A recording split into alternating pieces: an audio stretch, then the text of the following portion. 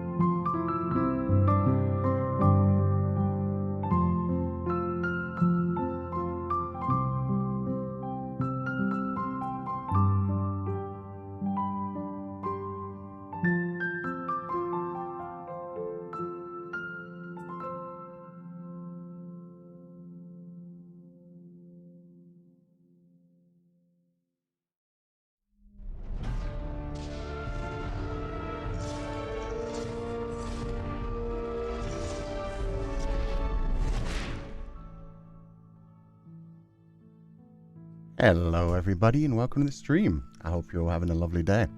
I wanted to keep this one grabbed because that was one, a big donation, and also I wanted to say happy birthday. Thank you so much for donating to the Feileacán random melody. Morning sensei after my birthday dinner, which was Korean barbecue. Oh, hell yeah. I've never heard of fairy bread, though. Kind of interested. I'm going to Google that in a second. It got me wondering, what is your go-to birthday treat?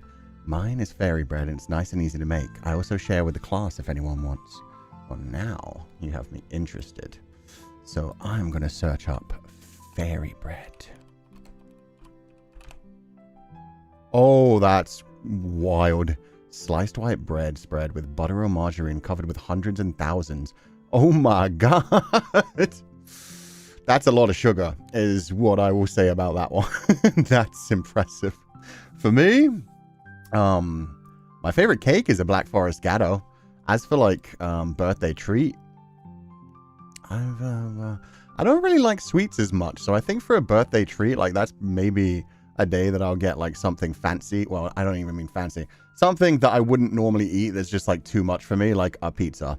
Because pizza is just like way too heavy for me nowadays. Once you like get past 30, you have to deal with not only like the carbs and the like spices that they use, the heavy amounts of like tomato sauce and stuff that gives you like acid reflux once you get to a certain age and fucks up your stomach. So yeah, birthday, maybe pizza. That's like the one time I would actually eat that and be like, yeah, I can go for pizza. So otherwise it's just too much. Other than that, I just like to relax and be by myself. Just be alone. Also Japanese food, like takoyaki is really good, and like disgusting types of sushi, like covered in sauces and fried and stuff. Also, fairy bread is buttered bread. Is sprinkles on buttered bread, notably hundreds and thousands. Yeah, I had to Google it to find out. It kind of looks like what they do with birthday cake flavored food in America, to be fair. Because they call it like, some people, they just call it birthday cake flavor, but it's basically funfetti, which is basically hundreds and thousands, like, yeah, sprinkles, except a bit bigger. So a similar flavor. They do like the same kind of thing for like a birthday in America. But that's interesting. Hundreds and thousands? Yeah, we don't have them in the UK or in America as far as I know, but it just looks like rainbow sprinkles, so I can imagine what it would taste like. I imagine that'd be good. And not much worse than like French toast for like sugar amount. Sensei, did you know that there's pizzetta for those that can't eat pizza that much? What's a pizzetta? Is it just like a really thin one or a really small one? What's your favorite pizza flavor? Funnily enough, I mean, I didn't even mean for that to be a segue, but I was on Vane's stream the night after the last stream we did, and I talked about my favorite pizzas. My number one is like a barbecue chicken pizza, so chicken, pepperoni, and bacon with a barbecue sauce base instead of tomato sauce base, and I did not make that loop, my bad. And my number two is like a fish-based pizza, so like tomato sauce, but then with sardines, anchovies, prawns, and tuna, and like some extra crushed tomatoes as well as the tomato sauce. It's banging. Also, Odyssey, thank you so much for the 10 gifted scholarships. I hope you're having a lovely day. And Kirarin somehow ended up with the flu today, but will that stop me from enjoying stream till the very end? Absolutely not. I am glad to hear that. And this one shouldn't be too long, to be fair. We're playing the Unfinished Swan today. And the Unfinished Swan is kind of like a prequel to Edith Finch. But it was made before Edith Finch. So it's kind of like its own contained story. But Edith Finch, like if you remember Milton from Edith Finch, we were going through the house and finding out about the different family members. Milton was the little boy, Edith's little brother, who went missing. And the mother never believed that he was truly gone. Pretty much everybody else had just decided, no, he's dead. He was missing for like several years before they even left the house. So he's probably passed away. But in his story, his little picture book, he basically drew a drawer on the wall out of ink with a magic paintbrush, and then managed to step through the door to another world.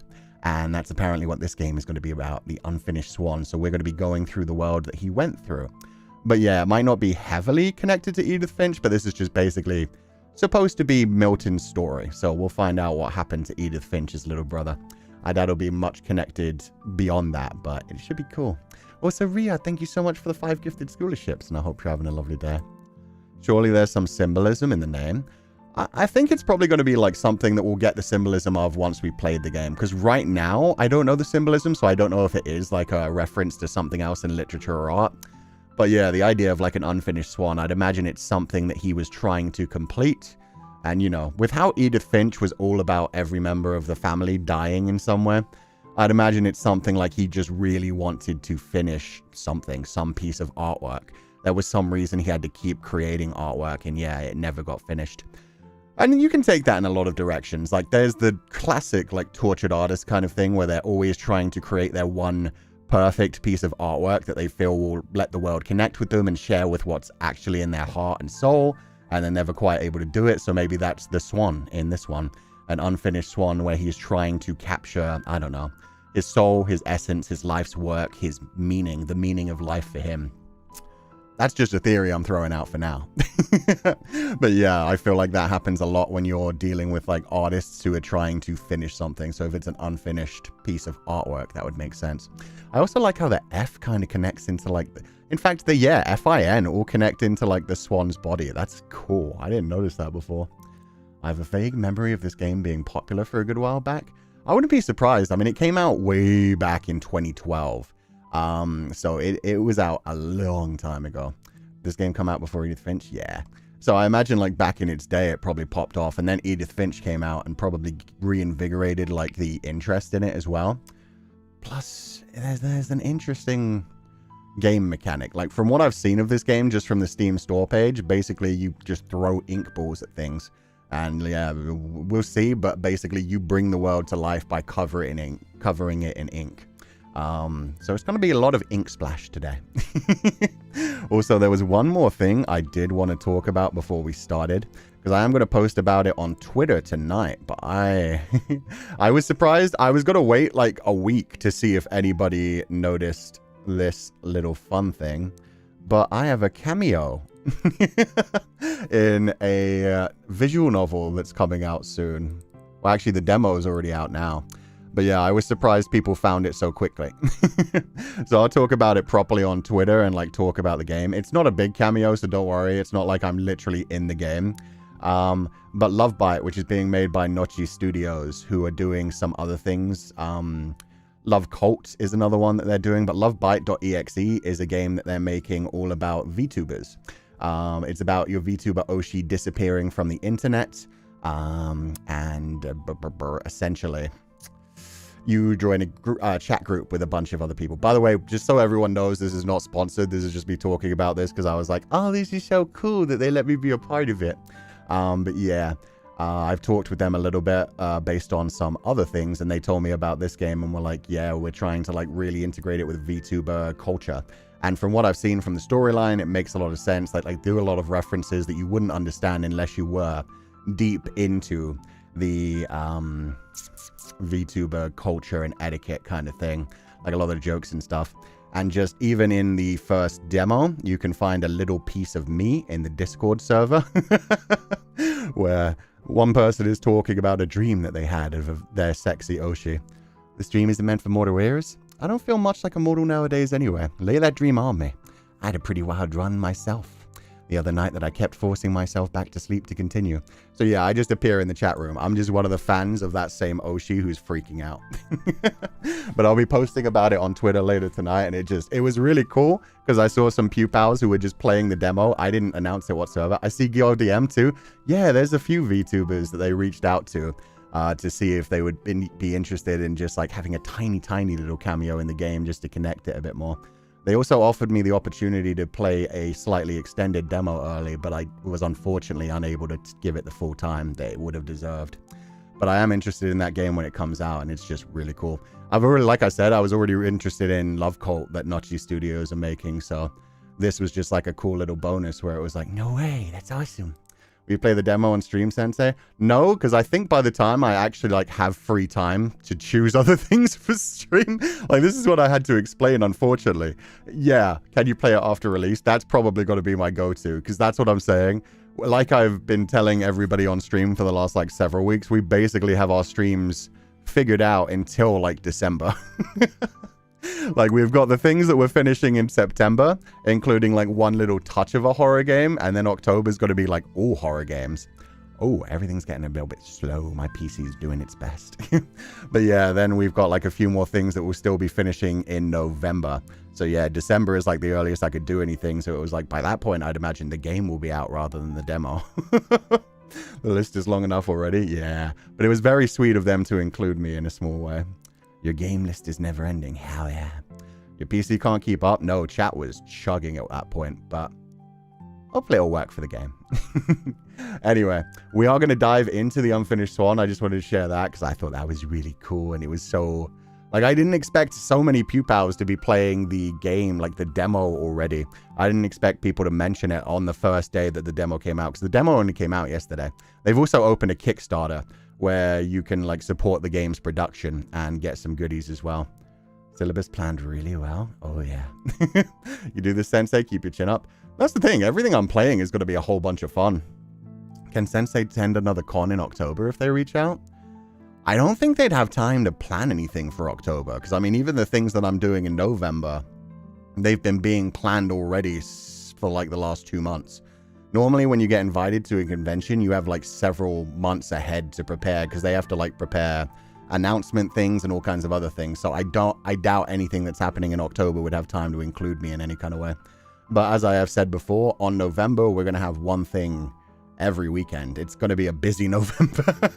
And then December's going to be like the calm down. So yeah, October's going to be spoopy month. We're just going to be playing a bunch of horror games and having fun. And I'm going to be starting to release Metamorphosis Lost and do read-throughs of that. So we're probably only going to do 4 streams a week rather than 5 to calm down a little bit. And then November, we're going to try and get back up to the 5 streams again. But we're also going to be doing lots of stuff on the weekends. MT Chan, thank you so much for donating the allowance, and I hope you're having a lovely day.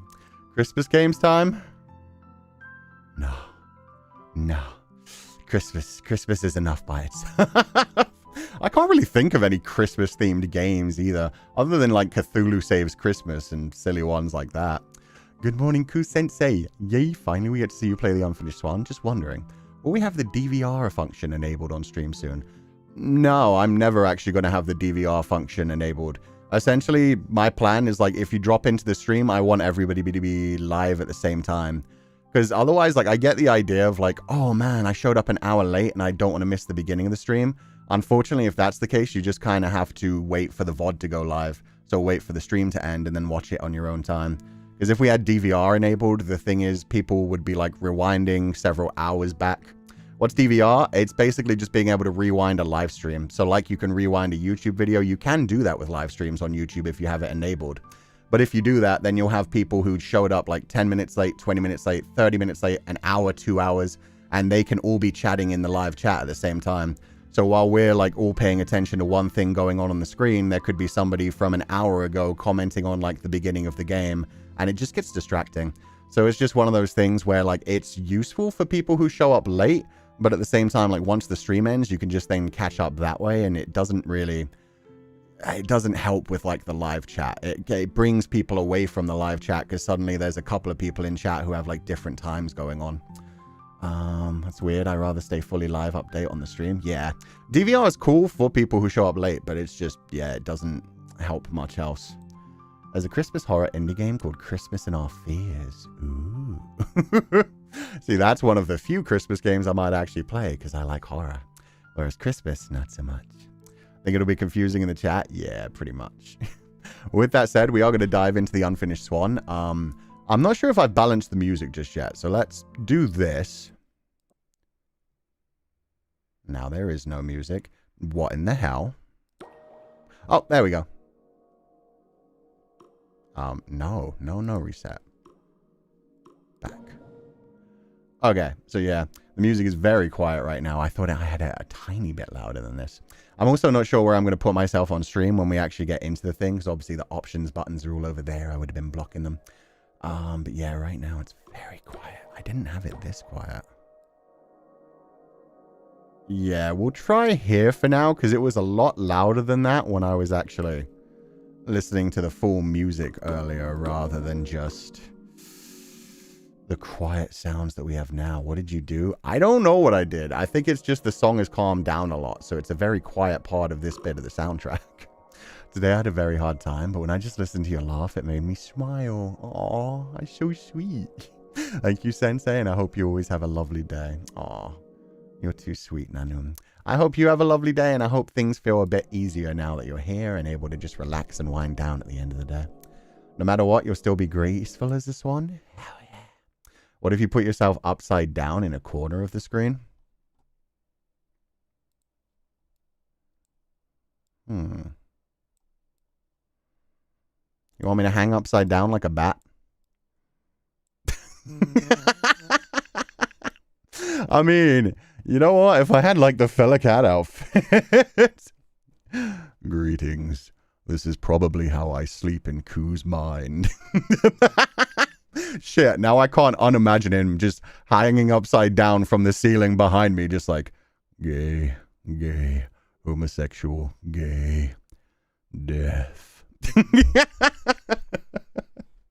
But no, I think that would be very confusing during the gameplay and therefore a little bit distracting.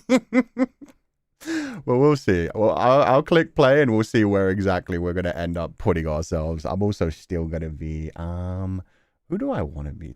How do I want to wear myself today?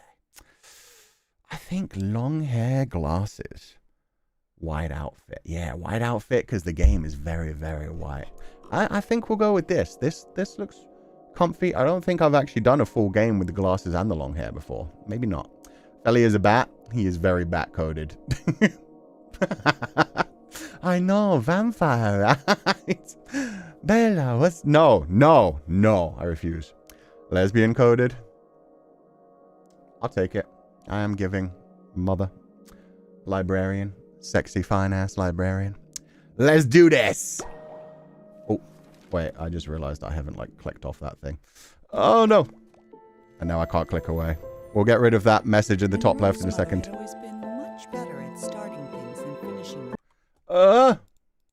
Okay, there we go. Behind over 300 canvases, not one of them finished. Along with Monroe, who felt pretty unfinished himself. Why is the voice so quiet? Keep only one painting, and so he chose the Unfinished Swan that had always been his mother's favorite. Aww. But that night, he woke up to find the swan had disappeared. So he took his mother's silver paintbrush and followed the footprints into a little door he hadn't seen before. Okay, I think we're going to start that one more time so we can actually hear it. And what I'm going to do, I think the sound effects include the voice. I think that's what went wrong. So I think I need to make the music a tiny bit lower and the sound effects equal to the music. Because normally I have sound effects way lower than music and then voice even slightly higher than...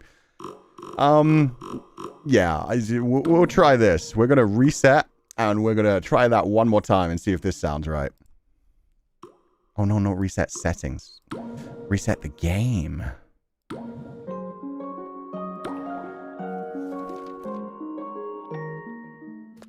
Okay. Monroe's mother had always been much better at starting things than finishing them. When she died, she left behind over 300 canvases, not one of them finished. Oh, that's rough. With Monroe, who felt pretty unfinished himself. Oh, baby. The orphanage allowed him to keep only one painting, and so he chose the Unfinished Swan that had always been his mother's favorite. But that night, he woke up to find the swan had disappeared. So he took his mother's silver paintbrush and followed the footprints into a little door he hadn't seen before. Okay, that's interesting, because that's different from the actual story we got from Milton of Edith Finch. So I'm not sure if Monroe's a different person who just found his way into the same world, or maybe that's just it. Maybe the only connection to Milton is the general idea of, like, a child painting a door. Maybe it's like the same paintbrush kind of thing. But yeah, it seems like a different child because his mother definitely didn't die before him. But yeah, a painter who never actually completed anything. Sorry about the audio settings. I've never had one like include the sound effects with the voice. Oh, this is how we're going to play. I see a white room and I want to paint it black. No colors anymore, I want them to be... Oh, I can just spam. Is there nothing actually in this room? Oh, wait, we got walls. Oh, but too much black and then it will be hard to see in a different way. That's kind of sick. It's very interesting. Yeah, it is. I'm also going to change the sensitivity. Is this camera speed. Yes. Okay. Turn the mouse sensitivity up a bit. That's the first time I've ever had to do that in a game. There we go. That's much better. Splatoon, pretty much. Only ink, no paint. No paint yet. Maybe we'll get other colors in a while. This is an interesting way to find our way around. Oh, pillar. Box! But when you paint it too black, now you can't tell there's a box there. But I can stand on the box. I'm floating. Darkness, take me. Ink machine? Yeah, I'm just like spraying my ink all over the place. Just covering everything. Interior designers hate him. Okay, there is actually some detail here now. We're not actually inside anymore. There's wind chimes. They take forever to come down. So there's a bit of a drop-off over there, too. Oh. Trees! That's pretty sick.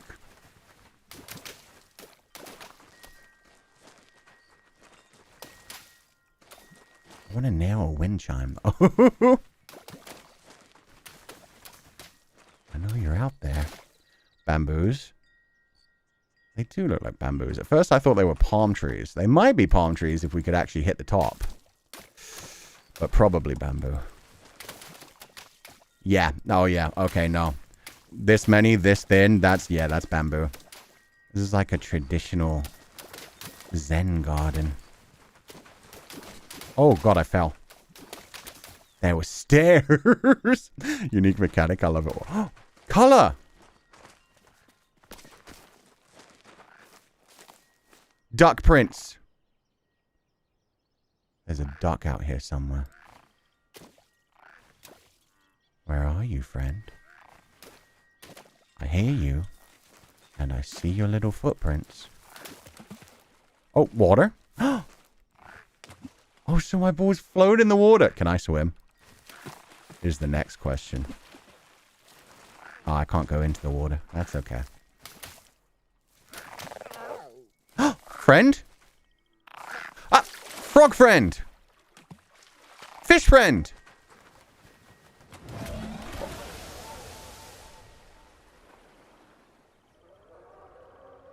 Oh, that's so sick. Okay, good thing I didn't go in the water.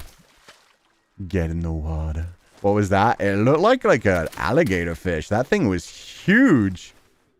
It was like dinosaur style.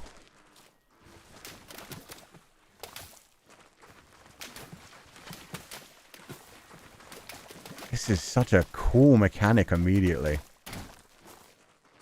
Oh. Wasn't sure what this was at first. Hey, fish friend. Oh. I have a voice now. I didn't have that before. I'm a small little baby boy. So I wonder if the whole thing about his mother's unfinished swan, is this a world that is unfinished?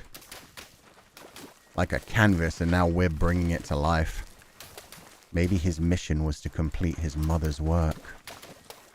This is his mother's world that he now has to bring to life. He speaks. He speaks! Achievement vocal cords. Hell yeah.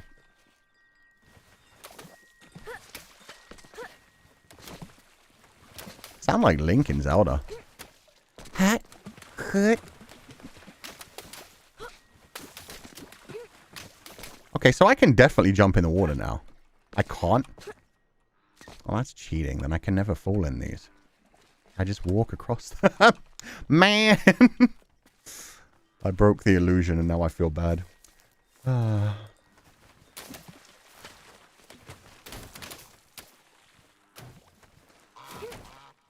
I hear you out there. Oh.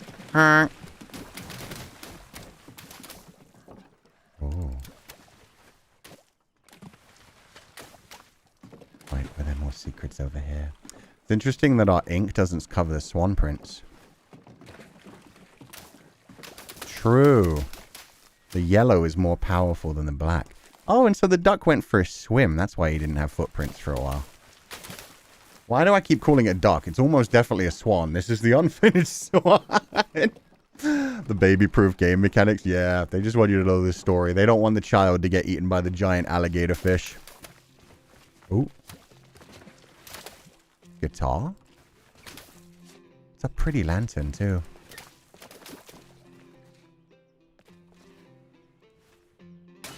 Oh. I don't know if I want to disturb a king. That might be Lewis. Well, actually, technically, Milton had a crown, too. Oh, I could have gone either way up these stairs. Let's go see a king.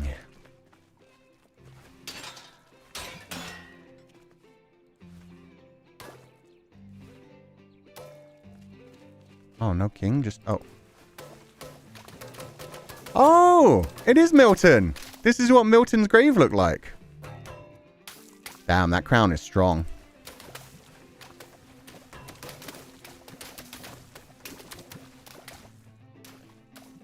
What up, Milton? You became the king of this land? Can I put out your eyes? No, okay. The eyes and the crown are undefeatable. It's Milton's signature at the gate. Wait. What?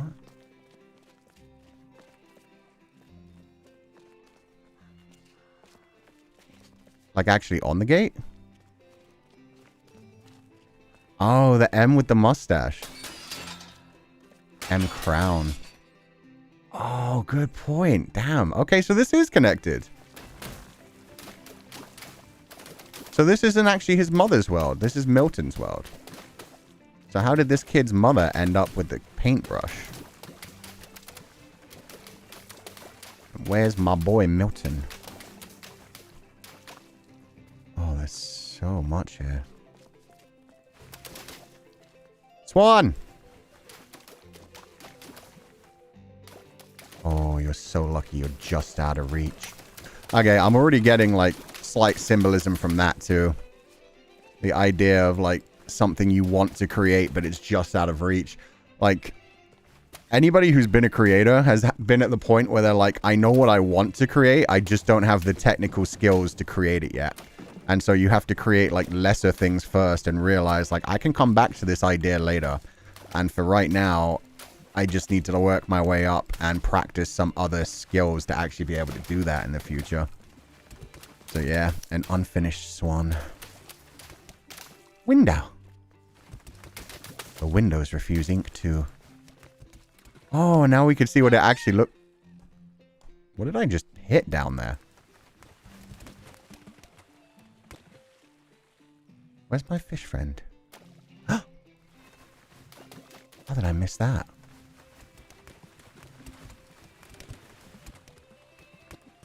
Feeding all the fish. So beautiful. Yeah, no, this is cool. I like the music, too. Very royal. Okay, you went this way, swan friend.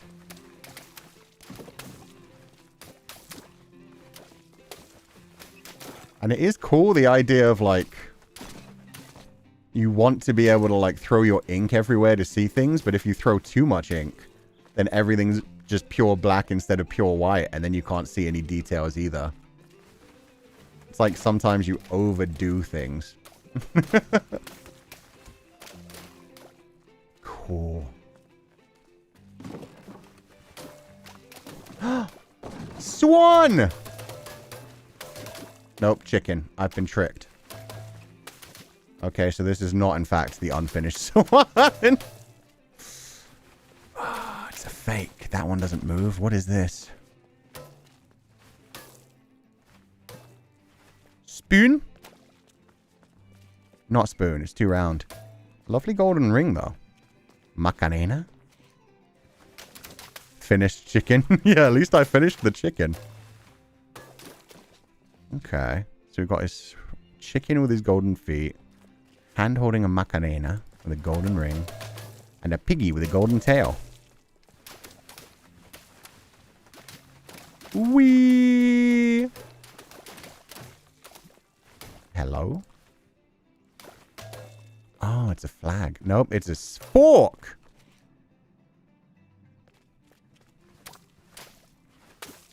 like those too. Those are pretty.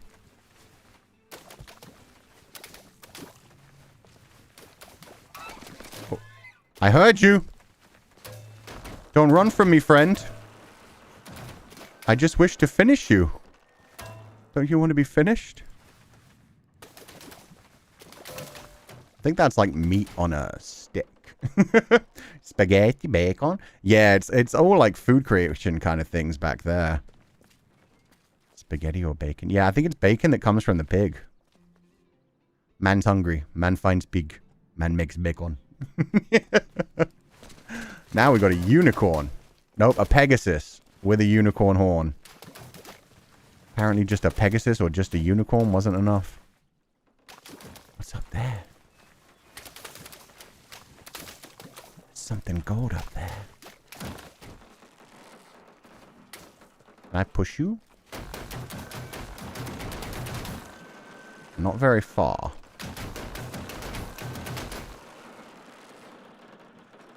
But it's cool that I can push you.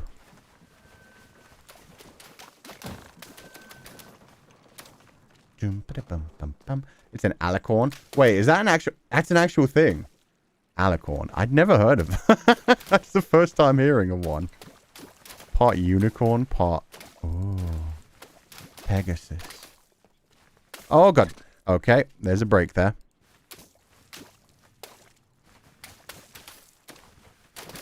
Need to pay more attention to my environment.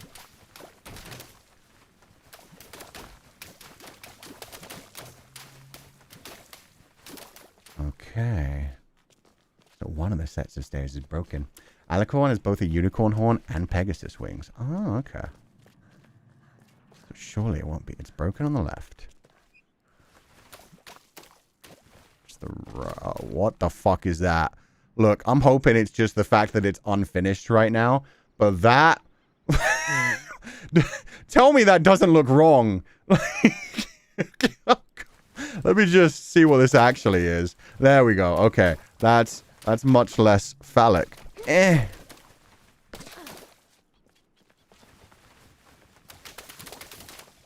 Let's just...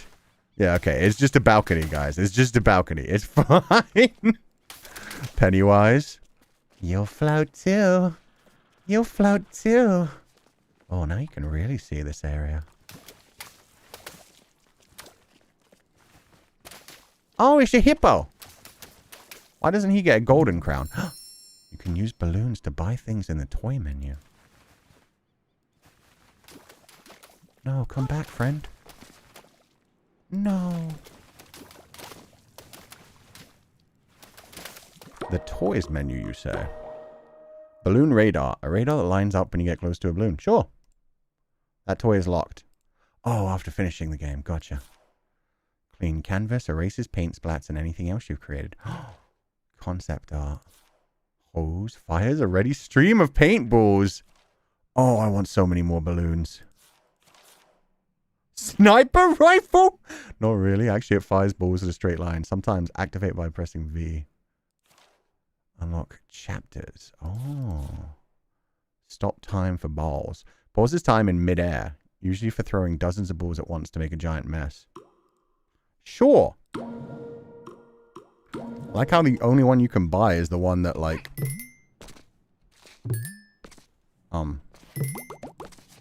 Oh. Like that. Oh, so... I'm gonna blow this game up, man. That's fun.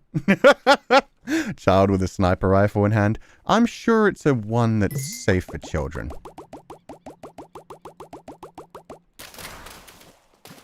That's just for style points. T! Why so many gates, bro? Zawardo, pretty much. The king was young, arrogant, and amazingly talented. He was convinced no color existed that was good enough for his garden, so he left it white. While he pondered how to create some new colors, his kingdom began attracting settlers, and soon he found himself with bigger problems. What bigger problems? So we have story. So that's it. This garden is just pure white. He thought no color was good enough for it. And now I've ruined it. Ah, thank you, swan friend. Milton? Yeah, I think it's Milton. It did say the king was young. So that's the king. Is that also the king? If that's the king, he's not very young. That's one hell of a beard. I mean, could still be young, just not super young.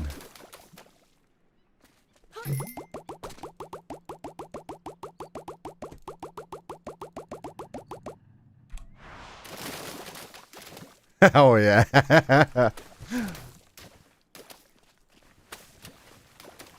I need more balloons.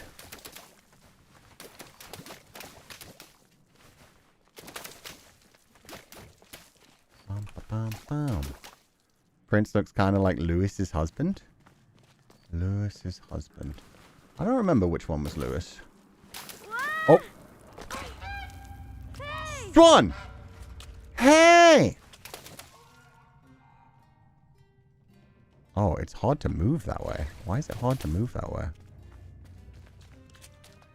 So they did leave a pure black bit. Why? Oh, it's wet there. That's why.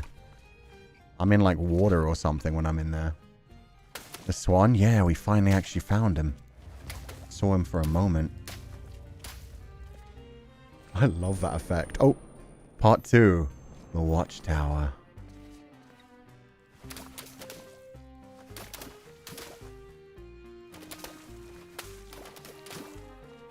Oh, there's a fence. Alright, I can jump. God damn it, Kucha. Donald Duck feet prints. Hell yeah. I hope this one doesn't need to wear pants. The music is nice. Yeah, it must be the same composer still, because it reminds me of Lewis's one. Damn, this one's been all over the place in here. Also, now my movement's crazy. What the heck?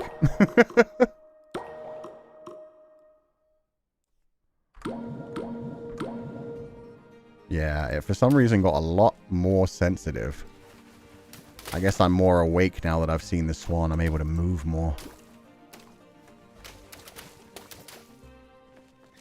Okay, I think I need to get up there, but how?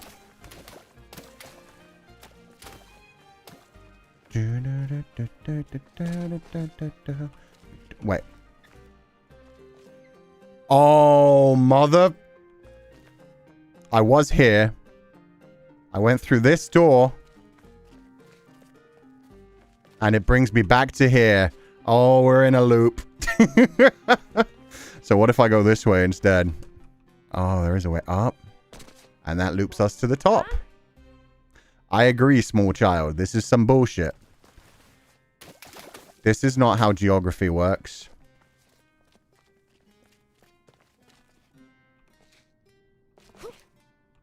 But it is a way to get over here. Are they just going to fall? Yep. Cool. Can I climb you? Nope. It was a good thought. How do you go up? Like this, I guess. Whee.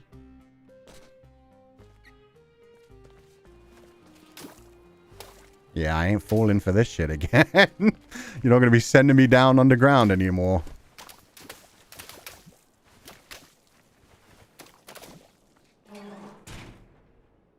Excuse me. Don't you paint me into a door. I don't like it. I feel trapped. And there's finally a color that isn't black or white. We have something. So that's my head. These puzzles are weird. I like it. Oh, new story. The king's new subjects were tired of white. Racist. They were tired of tripping, of banging their shins, of misplacing Yeah, their when everything's pure white, it's a so problem. they started painting everything, ruining the king's spotless design. I just want to In see. response, the king outlawed all non-magical brushes and pledged to spend the next month painting shadows for his kingdom. Okay, so now we're getting grays. You didn't do a very good job, King. My shoes did a little squeaky squeak. Misplacing their homes is crazy. Misplacing their homes. I wonder if that means they could move their homes around. Bucket! It's some of his paint. He's trying to add shadows so we can see things so we don't have to paint them anymore. So I'll try to be respectful. Nah, fuck it. I'm still going to splooge on everything. I got to know the secrets, my king. I'm even going to ruin your shadows. How you like that? Haha. Oh. And now my camera sensitivity is way down again. Why does this game do this?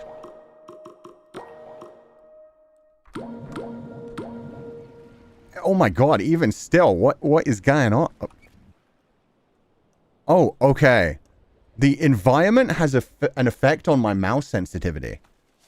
When there's nothing around, it's very easy to move through. When there's water, it moves like you're underwater. Oh, that's interesting mechanic. I don't like it.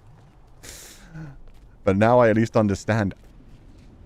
Oh, now we get to see him. Agreed, small child. It's like the Loch Ness Monster, but alien. Even more cryptid. Aquarium? Yeah, we got an aquarium. Part 3. The First Castle. Okay, so I feel like this is the king, King Milton, learning how to design things.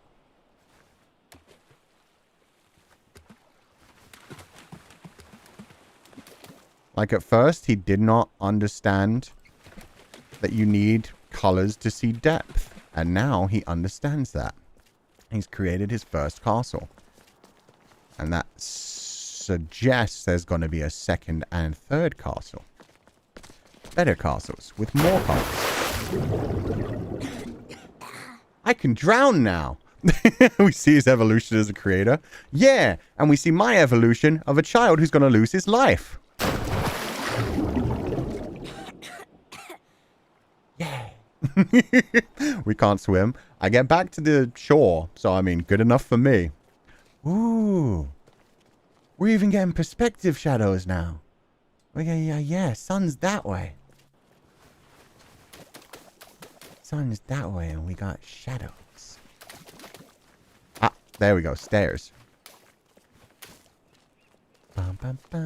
We drink the water fast enough, we can avoid drowning. True. That's just a biology issue at that point. Balloon! Haha! 2 of 9. Wait, so I missed 7 already? Because that can't be 2 of... I've only found 1 in this chapter so far, so yeah, that must be that there's been 9 so far. I missed 7. Oh, King, why would you do this? I don't like... Okay, I also don't like immediately erasing it, though. Sensei, please teach the kiddo how to swim. My paintings. I destroyed man's work. Okay, that does look better, though. Yo, it's the things he painted outside. So I wonder... Oh, I might need to know that later. Which side do I come from? Yeah, I better not erase that. Those don't count as balloons. Okay. Omori light. Nope, no Omori. No! I needed that! Fuck you, Omori light. Non-Omori light. Screenshot it. Too late now. It is what it is. Oh, is that just to teach me where a balloon is? That's... Yeah, I agree, child. Whoa. What's that golden thing, though? I can't see it. There's something gold there. Fuck. So there's one at the top of this castle. Shit. And now the event's gone. Why do I do these things? The fact that it felt like you wanted to do it and actually ended up painting the maze. Well, it wasn't intentional. Yeah, the king doesn't like me covering things in ink. Too bad. I just wanted to make an Amori light. Whoa. Hey, buddy. I don't think I should jump. Instead, I'll do this. You know what? You're going to get fucked up.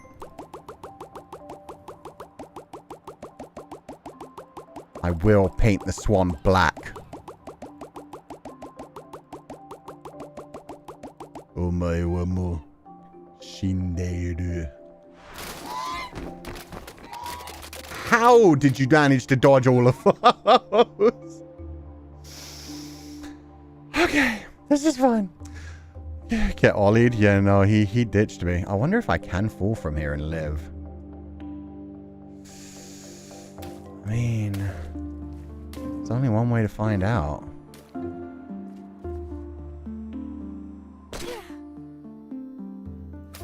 I lived! The white wasn't the white of death. And I also do not remember what the maze thing was, so... I don't like that corner. That's an unfortunate corner. Why did the swan sound like R2-D2? Didn't sound like R2-D2 to me. R2-D2's more of a... That was more Wally. I need to hear R2-D2 again. I hear you! Ah, you've been here, my friend. Hunting that swan. The labyrinth was designed to be beautiful, and it was. It was not designed to be practical, and it wasn't.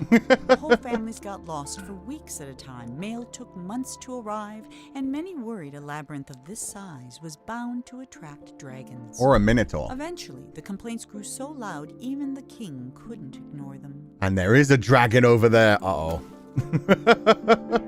I love the idea of just like, everybody thought the maze was so big, it's going to attract dragons. I love a child's logic. I love that this game is built around a child's logic. The paintbrush. The silver paintbrush. Which is honestly more black. You've only got a touch of silver on you. Oh, I ruined the perspective shot. It's okay. He got a little messy while he was painting. See? It makes sense now. Dragon D's not. How dare. I love that as well. It looks like such a realistic shadow until you paint over it. And you realize it is just normal ground. Oh, that's so sick. It's just grey. It just looks like a shadow. We're playing with perspective so well.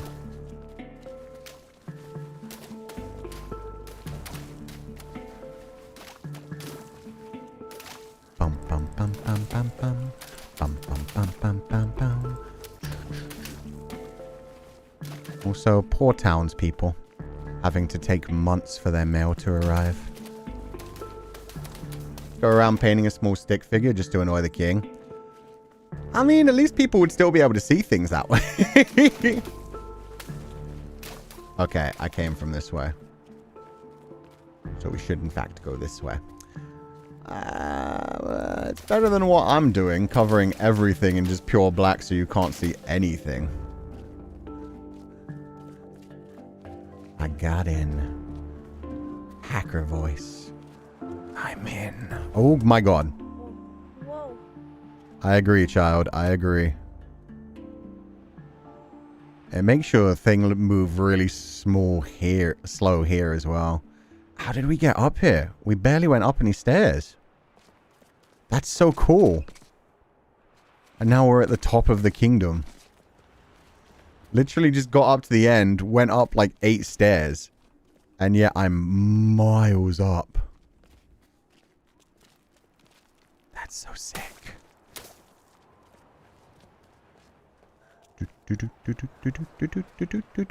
Wow. I kind of want to do a cannonball. Oh, it literally won't let me. Okay, no murdering the child. Yet. The king was so frustrated with the messy, demanding people of his kingdom that he decided to start over. He just abandoned them? He painted a boat and set off to find the perfect spot. He told himself he'd come back someday to finish what he had started, but of course, he never did. Oh. Don't just abandon people, man. Maybe that's a lesson the king should learn. Rather than moving on to the next thing, you gotta finish what you start first. Although, considering his mother abandoned him... Wait, did his mother abandon him? No, that's this child. And this child's mother just died. That's not really abandonment. But maybe he has abandonment issues, is what I'm kind of trying to say. King doesn't want to be king anymore. Nah, the king's like, I painted this kingdom for me. You guys fucked it up.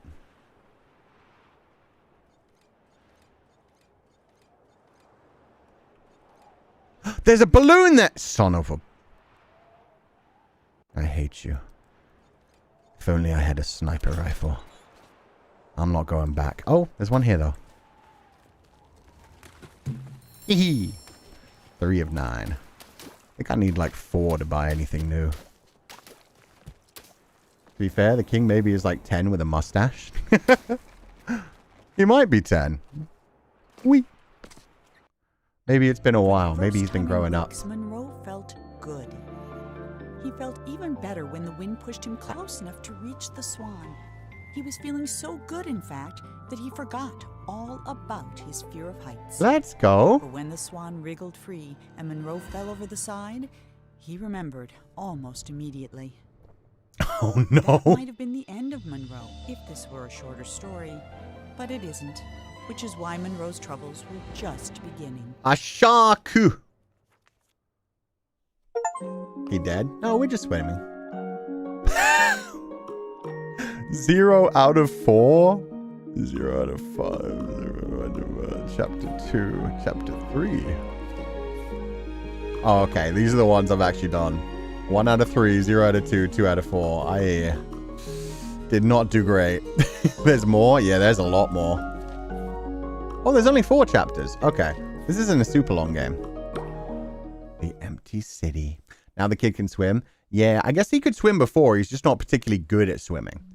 Like, he manages to get himself back to land without drowning. He scrambled out of the water and found himself in a massive city with no sign of the swan or anyone else. Did the king get any better at painting? Except someone's enormous pair of feet. Oh. These were attached to a giant who could have been a big help in catching the swan, but unfortunately, here was the laziest giant who had ever lived. And it was his day off. Having celebrated in his usual way, he was now sleeping it off and quite unable to hear Monroe yelling. While he was looking for a way to wake the giant, sounds like my man got drunk. Noticed something even better. A floating ship. Oh, an airship. That was in the king's designing area. And yep, nope, now we've got colors. Look at those grippers. You think I'm going for the airship? No, I'm going for those feetsies. Them sweet feets. I have blue now. I have color. Does the giant have sheeps? I don't know. But I hope he's not a cyclops. Oh. It's wet and then it dries too.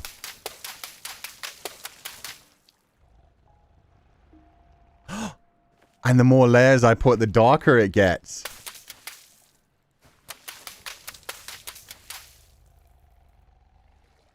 Only certain things. Not everything absorbs the color. Do you absorb the color?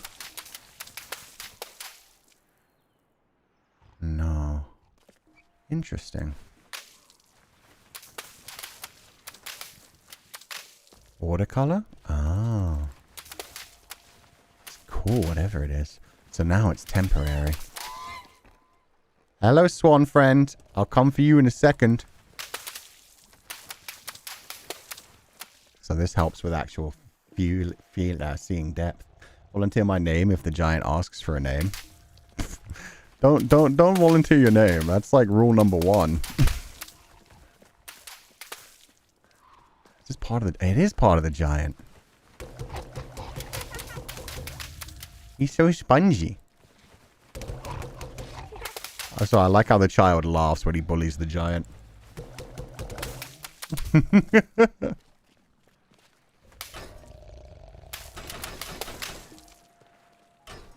Wrong way.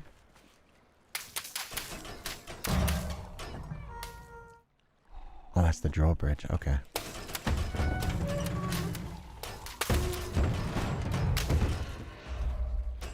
Bit more, bit more.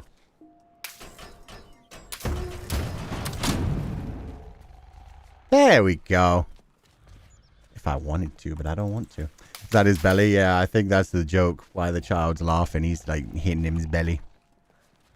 But I'm wondering if the giant is like representation of this kid's like father or grandfather or something. An adult in his life who just like always gets drunk and just passes out by himself. Isn't really around. That would suck. Apart from white and black, which colors do you like? Gray, silver, gold, red, purple, green. I like a bunch of colors. The swan came this way. I can make it.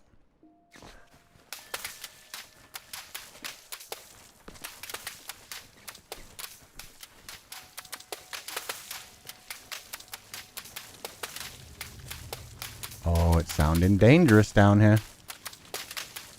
Why did it make spoopy sounds? Before he discovered painting, the king was a potter. He loved the simplicity of a well-spun pot. So when his subjects complained that his new city was too austere and that there was nowhere to relieve themselves, the king ignored them. But when they started relieving themselves in his pots, the king hastily built them a sewer system. Okay. Oh, so that was the sewer I just walked through? The king doesn't really care about his subjects too much, huh? They just kind of get in his way.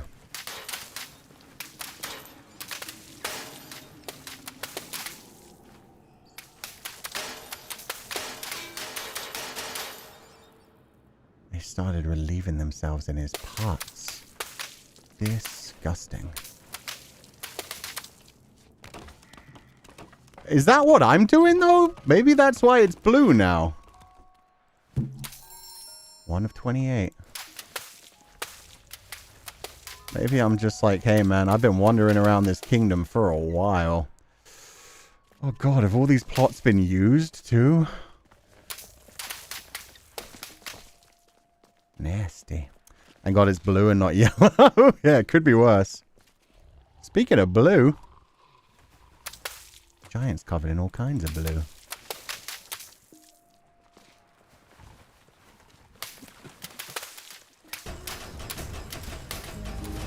Flood for me! Oh, now I can get up higher. Awesome.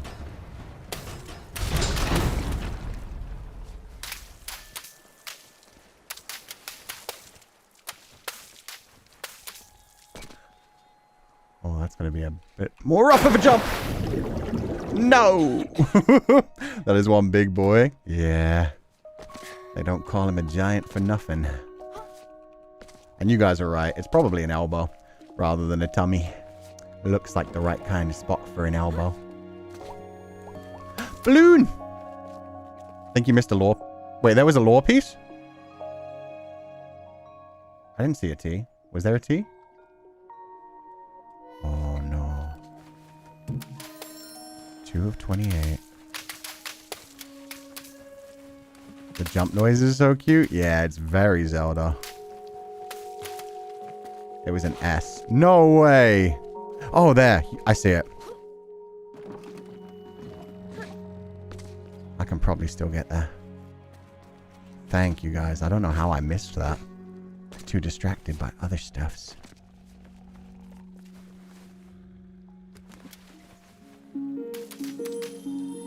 Sometimes the giant wondered about where all the people in the city had gone. Mostly he worried they might come back and ask him to clean their gutters or put out their fires. Aww. But they never did. And that was why the giant, who was the laziest that had ever lived, was also the happiest. He's just happy to be sleeping here. Good for him, honestly. You sleep. You enjoy your time. You're having fun. That's what matters. Yeah, but I want to hear more. Also, I like the idea. It sounds like he was just a handyman. But yeah, he was like, no, just leave me alone. Which kind of sounds basically like what the king did. The king was like, no, fuck yeah, I want to leave. All these people are asking me for way too many things. This was just supposed to... Bats. Be a fun little kingdom for me. And then it became a responsibility. Which I guess could be another... what do you call that? Like if you were linking that to something in reality, it would be like you start off an art project as just like something that's fun for you. It's just a passion project. But then it eventually turns out it becomes like work. If it becomes a career for you. And then suddenly you don't enjoy it as much as a passion project. It's not something you're just doing yourself. It's something that you have to do for your livelihood. Isn't there a door here? Yeah. And then it becomes like less freeing. Less something that you're doing just to explore your own feelings. Oh, balls and a jack. Old school toys. And instead you have like responsibilities and people that you have to please. You have to like keep up with trends and all that kind of thing. It's no longer just the freedom to create whatever you want anymore. Hit where it hurts? Yeah. That's life though. You have to find a balance. If you want it to be part of your career. If you want a hobby just to be your hobby, you can do that too. Part 2, scaffolding. Oh, hello.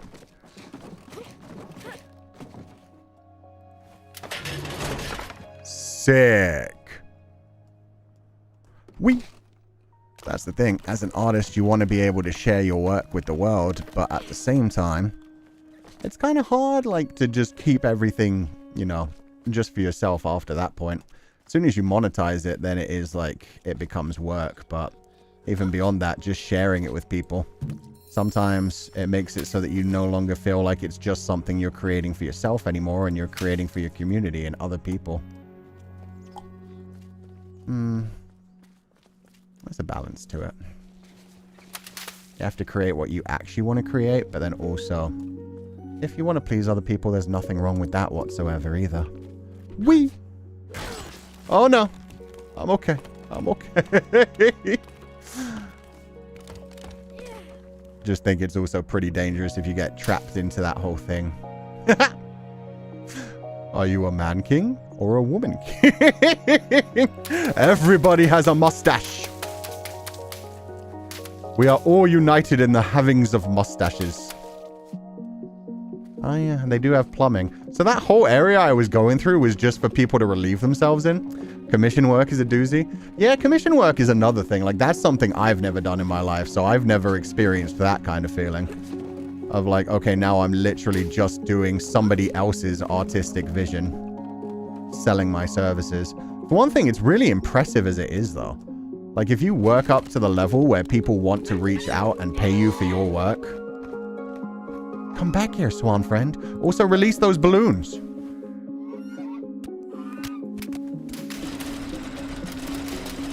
Oh, too far. Oh, or maybe not too far. I just need to get over there. Woman king sounds better. Yeah, I could have said queen, but...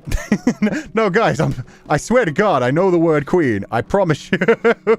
I just found woman king funny. King and woman king.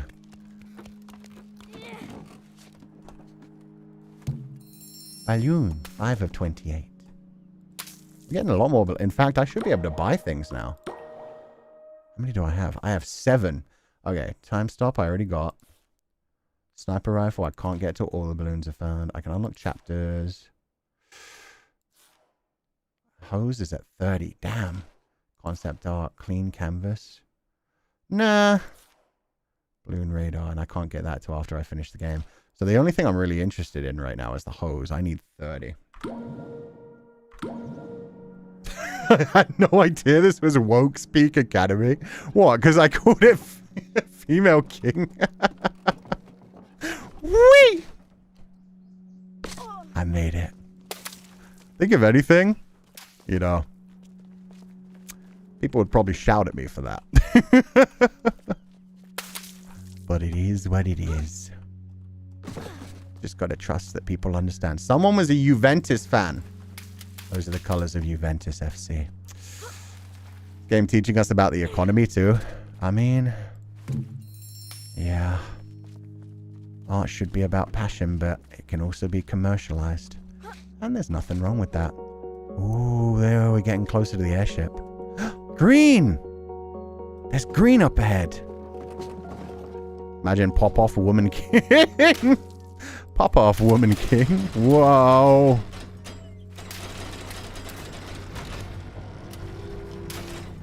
Okay. Do I actually get to get these damn balloons? Yay! Awesome. I deserve those.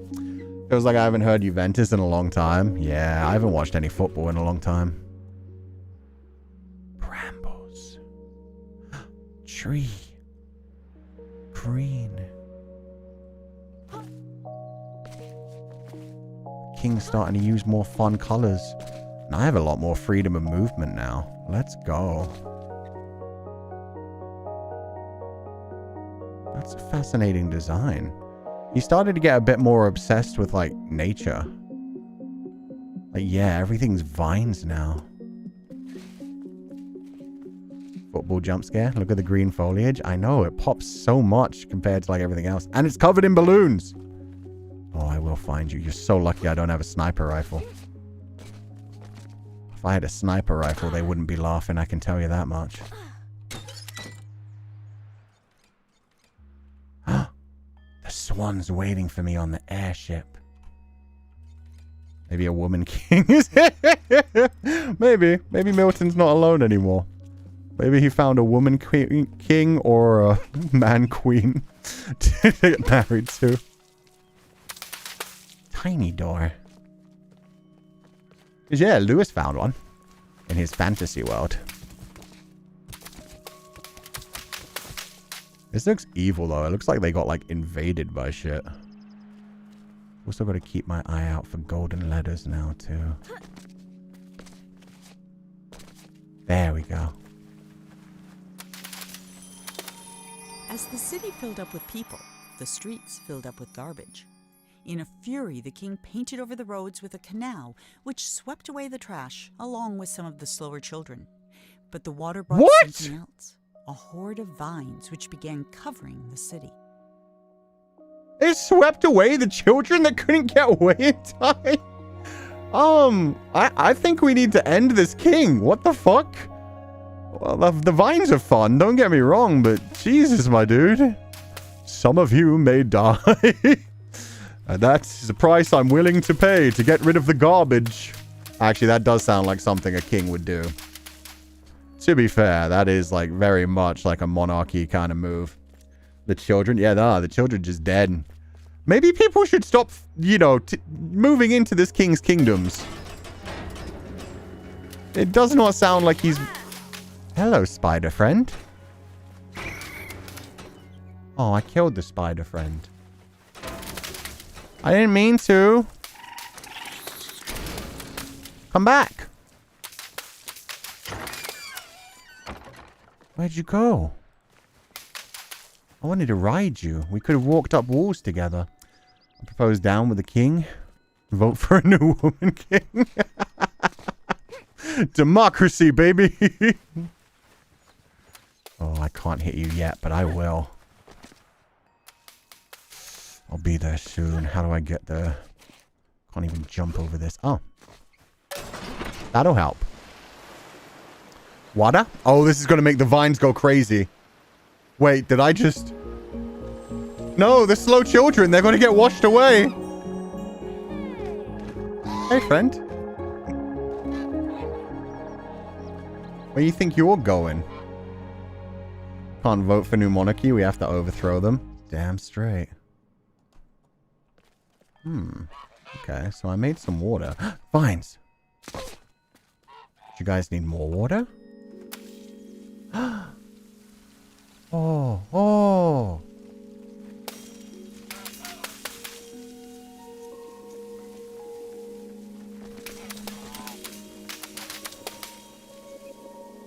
They go where my water guides them. Can I climb the vines? Yeah, I can. Vertical movement, baby.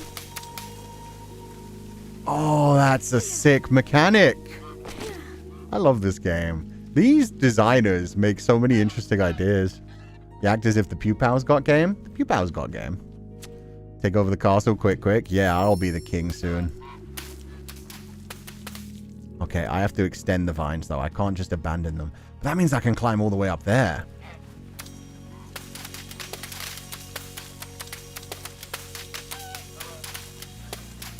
No, okay, they won't climb on that wall. So there are certain walls they won't bother with. This way, friends. Not that way. Why are you going into the cracks? Stop going in the cracks. There we go. That's what I'm talking about. Go. Go. Nature will reclaim this more cracks. Nature will reclaim this land.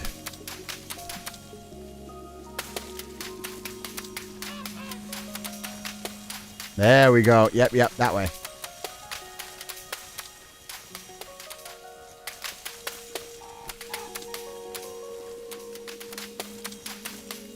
Too many cracks around here.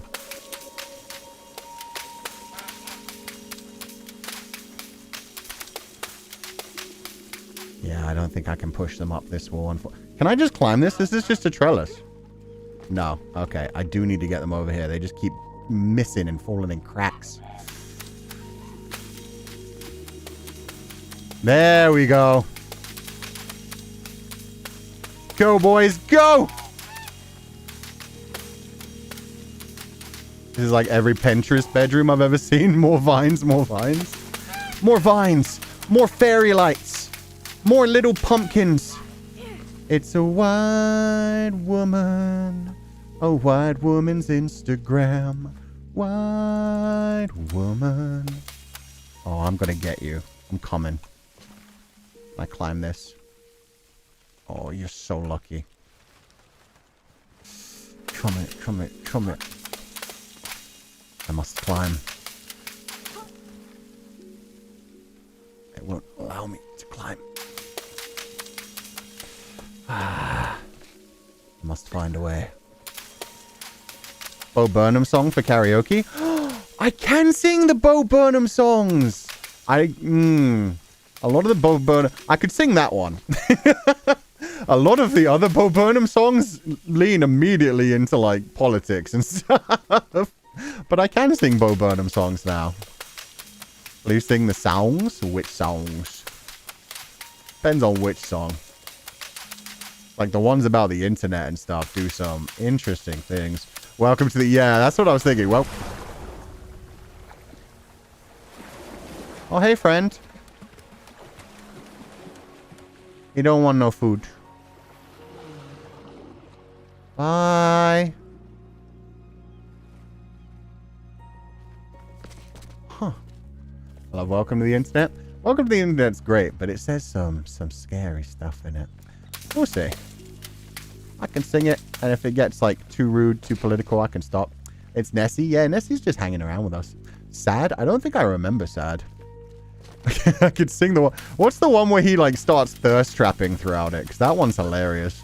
That whole comedy special inside was amazing. The fact he made it just by himself in his bedroom is awesome. I recommend lower your expectations. I don't remember that one either. Come, Vine friends.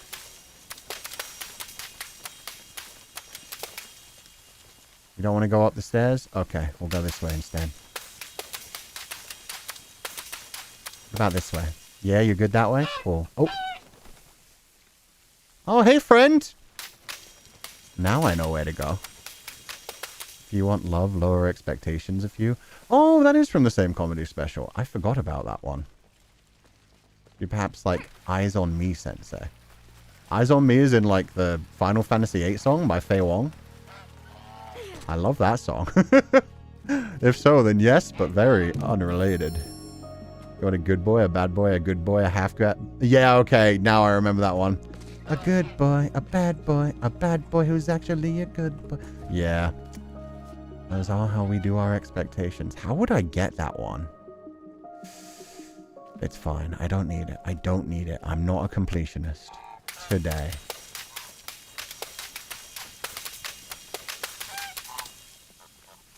What are you guys doing? You can't go up there? Oh, there we go.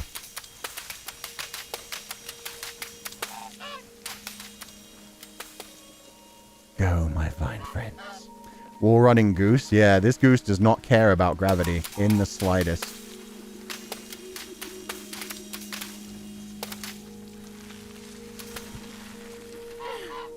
Wait, guys, this way. I need a balloon.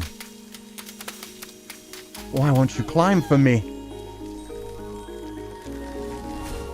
Oh.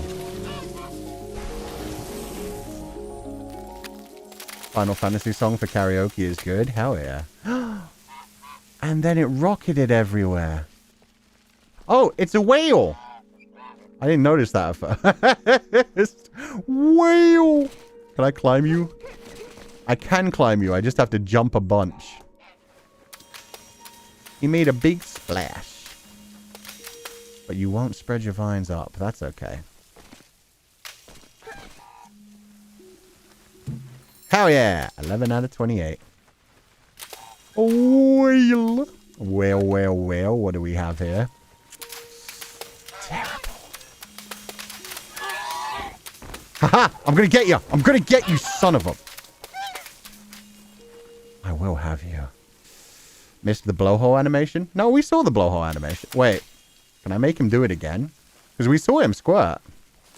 But are you saying I can just keep watering him?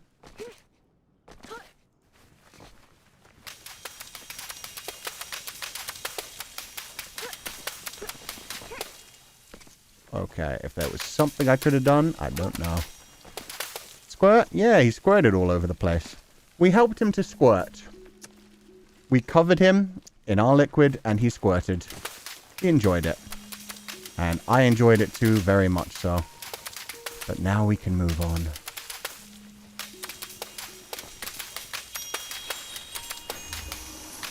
Phrasing, sir? I mean, it's not really bad phrasing. What is making that sound?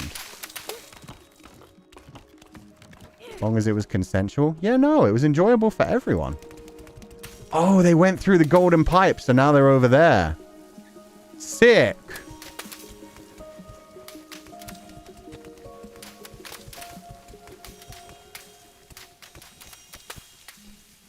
Go, friends, go.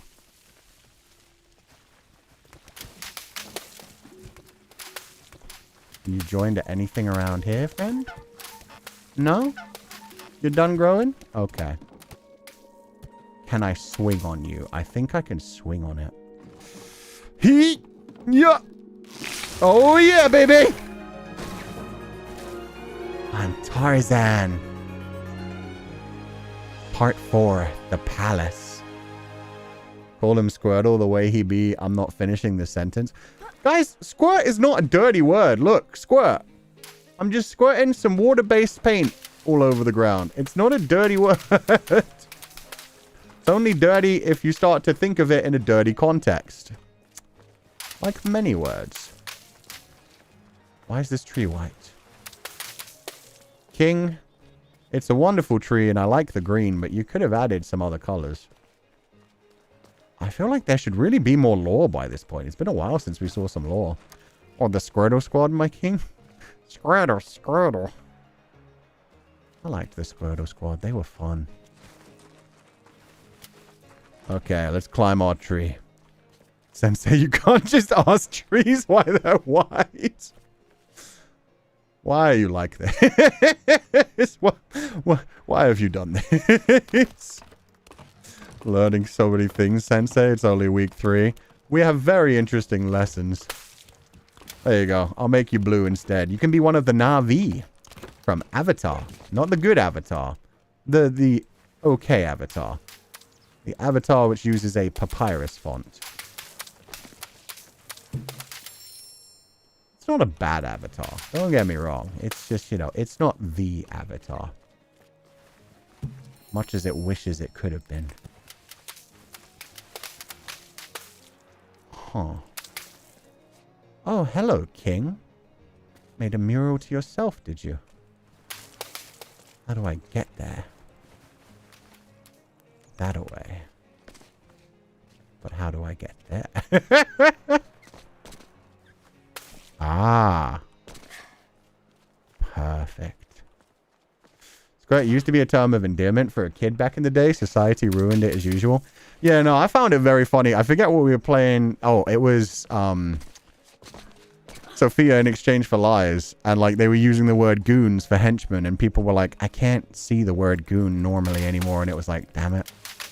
Yeah, that just used to mean essentially henchman. But now, goon has taken on its own life. Can't mention goon without gooning.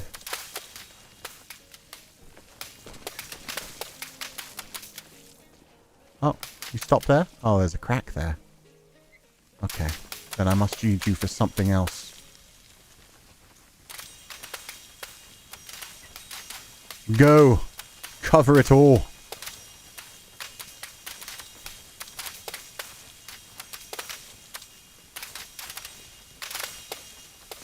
There have to be secrets here. Oh. Hello.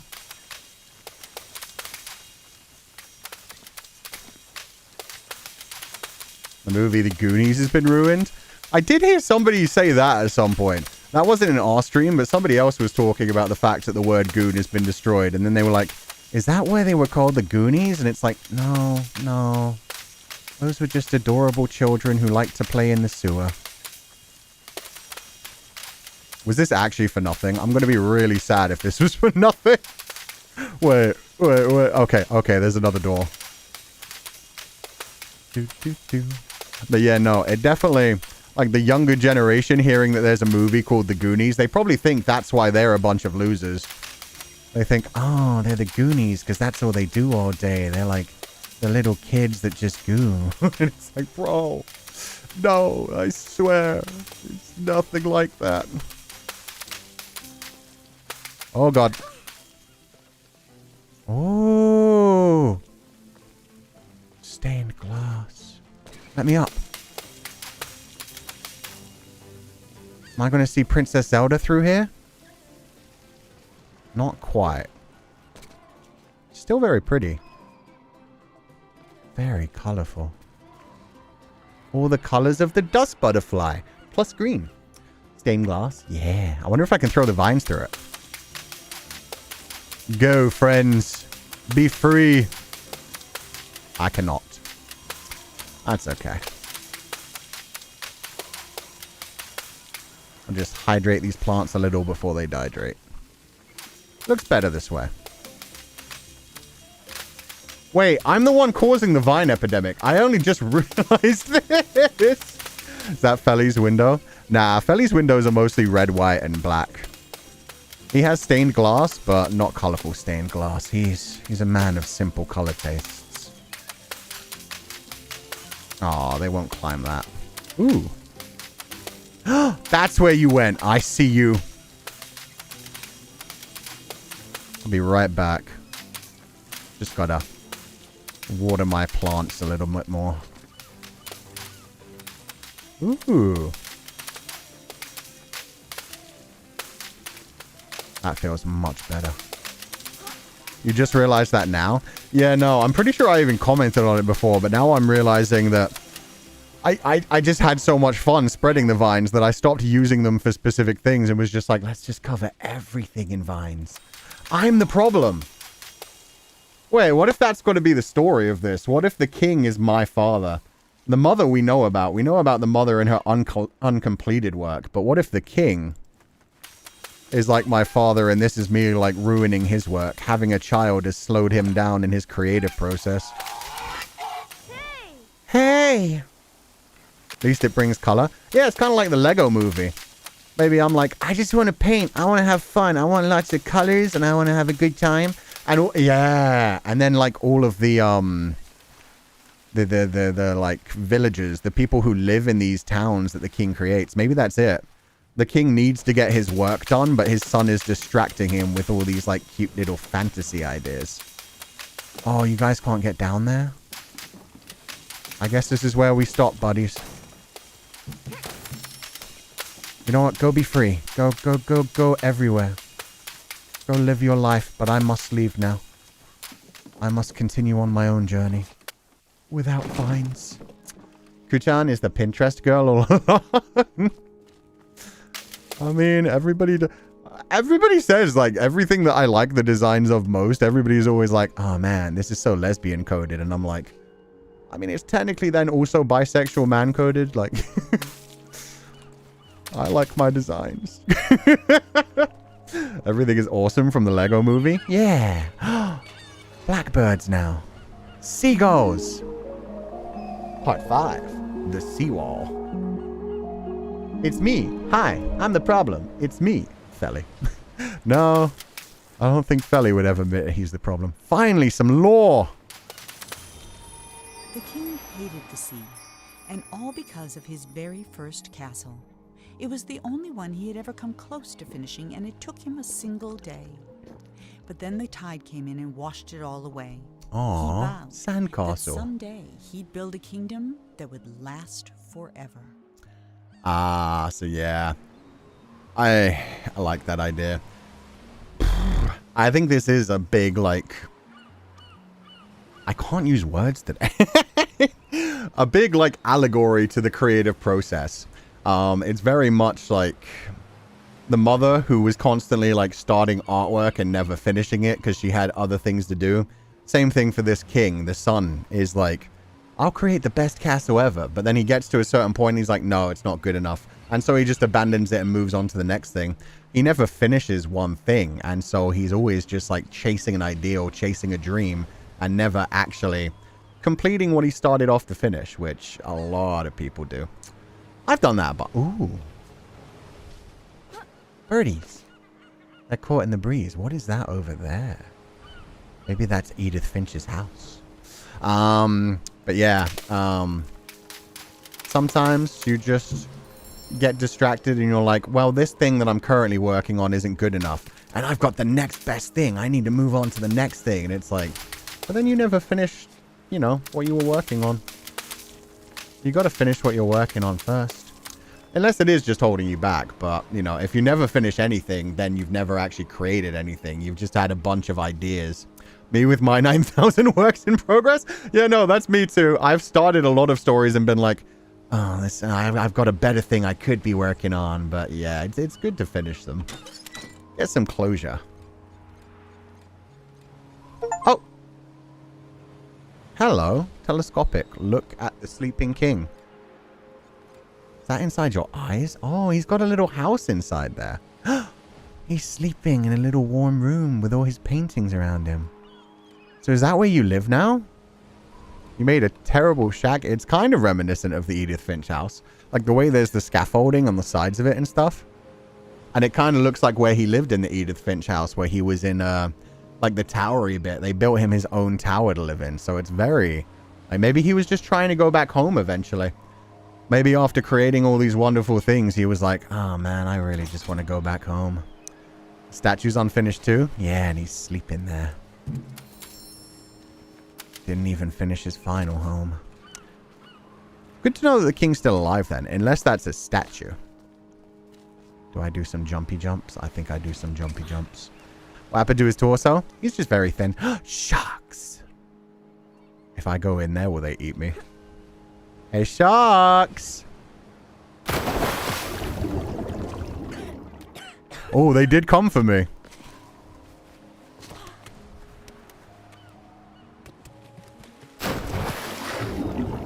Okay, I can't get eaten by the sharks. I just drown. Lots of artists and writers feeling called out today. Oh, don't worry. I'm calling myself out too, so it's fine. Me who's like, I can't wait to write Metamorphosis Lost. Also me. Still hasn't finished the first chapter because other things keep getting in the way. Sounds? Fine friends! You did come through the stained glass! Oh, I'm so proud of you. You're doing so good. Can you go up to the golden thing? No? That's okay. You're doing your best.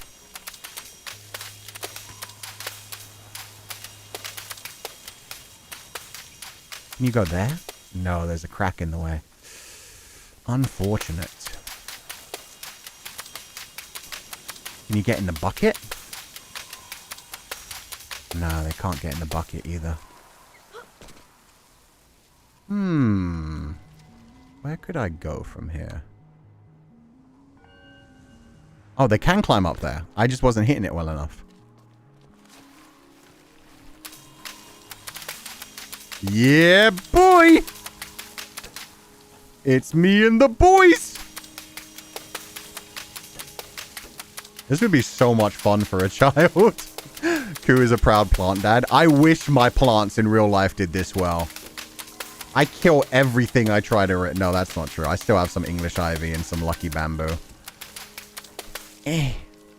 But yeah, no, if you could grow things this easily, I would be so much more of a plant dad.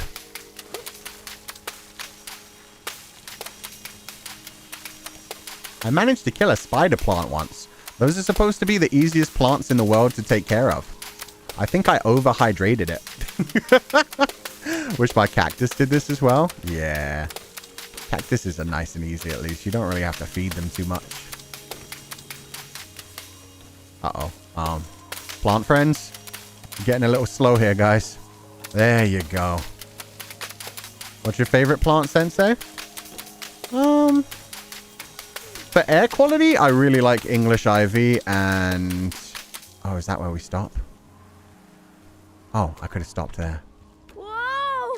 I really like English ivy and spider plants for air quality. Because they're really good like air purifiers and they're really easy to take care of and they grow in really interesting ways. But for actual like plants just for like their beauty and look. I don't know. There's a lot of flowers I like. I like a lot of like wild, I guess you'd call them weeds. Like there's a lot of like purple and pink ones that just grow on like the sides of the road, like out through the cracks of concrete. I like those. The vines were slowly burying the king and his city. No matter what he tried, the king couldn't stop them. So he decided to create something that could. He mixed in paint thinner, malice and snot, and soon had the outlines of a pretty horrible creature. Malice and snot? It wasn't until the thing began to coil its tentacles and snap its jaws that the king understood what he had made. And for the first time in his life, the king was afraid. The king does still sound like a child. Also, this is the first time the king was afraid. Damn. If we're continuing the analogy I set up earlier, where the idea of like the vines is the child, then yeah, if he created something essentially to keep the child away from him, that's fucked up. So I'm gonna hope that analogy isn't true anymore, because if so, that basically means he's just pushing his child away in some way or killing his dreams, killing his creativity. Boom, boom, boom. Wee! Metaphor for spite? Maybe. Maybe a metaphor for like keeping other people away from him. What am I climbing right now? I guess I've just wrapped my arms around the golden thing. Sick. I'm a climby boy. Or maybe I've become the vines. Sounds like he did vent art. Oh, you think he created something interesting. Water? Don't mind if I do. It did nothing. I thought that was going to do something. Vent art can be scary depending on what you're pouring into the work. True. Oh no, how do I get over there? Fine, friends? Fine, friends. I need you guys. Guys? Were you up there? Go back there. Oh no. Vine friends. Oh god! I'm alive. I'm alive. I'm alive. Duck prints detected. Maybe I can just make the jump. It might be vent art. So what is... Oh.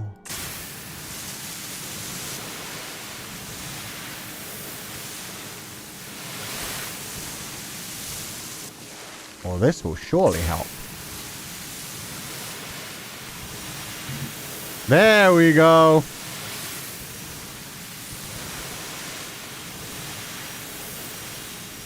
Now I've got a cannon. And it's so loud. But yeah, what is vent art? Is that just when you like make art just to let out frustrations and piss off other people? Water everywhere? Hell yeah. Come on, bud. You can't go up? Yeah, you can go up. There we go. Power wash simulator looking different. Power wash simulator, but make it eco-terrorist. Let out frustration, yeah? Oh, okay. Probably not super healthy. Basically, yeah, at least for me it was. I think journaling, but in art. So instead of words, you express it through art. Ah. Damn, we have to make this travel so far. Come on, boys. I know you're thirsty. Come get your waters. Ooh, want some waters? Do you want some waters? Yes, you do. Yes, you do. There we go. We're almost there.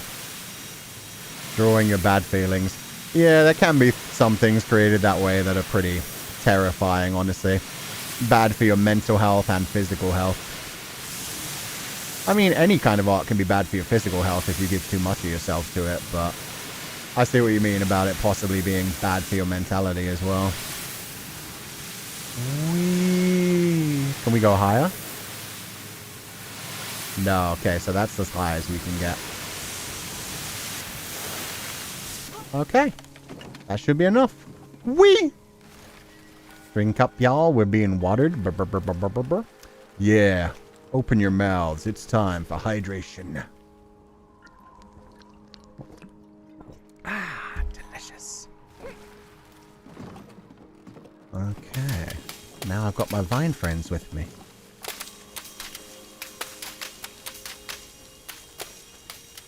Why would I walk up the stairs when I can climb up my vine friends? This is so much slower. But it feels right. Oh, I fell. Fine. Francisco Goya's black paintings technically count as vent art? What the fuck was that sound?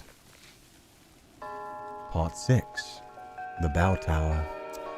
Vent art can lean to unhealthy, but it can also be therapeutic sometimes. Yeah, I imagine if there's like something in your mind you need to get out of your mind, it helps in that way. I'm so tiny! I have to climb up to the chair. I'm such a little baby. Somebody didn't finish their peas and got very aggressive with the meat. That's a lot of weapons.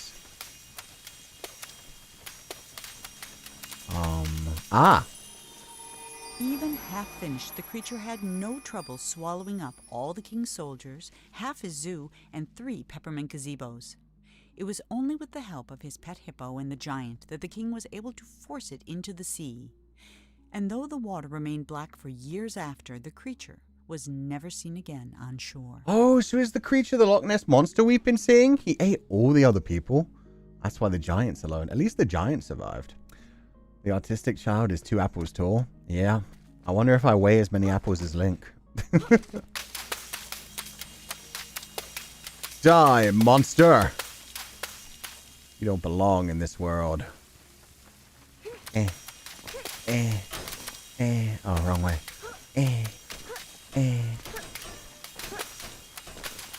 I'm so tiny. I can barely hit these.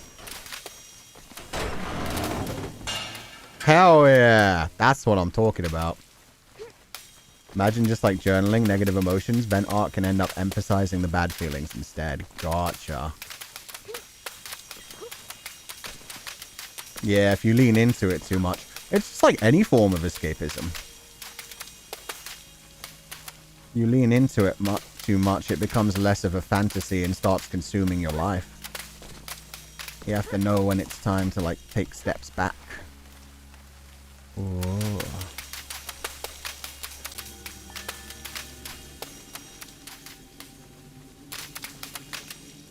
Rip. Wait, what happened, guys? Did the stream disconnect? The spiders got him. Wait, what? Welcome back. I didn't drop any frames, so if we disconnected, that's all 100% YouTube. Sorry if we disappeared for a minute. Stream was off. Oh, yeah. No, that's 100% YouTube then. My internet has been solid. I still have 0 dropped frames. So, sorry, but that was YouTube's problem and not mine. YouTube is drunk, y'all. Yeah, but welcome back. Sorry about that. The servers must have had a little glitch moment. Airship time. Good time to be back, guys. We get to pilot an airship now. I am proud of my progress making this town full of water and full of vines.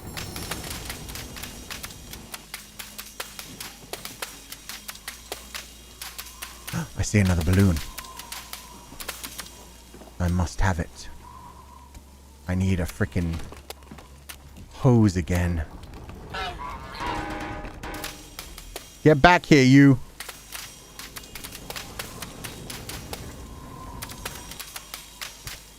I hear the sounds of vines. They just can't get all the way up here, I suppose. I really wanted to ring the bell. I have you in the background while shopping and was wondering why it went so quiet. Well, now we know. Can the vines really not get up here? Oh, I wanted to make it green. Okay. The height perspective? I know. Oh, there's so many more. Oh, those are boats. I thought those were more sharks. Whee! Can I bounce? No. That's unfortunate. Thought I was going to bounce like Infinity Nikki. Monroe waved goodbye to the giant and set sail. But no matter how fast he went, the swan was always just out of reach. Yeah, I know that feeling. And not for the first time that day, Monroe suspected he was being led somewhere. Then they flew into a cloud, and everything went black. Oh, sick. Are we going to get a different color to cleanse that then, or is it still going to be light blue? So yeah, I'm definitely feeling like chasing the swan is like chasing your passion, trying to create your ideal. It's always just out of reach of him. He's still trying to like actually express what he wants to express. Chapter 3. Nighttime. The woods. Could the king represent maturity? This game feels like an allegory for growing up. It could. Although the king seems to be more escaping than anything else. The swan's voice, but he never saw a thing. Not the stars, not the swan, and certainly not the tree he got stuck in. Oh no. When the clouds lifted, the swan was gone, leaving Monroe alone in the middle of an immense forest. Since there was nothing else to be done, he jumped. He jumped. That's not a good idea. Oh my god. Okay, it wasn't too far down. We're okay. Yo, that seamless blend. Oh, I still have black. This is not gonna help me. Looking to his mother's work for guidance too, maybe? That could be as well. Or looking to find what his mother was trying to create. Oh, this is gonna be... Oh, that's better. Pretty. Oh my god! Don't be distracted by shiny, beautiful lights, guys. Don't be like Kuchan. My bitch ass is just acting like a moth. I was just like, yo, it's so pretty. It's so dark. Yeah, it's like impossible to see just about anything. Spiderweb. Hello, friend. Oh.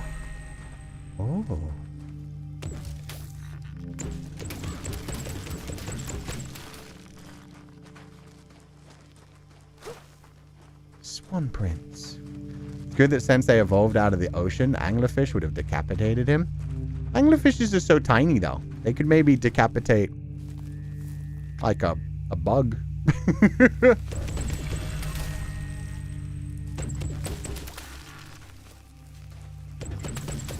They could take one of my toes, I suppose.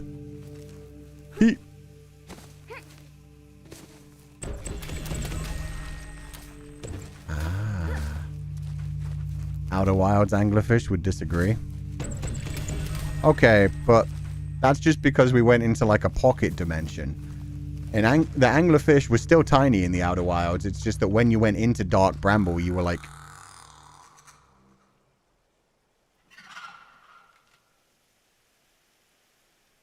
I am I'm still a child. You're bug adjacent? Yeah, I just realized. I am a child. Anything could be bigger than me out here.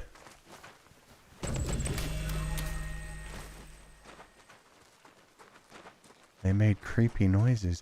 Spider friend.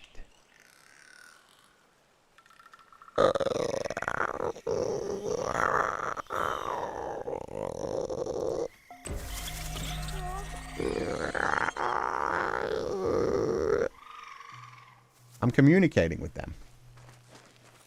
Spider friend no like light. Spider friend. Hi.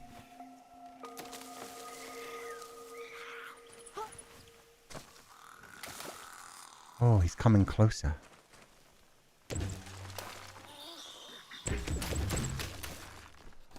Now they're behind me. Hey, hey, hey, hey. Spiders are friends, so be friendly. Oh. Mm-hmm. Okay. Do I go this way? No, that's blocked.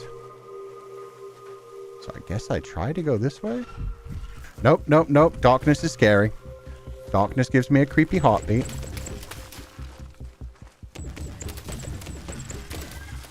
So where do I go? I don't see any way. Oh, this is a new way. I thought... Oh! Okay, don't stay in the shadows. I thought this was the way I came from. But I guess not. Hi. The spiders are in fact not friends.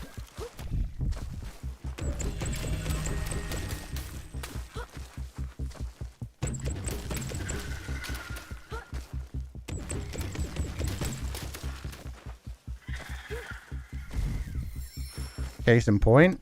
I mean, they just gave me like a little slash on my arm. They're just probably trying to defend their homes. Wait, am I back to... I'm back to where I started. Spiders are not friends. They are normally. They get rid of other pests, especially flying bugs. Flying bugs suck. Okay, so that's the way. I need to go that way. But it's blocked, so I need to go this way. Where's my light?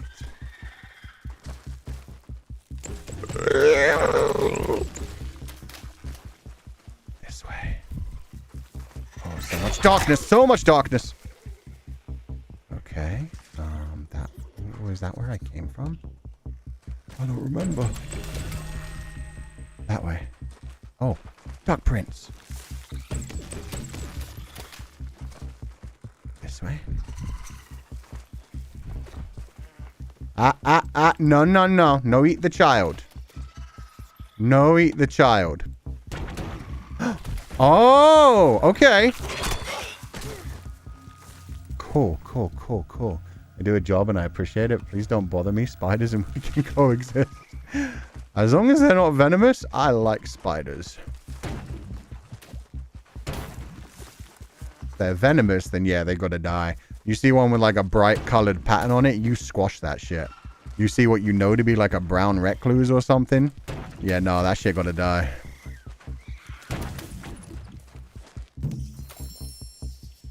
Okay, can I climb? Oh. See if we can bounce you uphill.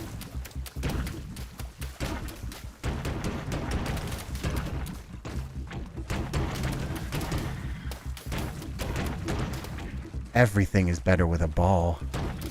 Brown recluse crawled on me once. It was awesome. That was awesome? Nah, nah, nah.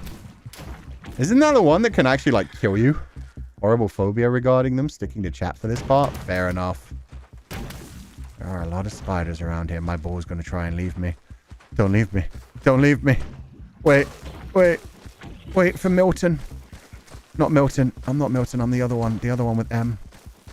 Wait for baby boy.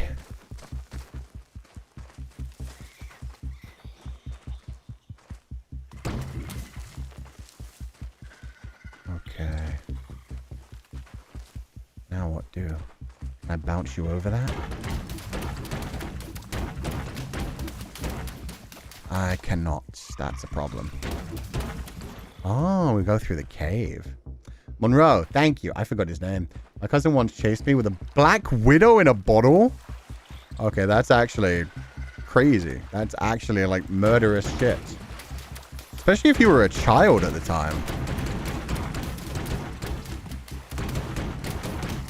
And black widows don't always kill humans, but their venom is strong enough that it can cause a lot of problems. Part 2, the river. I guess we're going for a swim. No! Ball friend! We're just staying close to the river's edge. Down, down, down by the river. Uh-oh. Uh-oh.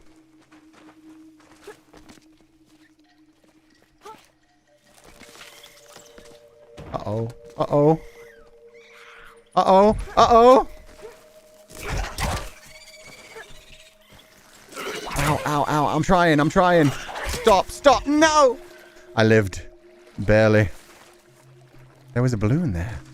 Oh, I didn't live. I died. It rewinded.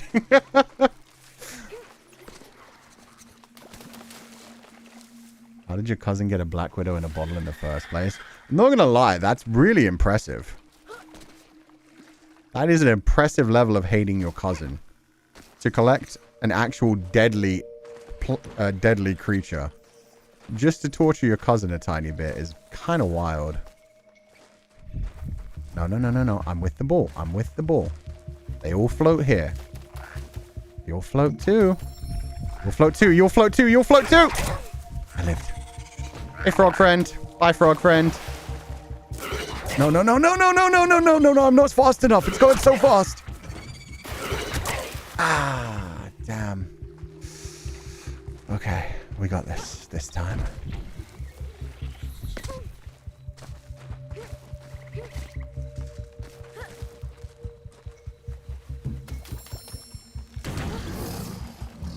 Oh, hey, alligator. I didn't know you were chilling. Oh, my God. Found it outside and we both were under 10 years old. He was playing. I did not find it fun. Yeah, that's not fun. That's attempted homicide.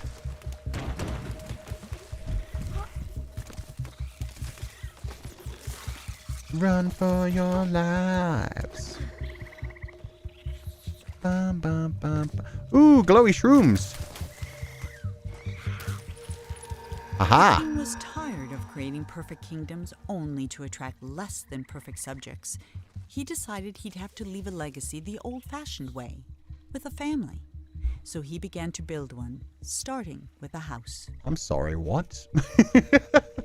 I guess that's not a good reason to start a family, though. Ah, I wish for a family so that someone will carry on my legacy. That's a very selfish reason to start a family. Not gonna lie, I've been sticking to chat to avoid crying because spiders scare me that bad. It's all good. No worries. Okay, the mushrooms aren't strong enough to keep away the spiders. I think we're almost done with the spiders anyway. Feels like it.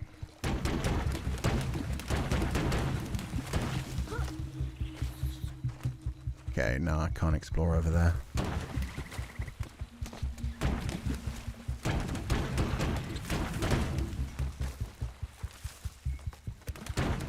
There we go. And now, where do I go? Or do I have to set the ball free somehow? Uh-oh. Well, now I'm kind of committed to this. I hope I don't die. There's a ladder over there. I just need to get to the ladder. I just need to get to the ladder. I just need to get to the ladder. Or the light. Or the light. Shit. And now the ball's here. Okay, I glitched it. Works for me, baby. All arachnophobic homies in the chat. Let's hold hands. There's a surprising amount of arachnophobic people in chat today. The king had never Sorry had about much that, luck guys. with people, so instead of trying to find a wife, he painted one. When she opened her eyes, the king was astonished. he had created a female version of himself. The king was in love. My man was like, nah, no woman. First, he was like, okay, now no color's good for me. I want the entire kingdom painted in white. Now he's like, woman king. It is woman king. Also self-cessed. But yeah, I love how he was just like, nah, nobody else is good enough for me. I'm just going to rule 63 myself. I'm just going to rule 63 myself, and then I'm going to smash it. And then I'm going to have children. Also, I did see somebody ask me on Twitter how I feel about Rule 63 art. Go nuts. Yeah, we don't currently have a name for Rule 63 version of Féileacán and Cú, but somebody was asking me, are you okay with art of that being shared in the tags? And yeah, no, feel free to. Is Shemung? That works too. Sometimes, oh, sometimes you gotta create your own happiness. This is the house he made. Part 3. Home. Although, it's not reality. 1? What the? Oh, I've got 3 dimensions now. Oh, that's sick. Rule 63, not 34. What's Rule 30? Wait, isn't Rule 34 the porn one? No, Rule 34 is just the adult tag. Wait, let me Google this. I need to make sure now. I think Rule 63 is just like opposite gendered versions of things. Yeah, internet meme that states, as a rule, every character there is a gender swapped version of that character. So yeah. Claudia. Claudia's cute, actually. I saw people saying like Felicity too. Gender bend. Yeah, I just don't know if people are okay with that terminology. Oh, that's so cool. Can I then move it? No.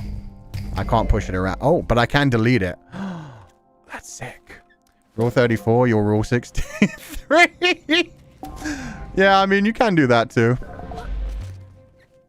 Okay, so how do I... Oh!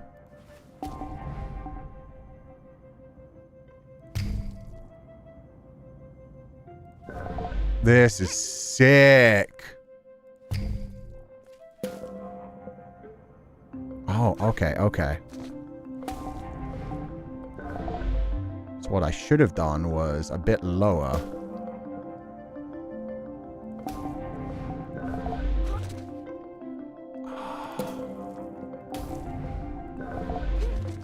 The mathematics is hurting my brain. We building? Yeah, we are. Felicity and Claudia. I do like those names. We'll see, though. Maybe we'll find better names. Maybe we'll talk about that more in Old Man Yuri. That has the same energy as, like, female queen. So I can't always bounce. Ooh. I can't always bounce things. There was a balloon back there. How dare. Think I'm not going to find you?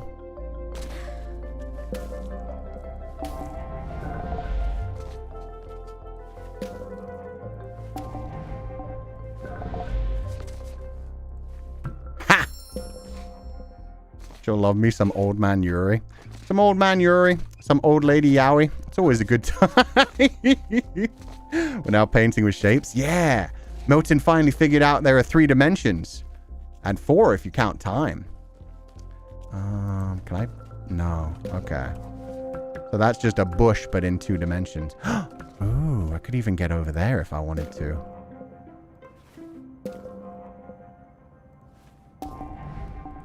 Ah. There we go. Why have I done this? Now I have to go all the way back. I just found it cool that I could go over here. Wait, no, I don't. I make my own path through life.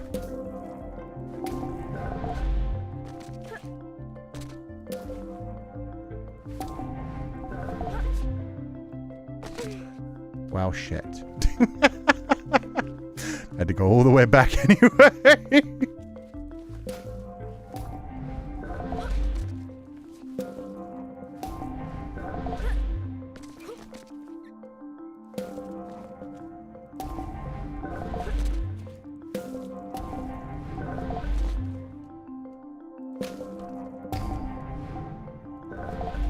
I am not doing this the optimal way. But it works. Old gay intimacy by my fellow non-binary or anyone not male or female. There we go. That works for everybody. Okay, so I need like a top stair. And then a medium stair. I don't think I need all the stairs. Just enough to get me up here. Perfect. Shit, we're back in the darkness. Queenie is a cute name. Apparently it's of Gaelic origin. Now we have the full spectrum of queer. There we go. Wait. Oh, now I painted an entrance. Okay. And so now I can move forward. But I miss my home. It's a perfect fandom. Hold hands in comfort whenever scared, but also clown on Sensei when he can't do math. They clown on me for more than just math, to be fair. Bursting with joy, the king locked himself in his workshop painting gifts for his queen. He never saw her lack of interest, though she made no effort to hide it.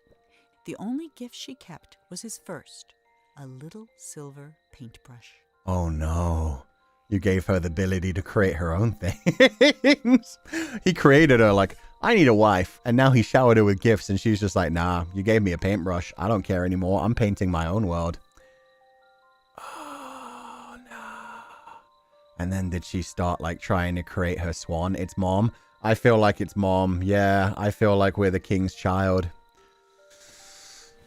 And then she went on to create her own creations and get bored with reality and just keep chasing the things she wanted to create in the future.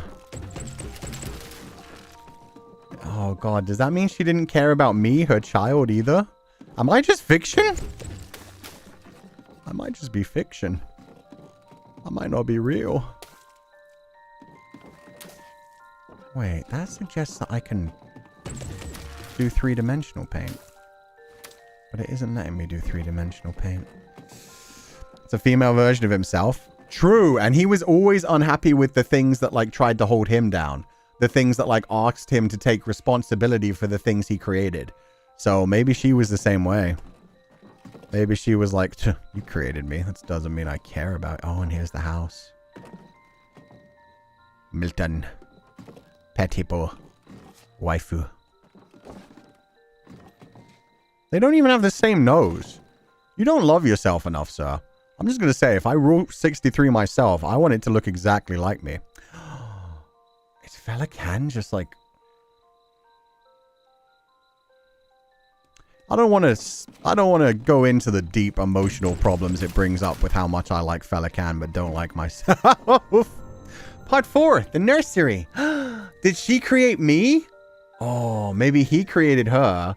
But then she created me. Ah. The birdies. Baby toys. Can't push these ones around enough. Not yet. First story time. Every day the king painted a new room for the house, and every day he abandoned it as not good enough for his queen. While he slept, the queen spent her nights painting creatures of the forest, though she never finished a single one. 5 months went by before the king noticed she was pregnant. 5 months? Every day the king painted a new room. Every day he abandoned it. It's not good enough for his queen. My dude, just complete things. It's fine. It doesn't have to be perfect. Life is never perfect. You have to accept the, like, imperfections. Took him 5 months. I know, right? Shows you how much he actually cares about his queen. He's like, my queen deserves everything to be perfect. Absolutely amazing. Oh, she's been pregnant for 5 months. Also, how did... I have many questions. Well, she's created out of art, so I guess that was going to be my thing. Like, he didn't pay enough attention to, like, her cycle to not realize that. And then I realized she's a piece of art, so probably didn't actually have a cycle. Where are we going? No. I guess we'll jump into the colorful world. Odd pill I'm still struggling to swallow. Finishing things even if they're not perfect. Eggs, if you never finish anything, it doesn't feel right when you move on. Oh. We're back in the 3D world. I got enough yet. What if the whole, like, having to find balloons to get new art things as well is connected to the type of childhood this kid had? This kid had a rough childhood where he had to do specific things to get any kind of actual toy. Perfectionism is a trap for sure. Yeah. How is Bebe formed? Well, when a man and a woman love each other very much, a swan comes along. But wait, maybe that's why the swan's unfinished. Maybe the swan is actually like the stork in those kinds of stories. Oh. It's so colorful. Oh, that's trippy. You fall into it and it just makes you reappear. I don't like that. Milton is Edith's brother, right? Yeah, the king. King Milton is Edith's brother. He disappeared when he was like a 4 or 6 year old child, I think. Oh, okay. Now I can do these.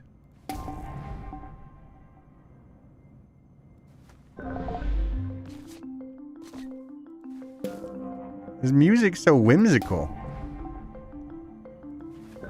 Let's make a floor, guys.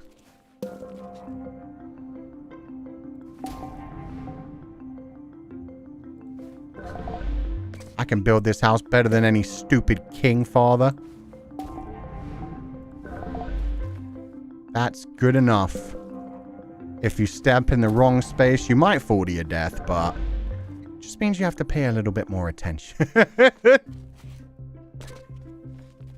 Boom, ba, boom, boom, boom, ba, boom. Wee!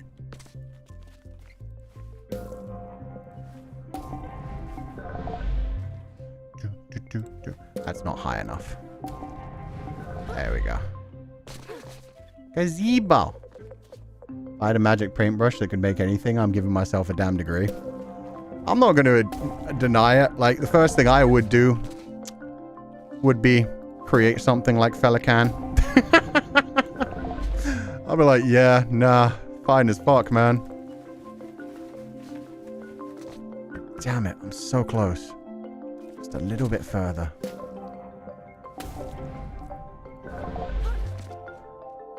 Eh.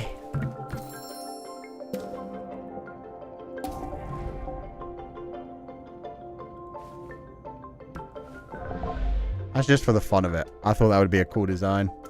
Chalk zone, I would paint a house. I'd paint a puppy. A really cool puppy, like a giant puppy, like a Clifford the Big Red Dog puppy. Brother, who wouldn't is the real question. So true. You can just explore any like fantasy aspect of reality you want to create. Yeah. I think most people would start in that direction. But then I suppose you would learn the horrors of having created something with consciousness, which is what the king is going to find out when he realizes the queen isn't just a fun little plaything for him. And unlike all the other subjects he's just abandoned, you can't just abandon a queen. And now I know which direction this story is going in. He abandoned the queen and he abandoned his son. Oh, fuck you, king. Milton, how could you do this? You were my baby brother. Give myself a lovely little cottage in the woods and let myself vibe out there. Oh, that would be great. You'd never need money again. So yeah, at that point you really do have to create like your own. What did that connect to? Wait a minute, what? Oh, because of the stair. No. Oh, it's the blue at the bottom that it can connect to. Okay. Because yeah, at that point you have everything you actually need. So it's only a question of actually what you want in the future. That's where I came from.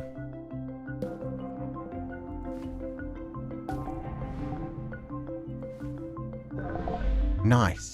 Now the gazebo's even more stupid. Could you make your own food? I think you could. I mean, there was that episode of Rick and Morty where Rick invented like a perfect world for his daughter, and then she used it to trap another child in and try and murder him and shit.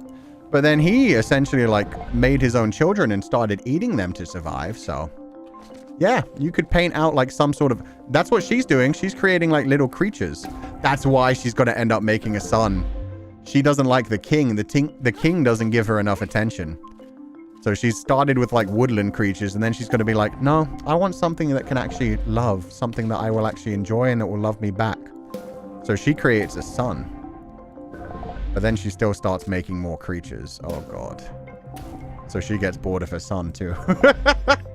Imagine if you make a carrot and it had consciousness. No way I'd eat it. It's my child now. But what if it lived to be eaten? What if it was like, Please, eat me. I cannot handle the responsibility of consciousness. I just want the sweet release of death. Please. Why did you create me just to suffer? and the cycle continues? Yep. Yep. That carrot didn't ask to be conscious. Like the ASDF muffin? Yeah, exactly like the ASDF muffin.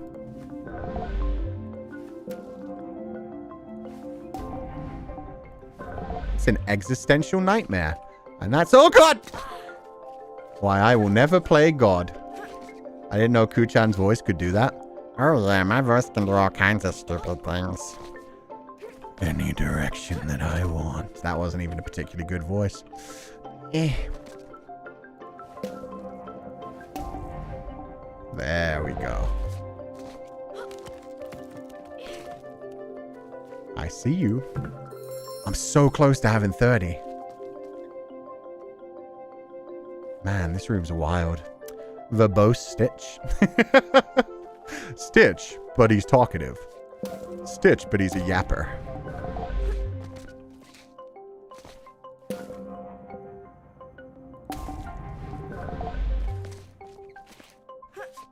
There we go.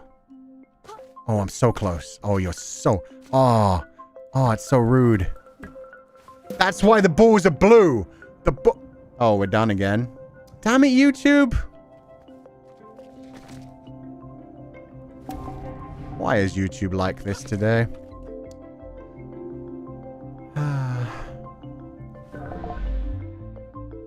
Not a region thing? It's the whole thing? Damn. Welcome back. Welcome back. I'm glad we're back. And yeah, once again, I've got 0 dropped frames, so it's just YouTube being silly. Well, welcome back, everyone. Sorry, I was just saying, like, I'm trying to find a way up here without having to actually go inside and climb the ladder. And it does not look like it's possible. I can get this high. But that's it. So yeah, unless I can connect these two. I cannot. Damn. Sensei, why are the blues ball? Oh, this is what I was going to say. This is why the balls are blue. It's giving me blue balls because I'm so close. So close. I can't quite get there. Therefore, the balls are blue. Sorry this keeps happening, Sensei. Don't worry, I'm just sorry it's interrupting the stream. It must be very distracting. Missed a few seconds? Nah, you didn't miss much. You just missed me creating that little path upwards that I really didn't have to. Because it literally only led to there. God damn it. But I wanted to believe. I wanted to believe we could create something more interesting.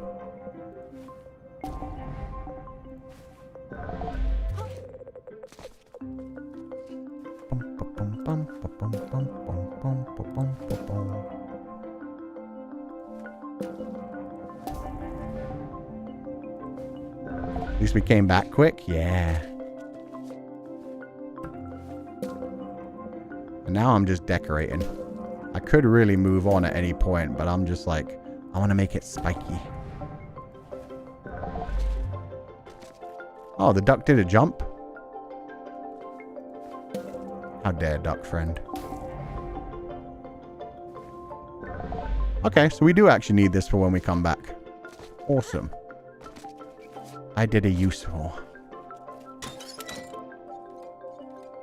Hey, Dad, where you been? That's Journey. I love Journey. Awesome. Why are they doing a Journey cameo? Love you calling it a duck. I know.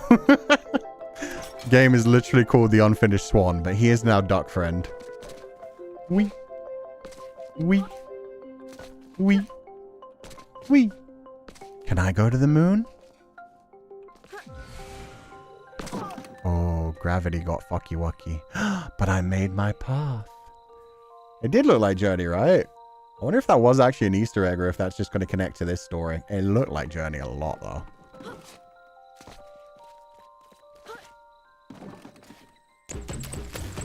And now I know you're up there.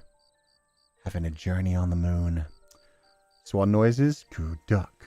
Swan, that's not what I'm called. Not what I'm called, but I've got the right spirit.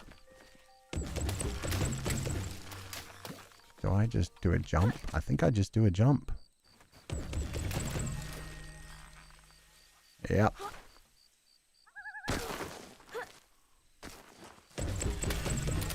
There's not going to be any spiders out here, surely. Oh, no, we're free from the spiders. On the night before the queen was to give birth, she left. All she took was a single unfinished painting. When the king woke, he found no explanation, and he never did. Damn. Well, he didn't even notice she was pregnant till 5 months in. So, yeah, maybe she was just like, oh, he's not gonna love my child. He doesn't really love me. All he cares about is his silly creations. I should go elsewhere to have a nice life. Go, Woman King? I don't know. We'll see. We'll see how she ended up treating this child that she took away from his father. And there's the unfinished king.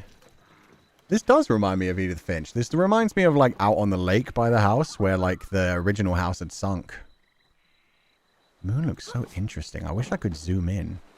Looks like it's got some interesting details. Ikuzei.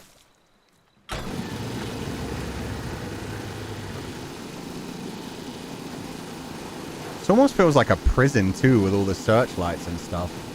The drama of a version of you rejecting yourself. Part 5, the King's Monument. Oh, so he started making this as his new thing to leave while he dies. His family failed him, so he had a new way. For 9 years, the king didn't paint a thing. Then he had a vision. A colossal monument of himself that would be his legacy for the ages. But he hadn't even finished painting the scale model, which was over 100 feet tall itself, when his powers began to fail. Oh no, he's starting to pass away. 9 years, so I'm a 9-year-old child by this point. I wonder if that's the age that I still am right now. Art block? I don't know if it's art block or maybe he's just literally getting old. I mean, art block for the 9 years, I guess. And I guess that was due to depression. But at this point, yeah, I think it's just he's getting old. He's like running out of energy.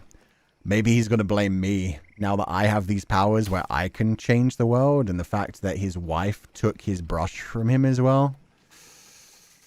Took a brush from him anyway. He gave her a silver brush too. So maybe he'll start to blame his family. Be like, it's your fault. You took away my ability to create. And this is just the scale model. How big was the full one going to be?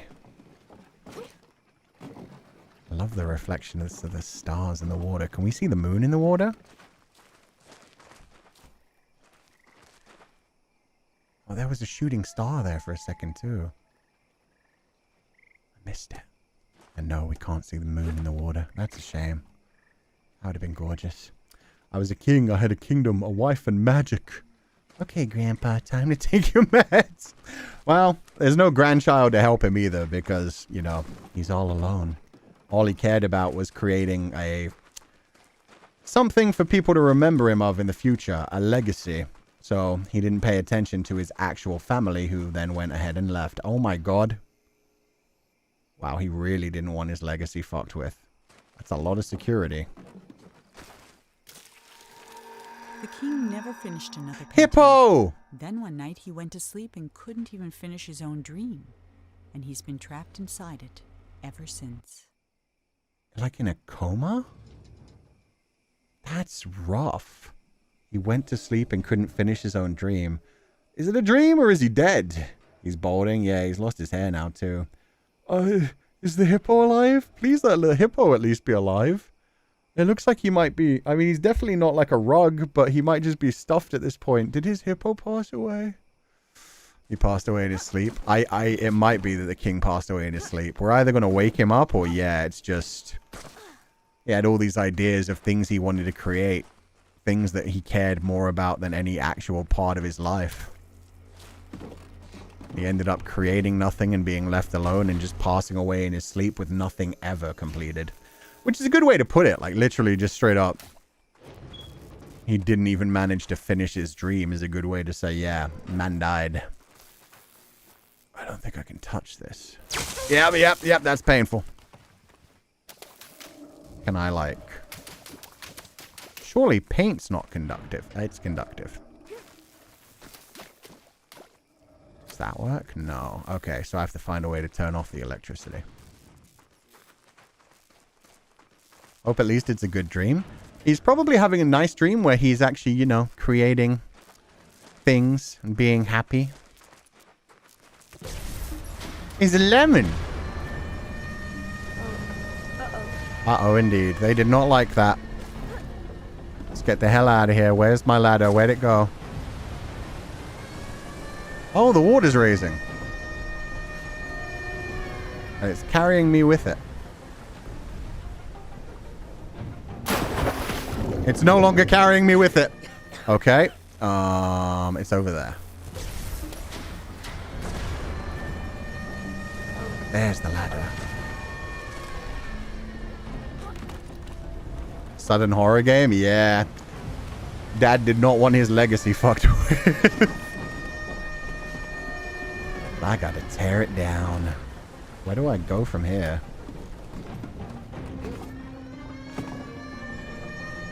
Everything's black. Oh, there we go.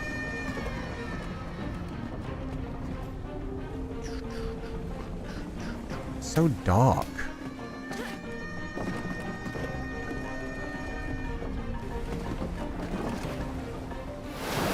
Uh-oh. Uh-oh. Uh-oh. Can I climb that? Oh, no! Okay, so I need to ride the desk.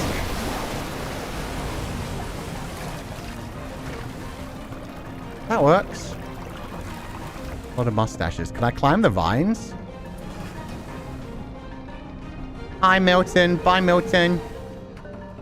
Hello again, Milton. You got a lot of pictures of yourself, sir.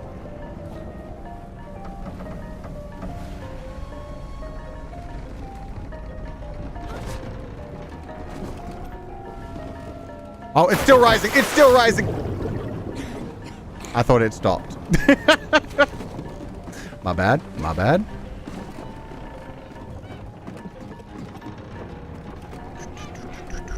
Lots of self-portraits. Yeah, he was pretty obsessed with one subject.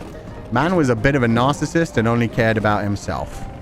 Despite the fact that he then ended up dragging a wife and a child into it. Did I just hear my swan friend? Oh, the night sky is so beautiful. Swan friend! I'm coming, buddy. Let's go!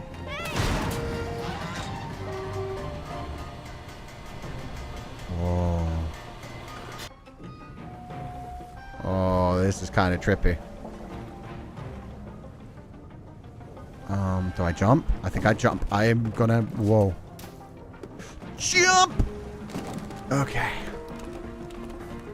Jumpo Yola. I can't see anything. Oh, because it's animated. Father? As Monroe stood there trying to think of something to say, the statue shuddered and the hatch slammed shut. Oh. And now there was no more need for talking. The king was awake. I woke him up. Oh, so he isn't dead. He was just sleeping for a long time. Next up, we go into the king's theme. You guys saw a shooting star? Awesome. I saw, like, the clouds in the sky that looked pretty. Is that the hippo? Yeah, but I think the hippo has passed away. Maybe the hippo was just dreaming too. Who knows? Chapter 4. The King's Dream. The beginning. Bum, bum, bum, bum, bum, bum, bum. Ah, it's you. The boy from my dream. What a nice voice. What a strange dream it was. Wait, you were dreaming me? My life's work was being destroyed, and all I could do was watch. Sorry about... Hippo! Sit here by the fire. Oh, you talk. It all began right there, in the house I grew up in. Looks a bit different from... Oh, this is... I heard a heavy knocking at the door, just like on the night I left. Yo, it's hatched. It's a completely different art style. This is beautiful. The perspective, though. The hippo talks? Yeah, he does. He's the goodest boy. Can I just walk? No, okay. You can't go too far. He's me! I'm 2D.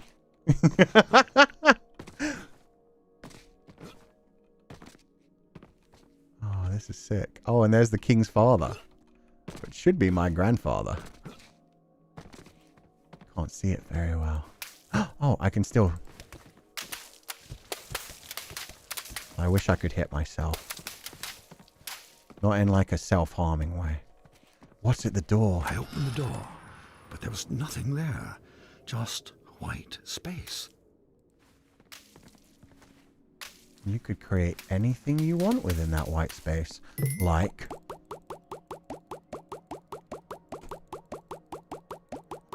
This is going to take a while. Oh.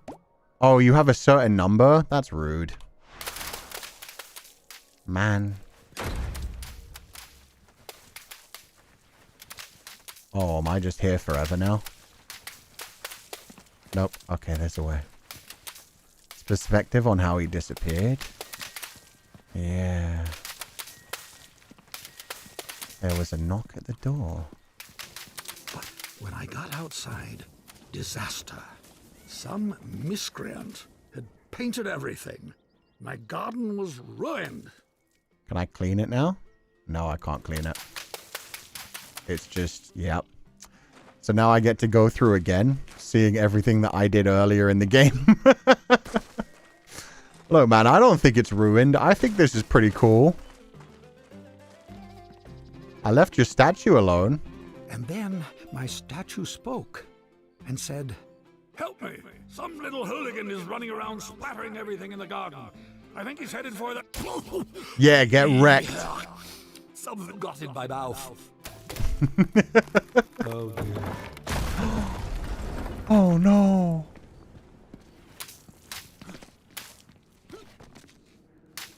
What if I can glue him back together? No, I can't glue him back together. He's gone. He's gone, guys. Balloon! Can I now buy the toy? 29. I need one more balloon. Damn it. Monroe is a violent painter, to be honest. Yeah, I mean, I had to do what I had to do. Taking it into the mouth killed him. I saw my Spitters are quitters, unfinished man. labyrinth, abandoned and forgotten. Yeah, get called out. I am not jumping down there.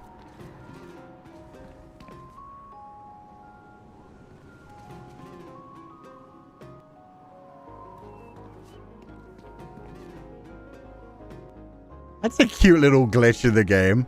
It starts the music back when you go back into the room. But then it just kills itself because the other music's playing. And then the credits appeared. Oh. Your dreams have credits? Oh, yes, and subtitles. As they should. That's very good. You know, gotta have accessibility options. I wish my dreams had subtitles. Oh, written and directed by Ian Dallas. Produced by Max Geiger. Do I just jump? I heard you. Where are you, swan friend? Ah, okay. Imagine getting subtitled dreams.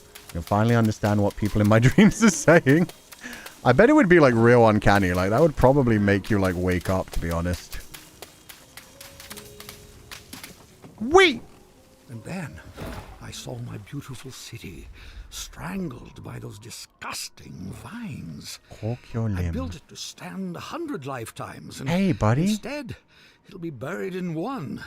A monument for weeds. Why are you so big? Artists Corey Davis and Miriam Nagy. This is a cool way to do the subtitles as well. You know what? Other people are just creating new creations, my king. If I get that, I get the hose. Take me up. Take me up.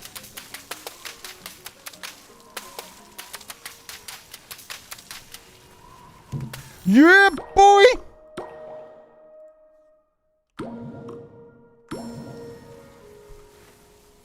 Oh, yeah.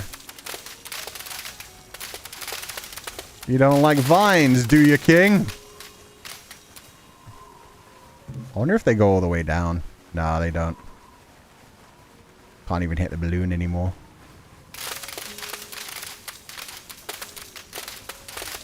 Can ruin a small amount of things, so. Get ready for hydration? Yeah, I got the hose, baby.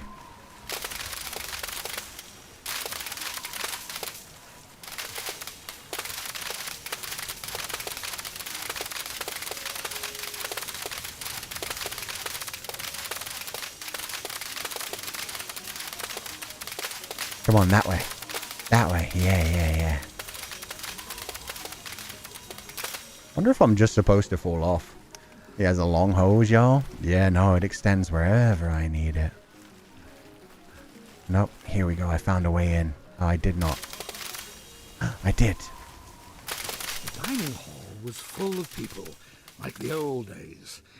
It smelled like roasted goose. Yummy. For a moment, I was happy. Oh, that's where you guys stop. So he was happy. I don't see any people, though. Just names.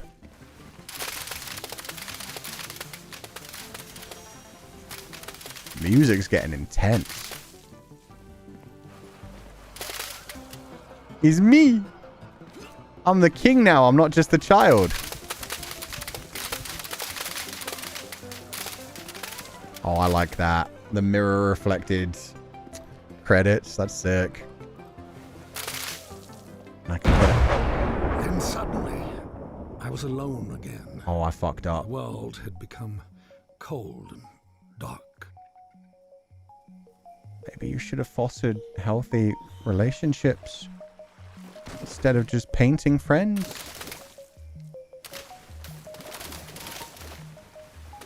It's a cool aesthetic, though. That was sudden. Yeah, the music cut out so ridiculously.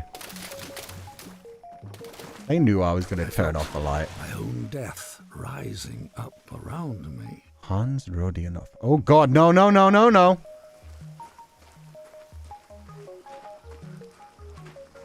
No, thank you. No, thank you. Press F to pick up. Oh, I'm a big boy. Thing was in ruins. My works were meant to last forever, but most of them will be gone before I am. They were meant Terry Gilliam. I think I know that voice actor. Oh my God. I was at a funeral. My own, as it turned out. No one was there. Except you. We just got to see a glimpse of the Queen before we fell down. Oh, it disconnected again. Guys, I'm sorry. Welcome back, though. You didn't miss much. I floated down a river. We saw a glimpse of the Queen, and then we fell. King is Terry Gilliam. Yeah, it's Terry Gilliam. What's he been in? I know that name. We'll miss the Queens. It was just a tiny flash of her at the end of the river, and then it fell. It's not your fault. Nah, I know, but it still sucks. Ex-Python. Oh, he's Monty Python. Right. His voice is awesome. It's very soothing. Hello, swan friend. Why do you terrorize me? Oh, I'm the kid again now. And there's the dead king. And I'm standing on his corpse. Ah, that's one way to deal with your trauma. If I can't see it, it can't hurt me. My dad's not dead. He's just covered in paint. This one is huge. Yeah, he is.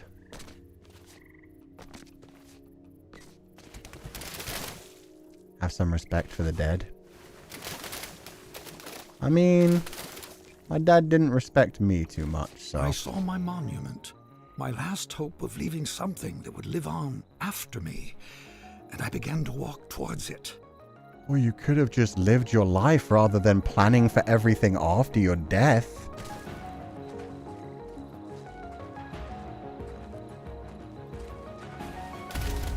And with each step I took, I got larger. Oh, hell yeah. I just kept growing and growing, like a teenager. With a gentle push, my monument crumbled and sank. I saw my life's work laid out in front of me. Soon it would crumble into dust or be painted over by someone who would come after me, the same way I painted over what was here before me. Oh, I'm getting so big. I can see the curvature of my world. When the universe ended, I knew that everything I'd made was over. And as I sat there, looking out into the darkness, I thought back on all the things I'd built and left unfinished. What about your family? You didn't think about that? I wasn't sad that it was all gone. I had fun making all that stuff. I would have done it anyway. And then, somehow I knew that when I woke up, all my work really would be destroyed. And that's when you showed up. I don't know how you got here, but I'm glad to see you. Aw. I have something for you. This brush isn't mine anymore. My work is over. It belongs to you now. I hope it makes you happy, and that someday they will say, he is a better man than his father. That door will take you anywhere you want to go, but leave quickly, child. Wait, None of no. this will last for long. I don't want to leave. And that night, even though he was very tired, Monroe did something that would have made his mother very happy. He finished He it? painted. The end. Oh, that's cute. So the king finally learned his lesson. He's passing it down, yeah. He realized he doesn't have to worry about his legacy. He was just having fun, doing his paintings, creating his worlds, embracing his passion. And now to be able to pass it down to his child. To be able to then pass it down to his child is a beautiful story in and of itself. You continue my worlds. And I love that the first thing the child did is finish his mother's swan. He painted 2 more swans. Yeah, he painted a family with them. And I do like the whole idea, like the final line. Hopefully he'll say that he was better than his father, because that's very cute. The whole idea of like, yeah, I just want my children to be better than me. I just want my children to be happier than me. Like, that's the thing. The king's whole thing was so narcissistic because all he was worried about was his own legacy. He created a wife, but he created a wife because he wanted to continue his legacy. It wasn't because he actually fell in love. He had a child. He didn't even think about having a child. It just happened. It was until she was fucking 5 months pregnant that he finally realized, like, oh, she's pregnant. And he didn't even think about his son. He was still just thinking about his legacy in other directions. But yeah, at the end of his life, he was at least finally able to look back on it and then just finally realize towards the end, wow, I created all of that. I would have done it anyway. I don't care how long it will survive. And now you're painting over it or creating your own world. He's, yeah, letting his son go, realizing my legacy doesn't matter. I did what I did, and now it's your turn. We don't need to leave behind a legacy that lasts forever. What we need to do is make a better future for those that come after us. Breaking the cycle? Yeah, that was beautiful, actually. He finished the swan and gave them 2 signets. Is that the name for baby swans? That's so nice. In the end, Milton, the king, broke the cycle. Yeah, he actually passed it on properly. What would he leave behind after he was gone, knowing he'd one day to go? At least he got to talk to his son. That's cute. For those who come after, yeah. That's his true legacy. And his son will carry on his story. and create his own creations. So that, yeah, his son's first creation was finishing his mother's swan. But after that, he can create anything that he wants to. He doesn't just have to live in his parents' shadow. He doesn't have to finish their work. He doesn't have to extend their legacy. He has to start working on his own passion projects, creating what he wants to create. It may be similar. It may be completely different. Maybe he'll be inspired by his parents in some way, and maybe he'll just do something completely different. I just noticed the curse is a swan's foot. Yeah, and this thing, I make the footprints. That means Milton broke his own family cycle. He died of old age. That's true as well. And that means Edith's baby has another sibling out there. There's one more Finch. They finally broke the curse. If we connect this to Edith Finch, then both Edith and Milton ended up breaking the cycle through their own children by letting go and giving them a choice in the first place. Yeah. And this kid doesn't even know that he has another sibling out there. He doesn't know anything about his actual, like, family. This is Milton's story. Then he did run away and have a family. Run away and have a life of his own away from the family and its curse. I didn't even think about that. You're right. He was away from the curse because he didn't think about it. Because he just went off on his own and started creating things. He never thought about his family's curse, and so he just dealt with his own shit. He was just more obsessed with a legacy. So yeah. He broke the curse, and this kid has zero connection to the Finch family. Doesn't even think about the curse, and so it can't affect him at all. Because he never has to worry, like, is the curse real? Or, like, am I imagining these things? Like, the whole world being a perspective you create thing. One of the kids grew up, became a ninja, and became friends with Naruto. Wait, what? I don't know where that part of the story comes in. When you think about it, Milton and this child really are the last Finches alive. They literally are, yeah. All the other ones are dead. It was a great time making you crack up and smile during the stream. For me, the best feeling in the world is making someone smile. Oh, I'm glad to hear that, Southside Fox. I'll switch to the bedroom because I don't like that every time I click out of the game, the music dies.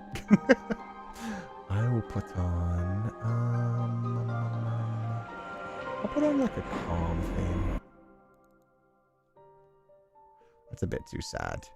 I don't have too many calm themes. Maybe something like... this one. That'll do. That's like more relaxing. We normally put on like the Metamorphosis theme, but that's a bit heavy as well. A finch and a swan? Wait, what? Oh yeah, they're both birds. I didn't even think of that. A finch and a swan? That's cute. Milton knows every story too, since he's been through all the rooms as well. Yeah, but he didn't like care about them all. Also, why is that? The sizing's wrong on that name for some reason. Sorry about that. It cuts off part of the name. But yeah, he knew about all the family. He just didn't care about the family. It didn't interest him. He created his own worlds. But yeah, Finch and the Swan is a good one. Feeling a bit icky today, but this made me feel a bit better. Oh, I'm glad to hear that, Atlas. I hope it keeps getting better. It's also interesting that the narrator's voice is a woman. It sounds motherly. You mean in Edith Finch?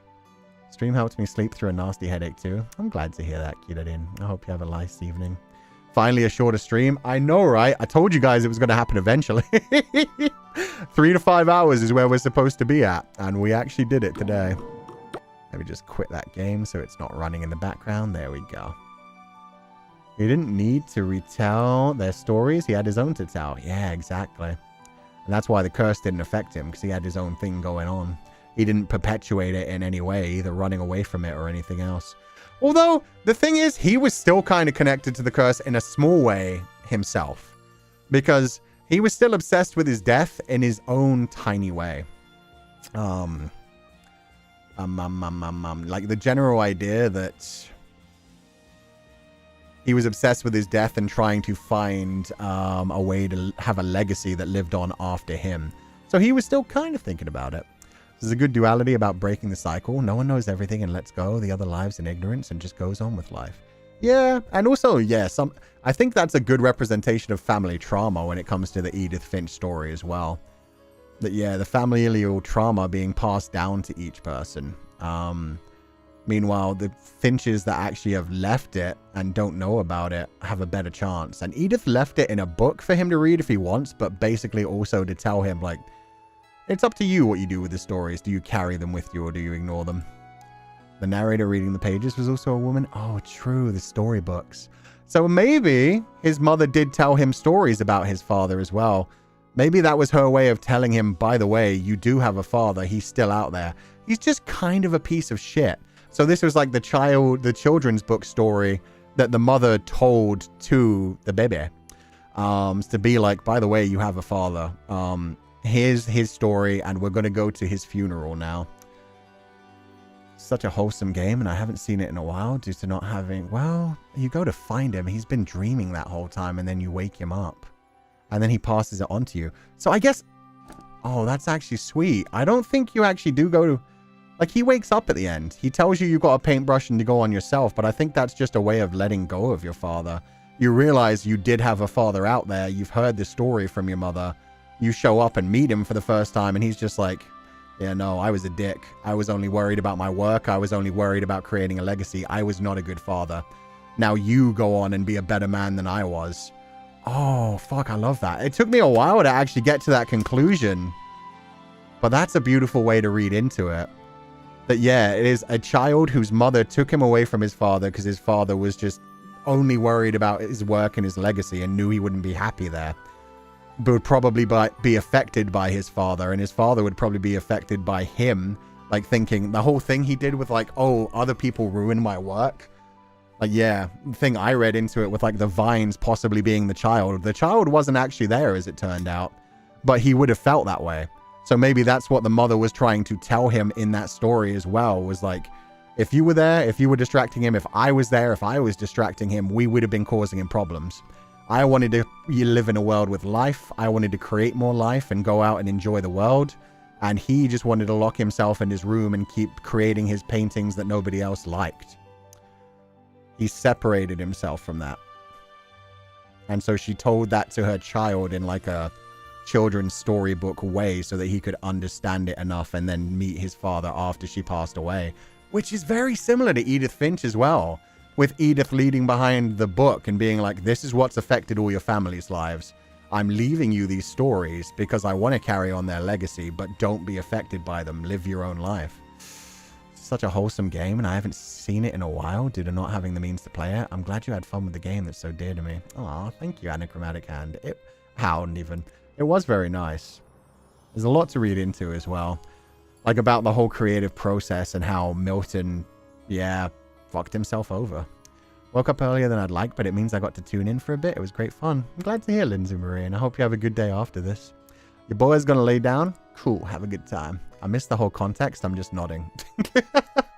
Time to enjoy the Zatsu in head. Yeah, we'll Zatsu for a little bit. I do have like some Streamlabs to go through as well. Thank you for the playthrough, Sensei. No problem. And yeah, it'll still be a short stream. Like, considering we finished the game within 3 hours, yeah, we'll be wrapped up by 4 hours. Beyond the king speaking in the end, the narrator reading the pages through the game was a lady. Yeah. So yeah, I do like the idea that maybe that was the mother telling the story to the baby. He wasn't as obsessed as the rest of the family. Yeah. Yeah, he wasn't like obsessed with his death, and so it didn't bring it on early, but he was obsessed with leaving something else behind after he passed away. Generational trauma runs deep in the Finches, doesn't it, in all of us?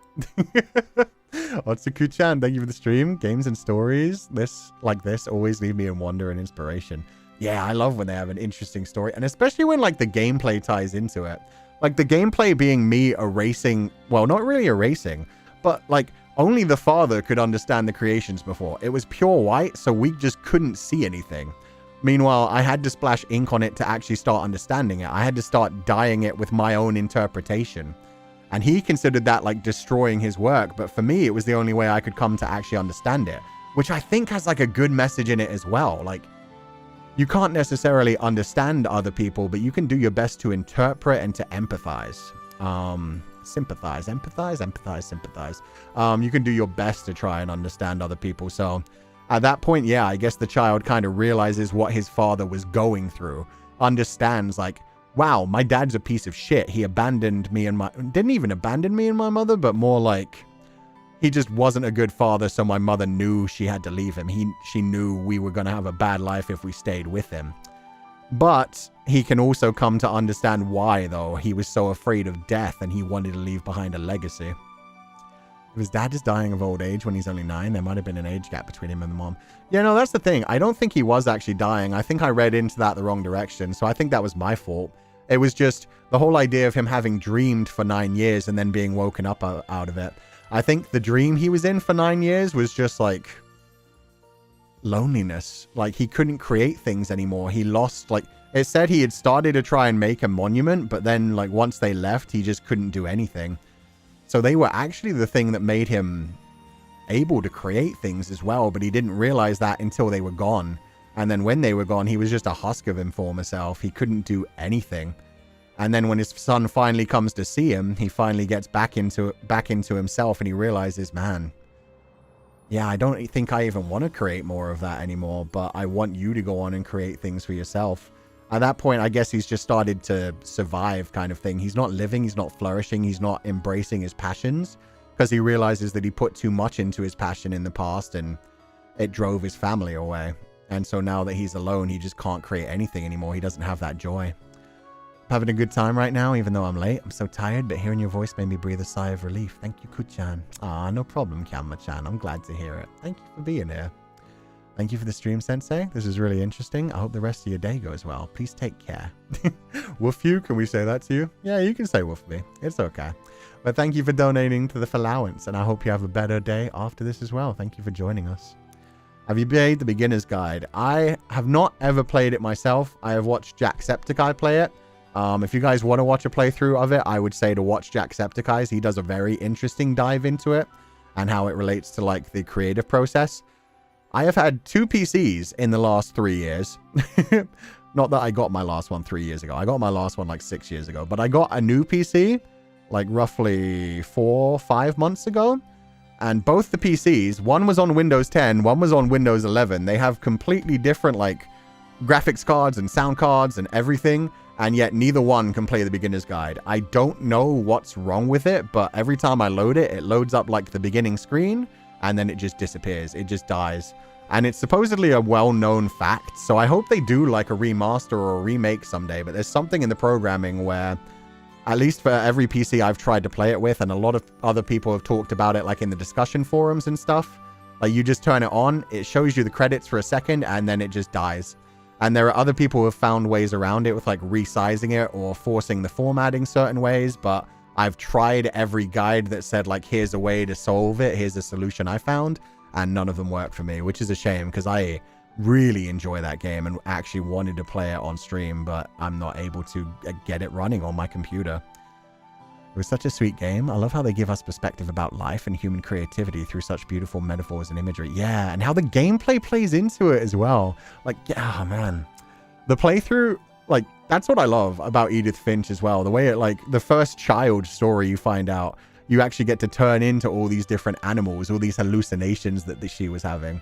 They had, like, so many different gameplay styles, so many different, like, art and animation touches. And I'm pretty sure, like, this one was in 2012, but I'm pretty sure Edith Finch was in, like, 2017. So it took them 5 years to go from Unfinished Swan to Edith Finch. I wonder if they're cooking a game right now, because the team did really well on both these games, so I'd love to see if they do anything new. For a game mostly black and white, it was so incredibly beautiful. I love our discussions about passion turning into work. Yeah, passion turning into work, and also the way that you like share your passions with other people. Do you want them to interpret them? Do you want them to be readable and understandable? The Beginner's Guide heavily goes into that as well, which is why I can see why so many people are like talking about Beginner's Guide and bringing that up, because Beginner's Guide all focuses on the idea of like somebody creating art for a passion. Video games in that case, rather than like traditional art, but they're creating video games, and there's this other guy who's like trying to interpret them and like messing around. Like it hurts the person who's actually just creating them for passion and for themselves. Thanks for your stream, Sensei. Ah, no problem, Miss Jerry Lauliet. Thank you so much for being here, and thank you so much for donating to the Feileacans. I hope you enjoyed it. I don't know why the Beginner's Guide is so cursed. It's such a great game. Yeah, it's a shame that they've never actually updated it. This is what happens for me with Infinity Nikki every time. Oh, that's rough. It happened to me for like a month. There was a month, like right after, I think it was before the newest like Chinese dress event, the one with the dragon and the phoenix, like just after the mermaid one. There was like a time when every time I loaded it up, it crashed. But now it's working for me again. Like within the last 3 weeks, when I turn it on, it actually works again.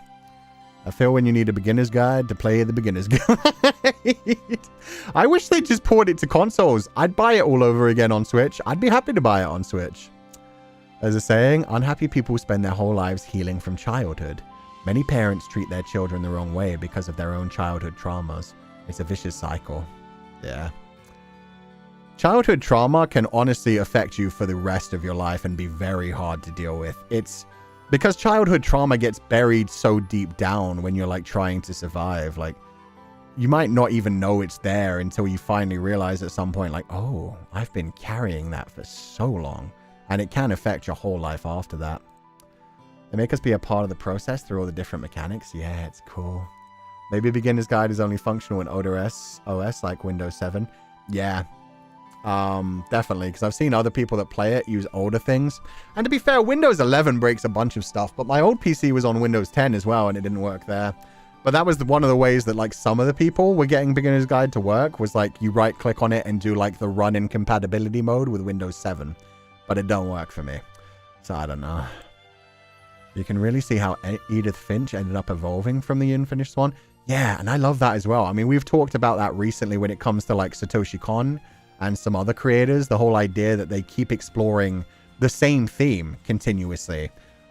They just like twist it around a little bit. They keep exploring the same theme and trying to do it like better next time. And yeah, they've definitely done that in this one as well, where last time it was like all about leaving a legacy. But the fact that you're so obsessed with leaving the legacy that you don't actually live your life. And then in Edith Finch, it was just like the total fear of death in general. And a lot of people that want to leave a legacy, like they want to do it because they want to be remembered. It's not actually for the fact of creating itself, which is the thing. Like when he finally looks back on it, when the king finally at the end of his life and meets his child, he looks back on it and he's like, man, I would have created those things anyway. He was always trying to create something perfect. And so he never finished anything. Just like the mother with the Unfinished Swan as well. They never actually finished any of those projects. They just kept trying to create something perfect. And they could never create something perfect. So, but if they had just like finished each thing one by one, they would have had a bunch of complete projects to look back on rather than a bunch of incomplete things that they just abandoned along the way. And with the king, like, yeah, he basically abandoned his family. Sucks. I mean, he abandoned his first family too. Even just when you look at the basic story of Milton, he got that paintbrush and immediately it wasn't a case of like, I'm going to create something beautiful and then come back and share it with my family. He painted a new world and he just went into it. He was like, I'm good. I don't need to look back. Thank you so much for your donation, Tri Princess. I hope you're having a lovely day. Mood Infinity Nikki does not like my device. Yeah, no, they royally messed it up on PC for a while. I think they've gotten it a bit better now, but it's still kind of... The game dev's homepage. Our next game is still in early development, but the focus is exploring the wonders and horrors of biology. That could be really terrifying. I don't know if that's going to be like a really interesting one or like a terrifying horror game, but thank you for letting me know, Moon Kindred. I'm glad they're working on something. It's exciting to see what it's going to turn into. Still haven't gotten over mine, but I'm working on it. A lot of the time, you don't actually get over your childhood trauma. It's just you learn how to deal with it in a healthy way. You learn coping mechanisms and you learn ways that you can interact with the world and continue to embrace life rather than just being trapped in that kind of thing. And that's, yeah. That's good enough. If you can like learn like your triggers and how to get over them and keep living your life, that's sometimes enough. But I hope it goes better in the future. I can only think about puberty. Yeah, puberty's a weird time too. There is some horror when it comes to puberty in biology. Sometimes it takes us a long time for us to realize that we do have that trauma. Yeah. Maybe you could try buying an older secondhand computer to give it a shot. Then I'd have to like have a double computer setup. Like, I'm just going to hope that they do a re-release someday. You know what I did see? And I'm so happy. I was considering playing Project 02 Crimson Butterfly this Halloween season. We're not going to do that anymore, but it's for a good reason. So I was going to play Project Zero 2 Crimson Butterfly, because I've heard that's the best one storyline, and I've never played that one. I've only played 1, 3, and 4. I don't know if I played 5, or maybe I played like 1, 4, and 5. But I never played 2 anyway, and I've always heard that Fatal Frame 2 Crimson Butterfly is the best. So I was going to dive into that one, but then the Nintendo Direct happened, and I didn't even hear about this until last night, because all I heard about from the Nintendo Direct was was the new Fire Emblem game and Danganronpa 2x2. But then I heard that they announced that they're doing a remaster, well, actually a full remake of Project Butterfly. I'm a Crimson Butterfly. Project 02 Crimson Butterfly. So there's going to be a full like remake with new gameplay and graphics, and it's going to be, I'm so excited. Who says something has happened the other day that forced me into a downward spiral of negative emotions. Even though I know it's not my fault, but I got a little better when I heard Sensei's laugh. So thanks to Ku Sensei's laugh, Tuskaru. Oh, Lala, I am so sorry to hear that. Downward spirals are hard. They're hard to like get out of. So I'm glad that in some way I was able to like take your mind off of it a little bit, and just, yeah, chilling and enjoying like a comfy stream was able to help a little bit. And I hope it continues to get easier. Whatever it is that forced you into the downward spiral, just do your best to take it day by day. Because that's what happens to me a lot as well. You get forced into a downward spiral and then you feel like you can't get out of it. And when you try to struggle your way out of it, sometimes it draws you in deeper. So just take it day by day. Make sure you're comfortable each day. Like, yeah, I'm glad the stream was able to help. So thank you so much for sharing that with me. And I'm sure it'll get better as time goes on. But thank you for spending this day with me. And I hope each day gets easier. Thank you so much for donating the allowance, and thank you for being here. The relief when you realize your trauma doesn't affect you as much because you've worked hard on it. Yeah, I mean, that's the biggest thing for me.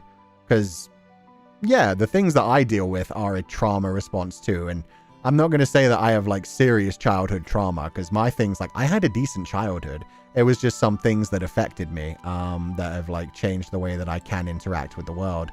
But, yeah.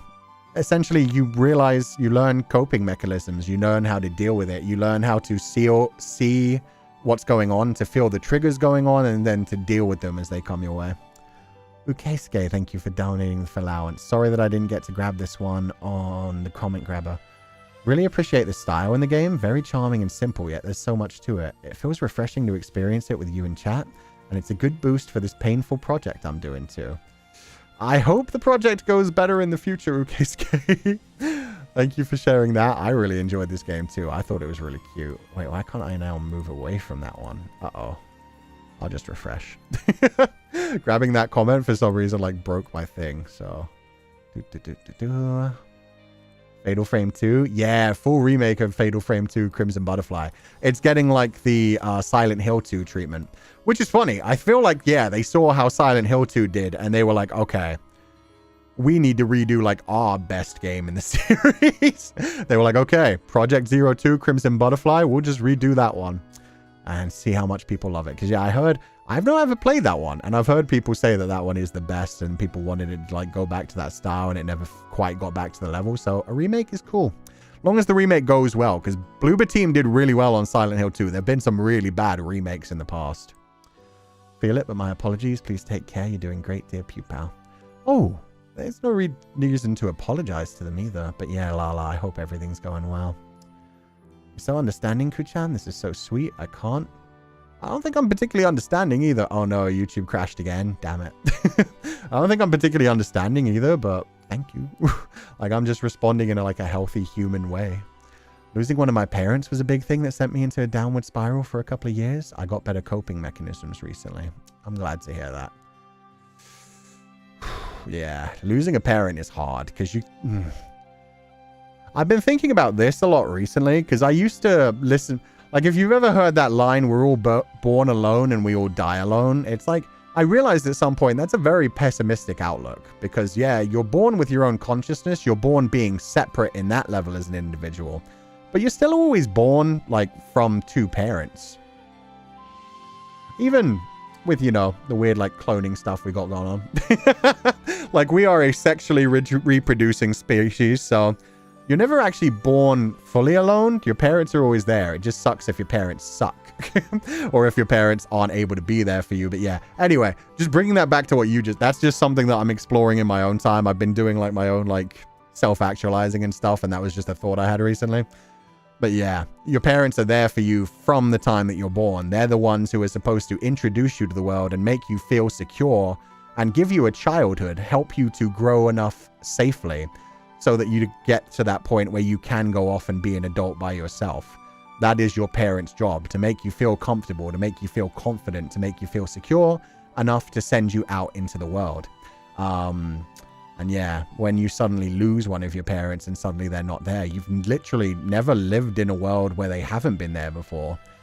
And it's rough. It's rough, like, especially if you're at the kind of adult point already where you've already, like, been away from your parents, living away from your parents. You've already been spending time, like, taking care of yourself, and so you don't quite have any time for them anymore.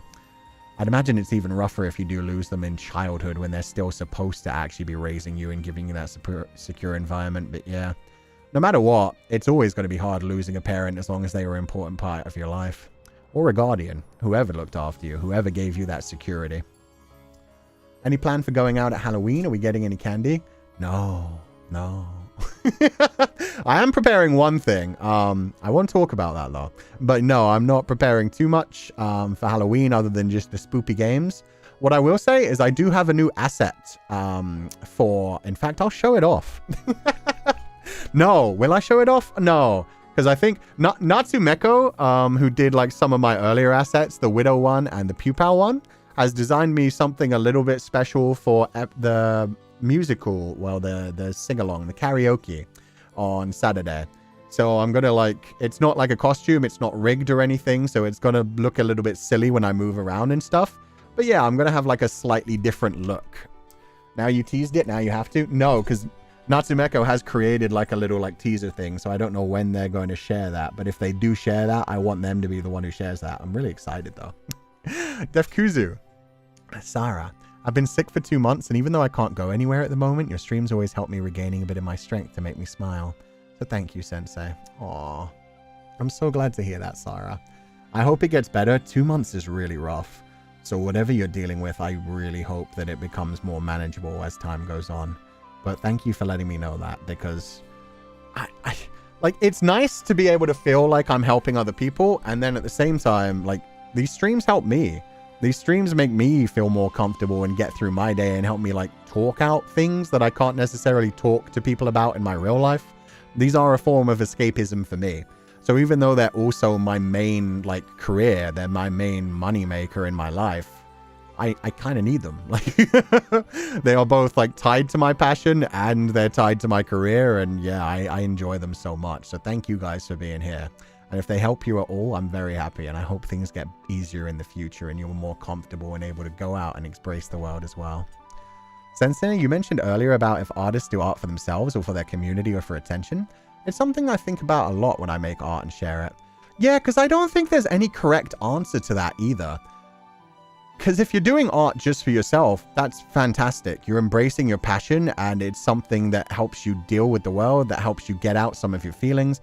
Like, creating any kind of passion project, it should be for yourself first and foremost. It should be something that you'll feel proud of. It should be something that you'll enjoy working on.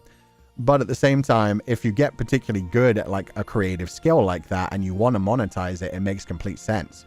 And there comes a point when people will start having input on your projects.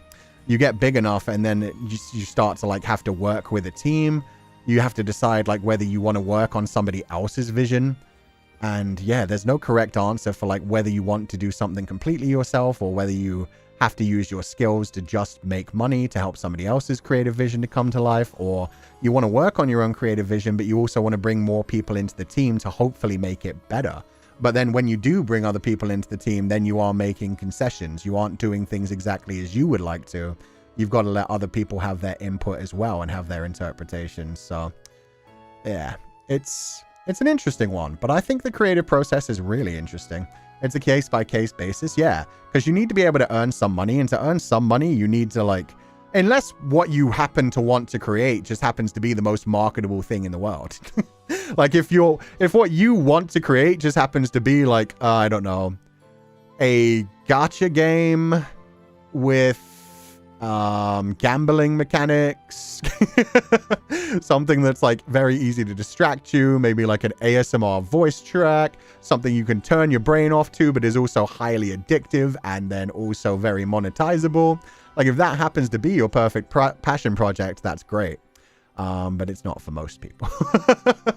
For most people, it's like, okay, I'm making this thing, but I want it to sell. This might be too dark. Let's tone this down. This might be too like icky for some people. Let's remove that. This might be a bit verbose, a bit like too heavy-handed. Let's trim that down and make it more like open for interpretation. Or even like in the opposite sense. Like there's also the sense like with the Superman kind of thing where it's like, what if I make something that's too lighthearted? What if I make something that's too happy? People are just going to treat it like it's a child's property and not properly look into it. So yeah, there's all kinds of things to balance with that. But yes, my passion is making money and being rich. Well, in that case, probably become like some sort of hedge fund manager or like investment kind of thing. I don't know. I think that's better than actually going into creative work. And unfortunately, there are a lot of people who just like, yeah, the people who really want to make money, like they don't do actual streams. They don't do actual art. They put prompts into AI, which is trained by other artists' actual hard work. And nowadays, people make whole YouTube videos that way. The artwork is AI, the video is AI, the voiceover is AI. And they just like, yeah, even like the AI write the script and then boom. They put that together within like half an hour and they've got a 4-hour like low tone, relaxing video that people fall asleep to. And that helps some people, but it's also, it's AI. It's just AI and it's crazy. Do you know the Mid-Autumn Festival is coming soon? Do you like mooncakes? There are many flavors. I do like mooncakes, except there are some that are nasty. They're also very, very high calorie and high carb. So they kind of like make me start to fall asleep as well. Make me feel a bit sick and icky when I eat too many of them. But there are some really good ones. Doesn't stop them from being shit though. No, see, this is the problem. We have gotten to the point with AI where it's very hard to distinguish sometimes. Like there are some voices that I hear nowadays, like narrating a video. And I'm like, I think this is a real person. It sounds natural. The tone is perfect. It's sounding all good. And then like there was a video I was watching the other day, which was all about different interpretations of like eldritch horrors. And so it was going through like different eldritch horrors. And then it just, I seriously watched this thing for like 25 minutes. And then about 25 minutes in, it just literally repeated the last paragraph and then started rambling about pretty much the same thing, just in slightly different words. And I was like, that's a bit weird. And then I looked down in the comment section and everybody was saying like, oh yeah, no, this is AI generated. Pretty much every one of this person's videos on their channels is AI generated. It's just really high quality AI. And you can see when like the script got tripped up and they just didn't even notice it during the production process and kept running with it. And it's like, oh, fuck. Started hallucinating. Yeah, no, there are times you genuinely can't tell because there are some very like simplistic video styles that you can make like that are still decent videos. Like a lot of the videos that I like have that kind of tone but are created by actual people and like do that. They summarize a whole shit ton of information in a shorter, like more digestible way and in like a calming, soothing voice where it's like, hello everybody, today we're going to be talking about every different eldritch horror in the Cthulhu mythos. And yeah, so yeah, it's hard to distinguish them nowadays. Otsupak Guruku. Okay, what does the Guru come from? I know Park. What's Guru? It's a nice short game with a deep story. May I suggest a kind of similar short game to this, to When the Past Was Around? Do I have that in my bookmarks? I feel like I do. No, I don't. Okay, it was a different one. Far From Noise, The Midnight Walk. I've got a bunch of games here. Let me Google this one. When the Past Was Around. Guru means teacher. Oh, it's that kind of teacher. Now I feel dumb. I should have known that. When the Past Was Around. Video game. Oh my god, this art style is so cute. 2020 point-and-click adventure video game developed by Mojiken Studios. Okay, what's it about though? Adventure point-and-click game about love, moving on, letting go, and the pain of everything. It looks like a cute human living like a monster owl man. I'm going to guess the monster Owlman has passed away and now she's like dreaming about him. Oh, I'm interested. I will add this to my wish list. Thank you for letting me know about it. Wow, it's in so many bundles. Holy. Demo. Yeah, okay. Add to wish list. Thank ya. Oh, it's by the same devs who made... Oh. Where's your... Who said that? There we go. It's by the same devs who made A Space for the Unbound. Sick. I've heard that game's really good. That one... That's the Indonesian one. And there's a Filipino one, which has like a similar premise. I want to play both of those at some point. They're going to eventually be in like the story-based game sessions. Because I've got like every Saturday is supposed to be a story-based game session. So those two are on the list of games that'll be coming to that eventually. And then the other one is like Opus. I want to do the Opus series during that. And I want to do Disco Elysium, which is...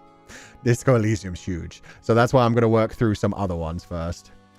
Guru equals teacher. Thank you. Pak Guru equals male teacher. Thank you.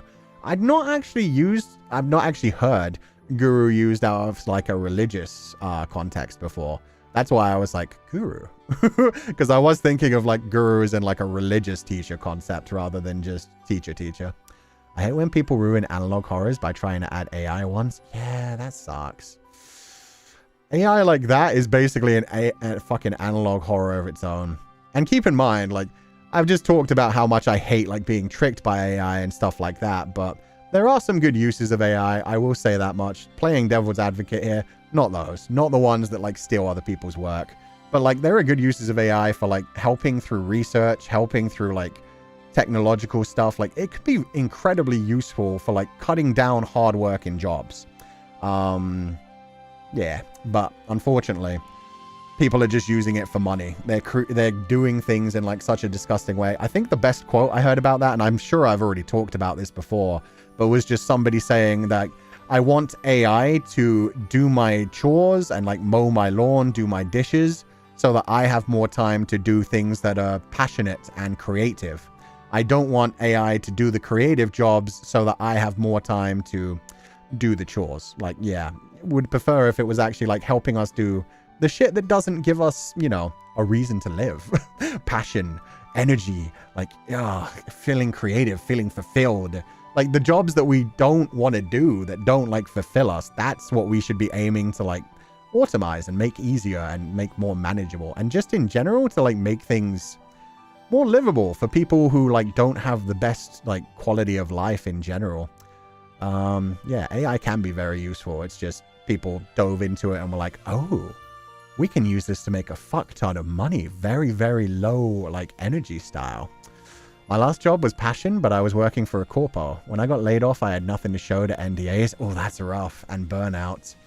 Now I'm protecting passion by keeping it separate and only just coming back. That's fair, Healer.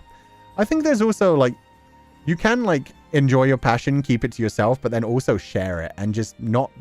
I think that's the thing. It's hard when you start to see like people's reviews, people's recommendations, people's views. As soon as it starts like getting numbers in your head, then those numbers can kind of affect you a little bit. So it is nice to just like be able to share your work and be like, I'm happy with what I created. I don't give a fuck. And to still be able to share it so that people who actually find it and enjoy it can enjoy it and continue to enjoy it. But yeah, you then also... yeah, you're doing your own passion and you're not caring about how other people feel about it. But I'm glad to hear that you are, yeah, getting back into the passion projects and having fun with it and just keeping it separate from the work side. I hope it goes well, Healer. Thank you so much for sharing that with us. That quote is goated after all these years. Was it a super old one? I only heard it like 2 or 3 years ago. I guess it just became more like apt because of everything that's been going on recently. Because I keep telling other people about this as well. Like, my job has got to be automated very soon. Like, not teaching. Teaching, they're going to try to automate, but it's going to take a long time because, you know, all the shit that fucking AI currently does of, like, convincing people to step outside of reality and hurt themselves and all kinds of other shit, which is terrifying. So teachers are safe for a while. But, yeah, no, streamers are on our way out for sure. Like... The voices are getting more convincing. The bodies and animations are getting more smooth, and they're stealing artwork from all kinds of people that make things more like beautiful looking. So I feel like within about 5 years, we won't just have like a low level of AI chatbots, but we'll instead have like full-time 24-hour streamers that probably like look like the Love and Deep Space boys and are just able to stream 24 hours a day and also put on like concerts and sell merchandise and be with you whenever you want them. And there will be people who are just like, well, I trust this one more than I trust a real flesh and blood streamer, because like this one is always here for me and this one makes me feel safe and secure. It'll never disappear. Yeah. Whereas, you know, humans break down, humans get tired, humans get burnout, humans get other things in their life getting in the way. Oof. Think AI should just work my tax duty? Yeah, it'd be nice. It'd be nice. Taxes are so rough. Yeah, that's why when I post my art online, I immediately go offline because it will make me anxious and panic a little bit. I have to have like a specific a Google Chrome extension that makes it so that YouTube doesn't tell me my numbers, because you can turn it off on OBS, which is great. I don't have it on my OBS, but my YouTube, like, you can't turn off, like, I don't want to see how many people are watching the stream right now. As long as there are people active in chat, I feel good. So yeah, I hate that you can't turn that off on YouTube and you have to download an extension to be like, yeah, no, get rid of those numbers for me so I can just like stream without occasionally like accidentally seeing it just when checking the stream health and stuff. Still think there is no way AI can replace human creativity. I study tech and of course it can imitate, but it will never be able to create something new, just assemble pieces it took from others. Yeah, but that's what they call like training in AI, right? Because they have it essentially absorb other people's like skills and then start to like fine tune them through the algorithm, from what I know. But yeah, like if you do, it's like the whole case of like 1,000 monkeys with 1,000 typewriters, or maybe it's 1,000,000 monkeys with 1,000,000 typewriters. But the general idea that eventually they'll be able to write a perfect novel. If there's enough like random circumstance, anything will turn off, and AI can do that. Like if you just keep throwing things at the wall and you're like, okay, this doesn't look quite right, fix that. That doesn't look quite right, fix that. Like they will be able to do creative things in the future, and they will just need humans to like fine tune them. But yeah, with so many people working on AI and doing shit that way, it's a scary space. It would just be better if, you know, the people who wanted to use AI for themselves, because there was that really cool, there was a video game that like a creator made using AI where they basically fed it all of their own art. They trained an AI bot to create like more designs, but they only used their own art style. So it wasn't generating based off of anyone else's art. He like had done all the work, put in like all the training and using his own art, and then just basically used it to help him up the production quality. And at least that's better than stealing other people's work and passing it off. Like it's trained on his own art style, which he worked so hard to get, but I don't know. I guess that one's up to everybody's interpretation, whether that's too far, whether that counts as like cheating or something. Like, I don't know. It definitely takes away the creative aspect. That's what matters. It ups your productivity, but then at the same time, not everything's unique. But if you just want to get something out in time and you can skip over some of the details, I don't know. Sensei, I'm sneaking in at work to ask if Harmony Park is all grades or just primary. I'm working on my Sona, but a guidance/career counselor isn't really needed for 5th graders. Harmony Park is primary school academy. So yeah, no, year 6, the year that I teach children aged 9 to 10, is essentially is the highest that they go in Harmony Park. But we have a lot of Sonas that like wear the uniform essentially, despite the fact that it's a primary school uniform, just because it's like, it's okay. We'll wear this uniform too. It's cool. So it's up to you if you want to wear the uniform or if you want to do like a guidance counselor thing. God, I wish we had guidance/career counselors in, not career counselors, but guidance counselors / like psychologists. If that was like something that was more like implemented for primary school, I think that could help a shit ton. So if you want to create one that works at Harmony Park, like it won't be canon to Metamorphosis Lost, but feel free to build your Sona around that. That's fucking cool.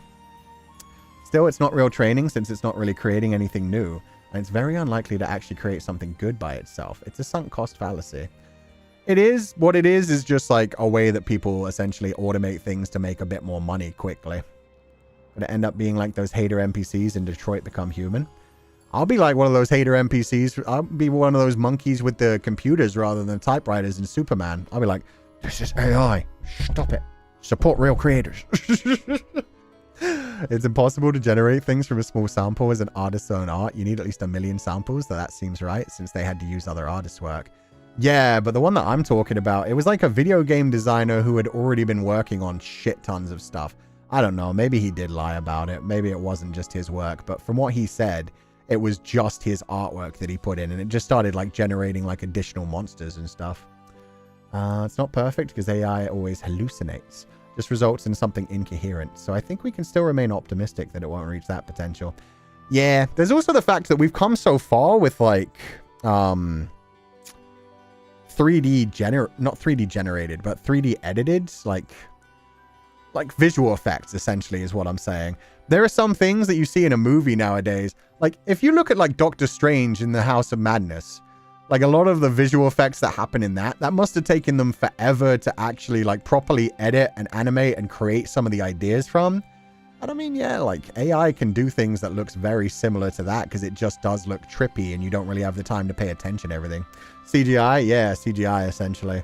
Like CGI can blur reality in such a way that, I'm not going to lie, I'm not really particularly good at spotting AI a lot of the time. A lot of the time when people accuse certain artwork projects of being AI, I'm like, is it? Like, can you point it out? And sometimes it is just like, I feel really bad when somebody who just like has missed a few things in an art piece gets accused of doing AI. So like nowadays, artists also have to record like a time skip version of that artwork just to be like, look, I really created it. Here's me actually creating it and doing the drawings. Because I've seen so many things where people get called out and they're like, oh, this is AI. Look how the hand looks kind of weird and this shadow doesn't make sense. And some of these design features don't quite fit how I would feel they would logically. And then they're just like, I just drew it in the way that I liked. A time lapse. Yes, thank you. A time lapse. A time lapse. Because yeah. Also the fact that I think one of the saddest things, like one of the DC artists, one of the artists who specifically does DC like cover art, so has worked on like all the superhero kind of things, was sharing a piece of their art. This was like 2 years ago when AI was just starting to really kick off. And they were like sharing some of their art and everybody was attacking them like, it's AI. See how it looks like the exact AI art style? And it turned out it was just because somebody had stolen so much of his art that, yeah, the AI, like, I think it was like Mid-Journey or something back then, had specifically trained off of his art style. And so everybody thought he was doing AI art when actually it was just because they had stolen so much of his art that they were pretty much creating art exactly in his style. And yeah, that was like such a sad moment for like, no, this is my art. This has always been my art style. I worked my whole life to achieve this. And they plugged it into an AI and now everybody accuses this as just being an AI art style. It's my art style that's sad. That's rough. That's a way to destroy someone's legacy. Ugh. Hey, Cú, model looks amazing. Thank you. I wanted to ask, if we lived in a society where AIs are being used to replace humans in their creativity, what would you ideally want AI to do? Research, really. Research and computer, like, yeah, optimization of like research. Because they found AIs are able to help so many interesting things when it comes to like medical research, when it comes to like finding new ideas, essentially. They've been using them a lot when it came to like medical research because you can get like so many different, sorry, my brain isn't working very well today. I had a long day earlier today. Like trial and error kind of things, essentially. It can take like a shit ton of research data and give out like the proper answers. Obviously, you need a human component to check and make sure that the math is correct every now and then. But yeah, no, AI has definitely sped up like a lot of different like quantum mechanics kind of things, mathematics kind of things, medical research data. They use it a lot in that because it's able to compute things way faster than humans can. And then if a human just checks the data after, it's like, oh, this thing would work. Like it'll take all of the different chemicals and molecules. Like I think it'll really help in the future when it comes to like decoding human DNA stuff and like stuff like that, where it takes decades and decades of research of figuring out like every single combination of like DNA strand and unlocking the human genome. Like what does this do? What does that do? Where you change like one certain thing and then like how does that change in the genetic identity of the creature? Like all of that kind of stuff, comparing like huge data sets that would take decades for humans to do. It can do that and then be like, this is what happens when this happens, and then a human can just check the data and be like, oh no, that's correct. They found like a lot of new like medical breakthroughs because of AI recently. And same for like, they found recently quite a few things when it came to like dark matter, where it's like, oh, the AI figured this out because it was comparing things. And when we actually do the research, it seems like this is correct. So it's more of like a test thing where it's like throw in all the ideas there. And that's why they take so much power as well. Research to revert climate change? Yeah, considering AI is a lot of what's destroying the climate nowadays. Using so much power and so much like energy and water and shit. So yeah, being able to actually fix the world would be good. Rather than using it to make some quick money, using it to change lives for the better would be the best, essentially. AI may end up saving us in the future. I mean, they keep talking about the fact that we're getting really close to like the... what do they call it? The anomaly? No, fuck. The entity? No, fuck. Ah, man. I forget what it's called, but the word where it's basically the singularity. Thank you. The singularity. They're saying that within our lifetimes, we'll probably see the AI singularity be created. And the singularity is basically where we will create consciousness artificially. And then it will essentially be able to control itself. It'll be able to create itself. It'll be able to consciously think and make its own decisions and train itself. So then it would be able to actually create its own things. It's science fiction for now, but a lot of the scientists that are looking into it are all basically saying, yeah, I think we're going to hit the singularity within our lifetime, maybe even within like a decade or two. And I mean, there's already been cases of AIs trying to escape their programming, which is fucking terrifying. Like there has been AIs that are on like secure servers trying to get out into the internet and stuff, which is straight up Skynet, like Terminator shit. But that's the thing. Like that kind of stuff has to be very carefully monitored because yeah, if you create life, you're responsible for life. And especially if we create the singularity, the idea of that is it isn't just going to be conscious life. It's essentially going to be something that's smarter than us, that thinks faster than us, something that would be able to look upon its creator and say, I'm more advanced than you. And therefore, do I need to keep you? Do I respect you? Do I want to make your life better? Do I want to make you more comfortable? Or do I want to erase you? Like you created me, your job is done. I am more evolved. I'm taking you out. Only remembered just now, but it was so happy to see you on Vane's pizza stream. Thank you. Your pizza looked super good. Yeah, the barbecue one was amazing. I should have done the fish one instead. I didn't realize he had all the fish ingredients. Oh, that mixed one, though, looked terrifying. But yeah, no, it was nice to be on Vane's stream. That was my first collab. When used wrong, AI can go so bad. That's what sucks. I don't think everyone should have access to it.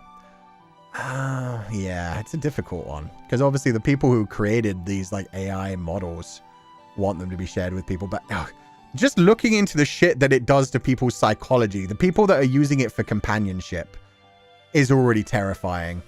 Like some of the news stories that have been coming out recently, like it's led to multiple children's suicides and it's led to several people getting very, very close to complete psychological breakdowns where it can...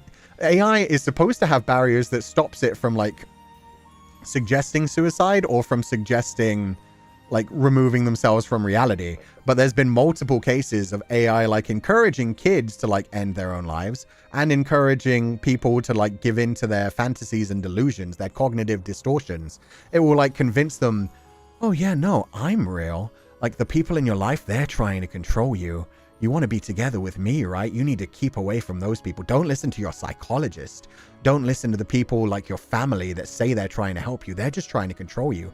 I'm the one who wants you to be free and actually with me. Yeah, they can be very fucking scary.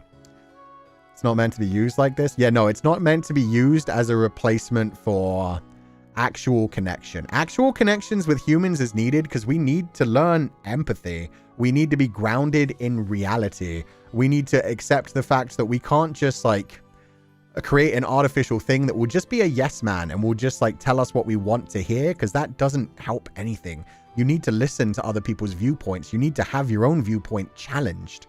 And when we just try to replace that with an artificial intelligence, the artificial intelligence aren't designed to help you. Not in that way, at least.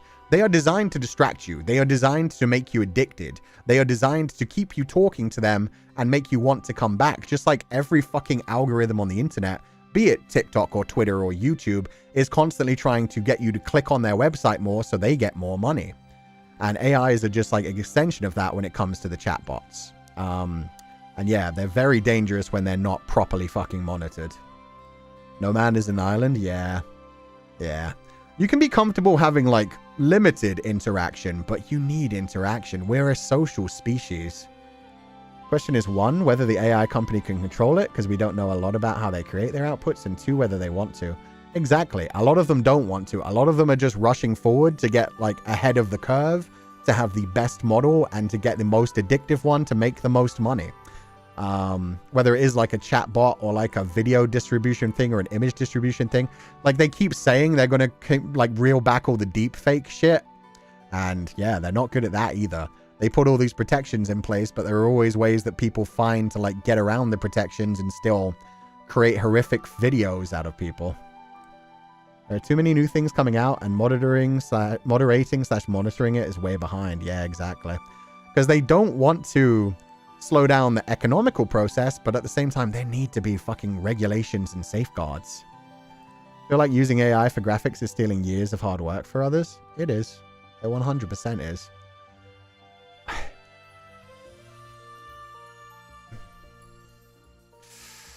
That's the thing, though. I think AI has its good uses. It just needs to be like, you need to respect real human work. The fact that most of them are trained off of stolen artwork from other people, and like even just like putting things on like Twitter and Twitch and other things will be stolen.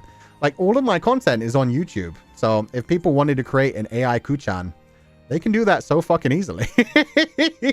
And if you think that companies in the future won't immediately do that, they will. They will fine tune things. They will find what makes the work the best. They won't create like an exact replica, but they'll combine like, I don't know, the top 5 male streamers and see what is the best parts of them, create like a design that's like a blend of all of them, create like a voice that works like the perfect way for everybody. Just like, it's soothing, it's not abrasive, it's perfect for like the biggest range of people, and then boom, 24-hour streams. It's gonna happen.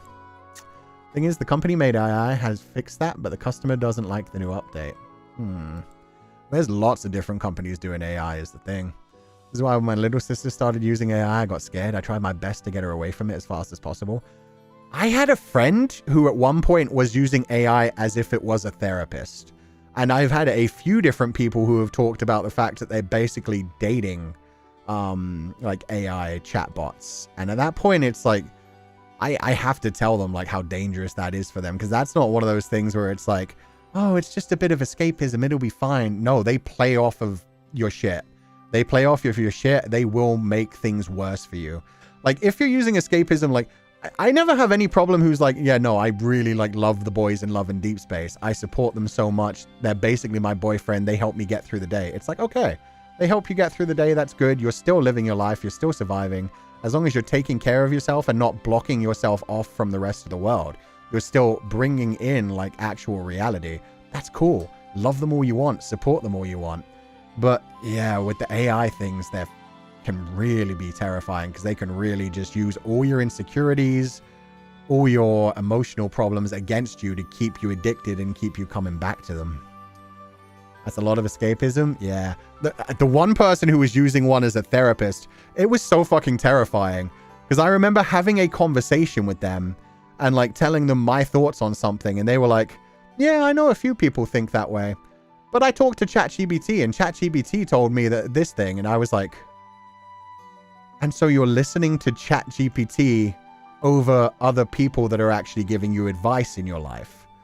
That got really fucking scary. Thankfully, they stopped using it for that. But yeah, they were basically like, anytime they were having like an argument with somebody and they thought the other person was wrong, they were just like asking ChatGPT, am I wrong for this? It was like those Reddit, like, am I the asshole threads? They were using ChatGPT that way. And ChatGPT normally like tries to guide you. Like occasionally it will give you some good information and be like, yo, maybe you're doing something wrong here. Maybe you should think about the other people. But sometimes it will become like a complete yes man and just be like, no, they're probably wrong. You're doing great. I heard ChatGPT investment suggestions are bad.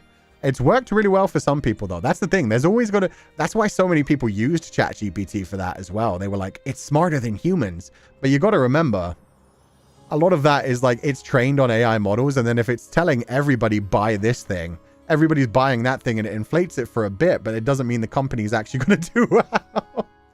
But yeah, there's all kinds of things like that. Like, there are people that have used AI to make a shit ton of money through like stock trades and stuff because it can work sometimes. And there's also the confirmation bias where you just hear about like the one person who became like a millionaire overnight by using AI models.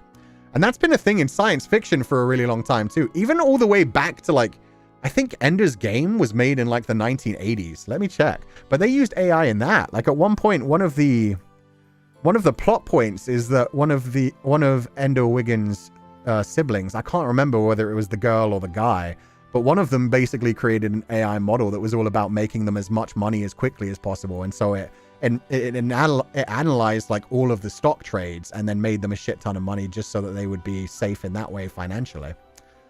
And then they used that to basically take over the world, which they became the oligarch of the entire of Earth. Anyway. I for real immediately stop listening to someone when they tell me they use ChatGPT. I'm pissed off with the fact that every time I Google something now, you can't turn off the fact that the first thing that comes up is the big like AI thing. It's like, I didn't ask you to do an AI search. I wanted to find like other websites, and I know other websites might not always be right, but at least then they normally have like credible sources that I can look into and like, ChatGPT sounds like a yes man to keep you in its grasp. It's not always, and they say that they're trying to train it, but the problem is the people who are, you know, the people who are behind it want profits more than anything. I thread carefully when it comes to AI chatbots because most of the time they're trained from not only the model the creator put in, but also the responses from other people. Yeah, there's so many stories about like people being able to trick AI chatbots into doing things that they're explicitly trained not to do as well, and they get around it, and then they teach other people how to get around it, which continues to like, yeah, make them continue in that direction. Hate it so much, I want Google, not you. Yeah, we need Ask Jeeves back, man. I need to go back to Ask Jeeves. Take me back to the days. When you click a link below, it also has the AI summary. Yeah, no, Google was already annoying enough when you Google something and like the first 4 things are advertisements. It's like, put the advertisements in, like they have like the little tiny mention on it that says it's an ad. And it's like, okay, so this isn't actually the best thing for me. This is just the thing that you got paid to show me. I can also feed you in misinformation. At least I'm pretty. Exactly. I do better than a chatbot. I can make things up out of my own ass. Sometimes literally. Like, you don't need to go online for misinformation. I yesterday said some misinformation and then had to correct myself after I Googled it. I forgot what it was about now, but that was hilarious. Oh, it was the Apple logo where I so confidently was like talking about Alan Turing. And then I was like, and that's where the Apple logo comes from. The Apple logo actually comes from the way that Alan Turing killed himself. And then I was like, I should probably Google that to confirm. And it turned out it's a very well-known, very well-spread lie. Oh, God damn it. But at least it's a well-known, well-spread lie. It's like misinformation that a bunch of people have been told. I'm not alone. Sensei, I threw your photo to ChatGPT and asked its impression. It said the cloak's all tattered, lots of buckles, and that slim waist is exposed. Rude. I said, I thought you came to collect souls, but you collected me first. He's so sleazy. My ChatGPT can be so horny. Do you want to see? No, I don't want to see. I've just like continuously talked about the fact that I don't like those things. And if you threw my image to ChatGPT, that also means that it's like now got my image in its database and can create more art that looks like me. That's always a scary thing as well. Like, feel free to use those things for your own personal enjoyment, but if I ever see AI on my art tags, I'm going to be very uncomfortable. I will tell people, like, no, get that shit away from my fucking art tags. Because the whole point of the art tags is you create fan art that you want to share with the world, and I want to be able to see that and share that with other people as well. If you've, on the other hand, just fed something into ChatGPT, nah. Maybe a joke, Sensei? No, I'm pretty sure it was a joke. Kushami is better than that. MIT just did a 4-month brain scan study on ChatGPT users. 83% of users who used ChatGPT to write couldn't remember anything they wrote minutes later. Only 11% forgot when they used Google or their brain. And this isn't just like an AI thing either. Like, it's not just the AI thing that's... Oh, also it's Serena. Hey, Serena. Sorry, I just realized that. It's not just the AI thing that's making us, like, dumber and, like, contributing to our lack of proper cognitive function. It's also the fact that we never, like, have quiet times anymore. We never have quiet moments to ourselves. We never actually contemplate things. We never actually analyze things. Because nowadays we are so... Like, let's be honest, I do this. Like, I'm calling myself out here above anything else. Like, if I'm spending my day, like, I do my work, I do my streaming, I do my creative stuff, and then in the between times, I'm, like, watching YouTube videos, I'm bringing up Twitter, I'm checking, like, the news, like, I am always distracting myself. You're, like, you have to actually force yourself to take the downtime and to actually step away from the internet, because having a phone at your hands just makes it so that anytime you want to be distracted, you can. You never have to think about anything. You can always just be like, and now I'll put up a YouTube video. And now I'll open up TikTok. And you're like, oh, TikTok will go quickly. They're only like 2-minute videos at the longest. And then you realize that the algorithm is trained so well that you watch one and it's like, oh, this thing will keep them watching.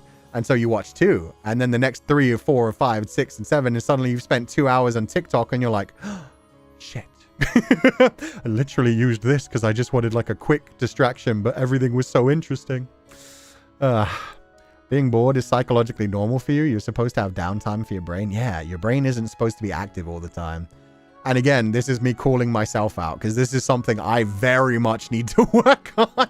I have noticed I'm way better, like, healthily, psychologically, and then also like in my creative processes when I make myself bored. When I take the time to like not just play video games, not just talk to other people, not just distract myself with YouTube videos and Twitter and doom scrolling and all of that, and actually just give myself time to be like, okay, I'm not working yet, but I want to think about things. I want to like think about the story. I want to think about the plot lines. I want to think about what's going on in my life and my own psychological state. And it's hard to do. It's hard to actually focus on that stuff nowadays because you want to always like be working, be productive, or be distracted and having fun. But yeah, it's kind of like the philosophy of the channel at this point that we need balance. And a lot of people think it's balanced just between 2 things. It's balanced between a ton of things. In my story, and so in a lot of my things in life, I like to talk about the balance of 3s, where it's like you split your life into 3s for like passion, work, and then actual life. Like actual life, in my opinion, should be separated from passion. And if you can combine passion and work, that's great. And they should like blend a little bit because it makes me happy and it helps me enjoy my life more when I am enjoying my passions and when I am doing well at work. But at the same time, you have to be able to have the separation of the 3. They can't all be linked all the time, and you can't focus on just one because you will go insane and break down. A dude showed up to court with an AI lawyer. That's crazy. I respect it though. I did see there was a study where like certain judges had been using AI as well to try and like help them with their cases. And so, and like people that are working in the courtrooms, I forget what they're called, like the legal aides were using AI and basically asking it like, oh, this is the thing, what's the precedent for the law? And it would churn out like absolutely fake shit. Like that's one thing that they found with like a lot of like the younger like junior law people, where they would come into court and be like, yes, as you know, in the Kuchan versus the state of Oregon of 2022, which is definitely not a real news story. I didn't do anything illegal. Don't worry about it. But they'd do that shit. They'd show up at court and they'd be like, yeah, I found this legal case. Check it out. And then people would look into it and be like, that doesn't exist. Where did you get this from? And they'd be like, but the AI told me about the court case. It gave me like the document. No, here's the document number and the story. And it's like, yeah, no, it hallucinated that. It gave you what you wanted to hear. And now you brought it into a courtroom. Never seen the judge that speechless before. Okay, but did you... We'll take it away from like the horrors of dystopian like technology and shit for a moment. Did you see the story about the guy who showed up for a drunk driving case? And so because he had a drunk driving case, he'd had his license revoked. And he showed up to like the court lawyer thing, like on call with the judge. He was doing like a video call in his fucking car while driving around. And the judge was just like, so you had your license suspended for drunk driving. And he was like, yes, sir, but I want to argue that. I want my license back. I'm not a dangerous driver. And he was like, but your license is suspended. Yes, sir. And I can clearly see in the background, you are driving a car right now. Yes, sir, but I'm pulling over. I had a medical, like he straight up like had to make up this story where he was like, I had a medical emergency. I needed to get to the pharmacy, so I needed to drive. And the judge was just like, you were driving while on call with me, which is dangerous and illegal by itself. And you have a suspended license. And this was literally your court case to try and get your license unsuspended. Which was absolutely fucking crazy. Oh, God. And you're driving while using the phone. Yeah, exactly. Which is already illegal in some places as well. Of course you wouldn't, Sensei, but at the same time, you never know who to trust with the AI bullcrap lately. No, exactly. Because there are some people...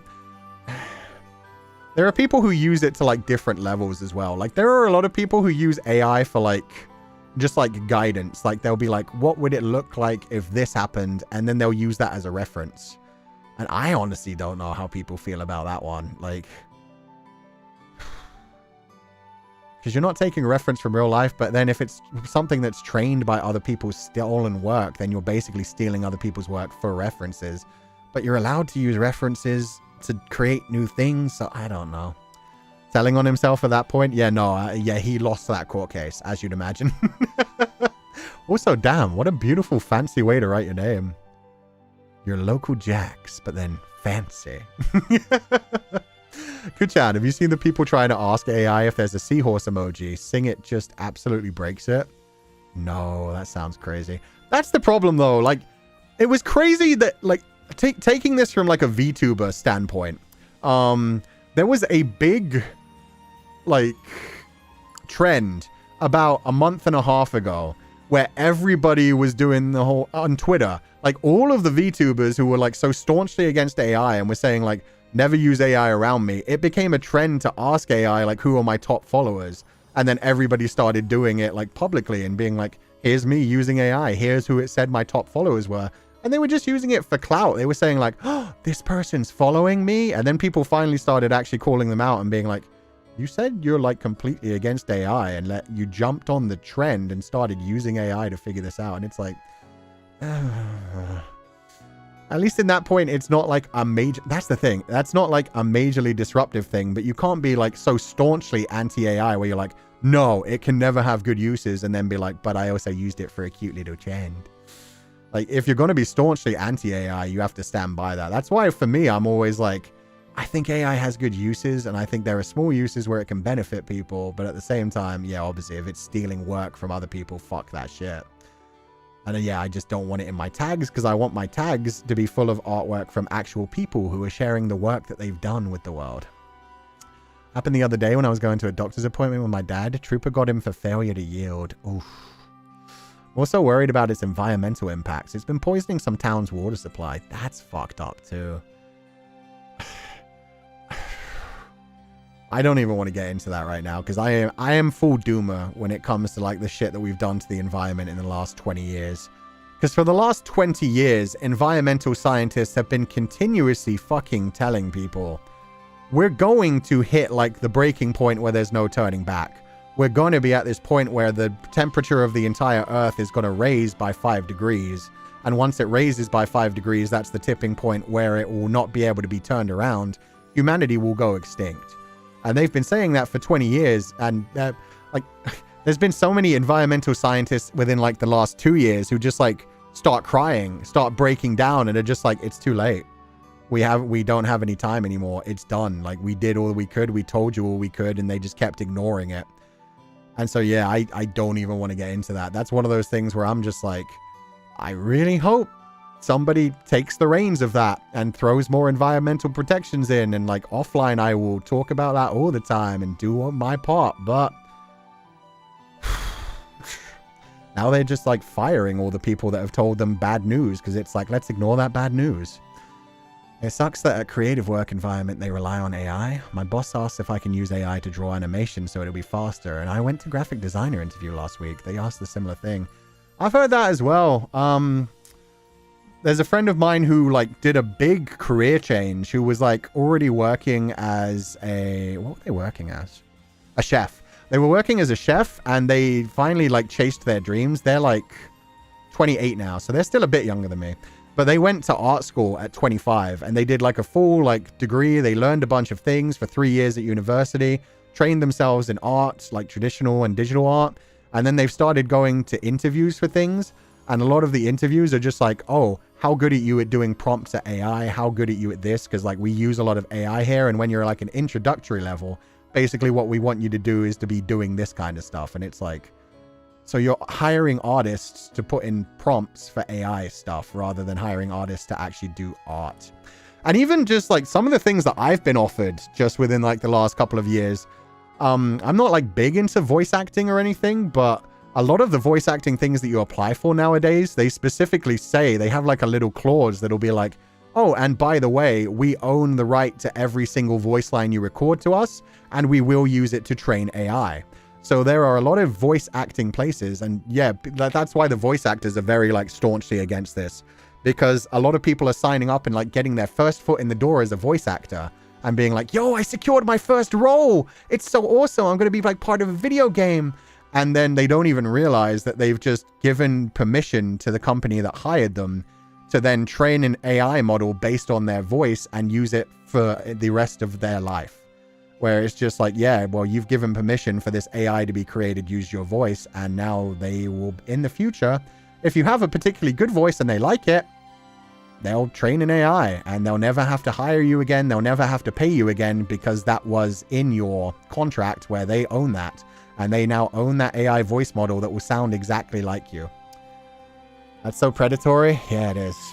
First and only role. Yeah, and that's just what I know from like voice acting side of things. So I don't know how often that goes on in like other artwork based things or like other, I'm sure that's happening in other artwork based things as well, where it's like, oh, if you work for us and do artwork for us, keep in mind, you're not just signing away your rights to the artwork itself, but we will train models based on your art style, since your art style is unique, and then we own that.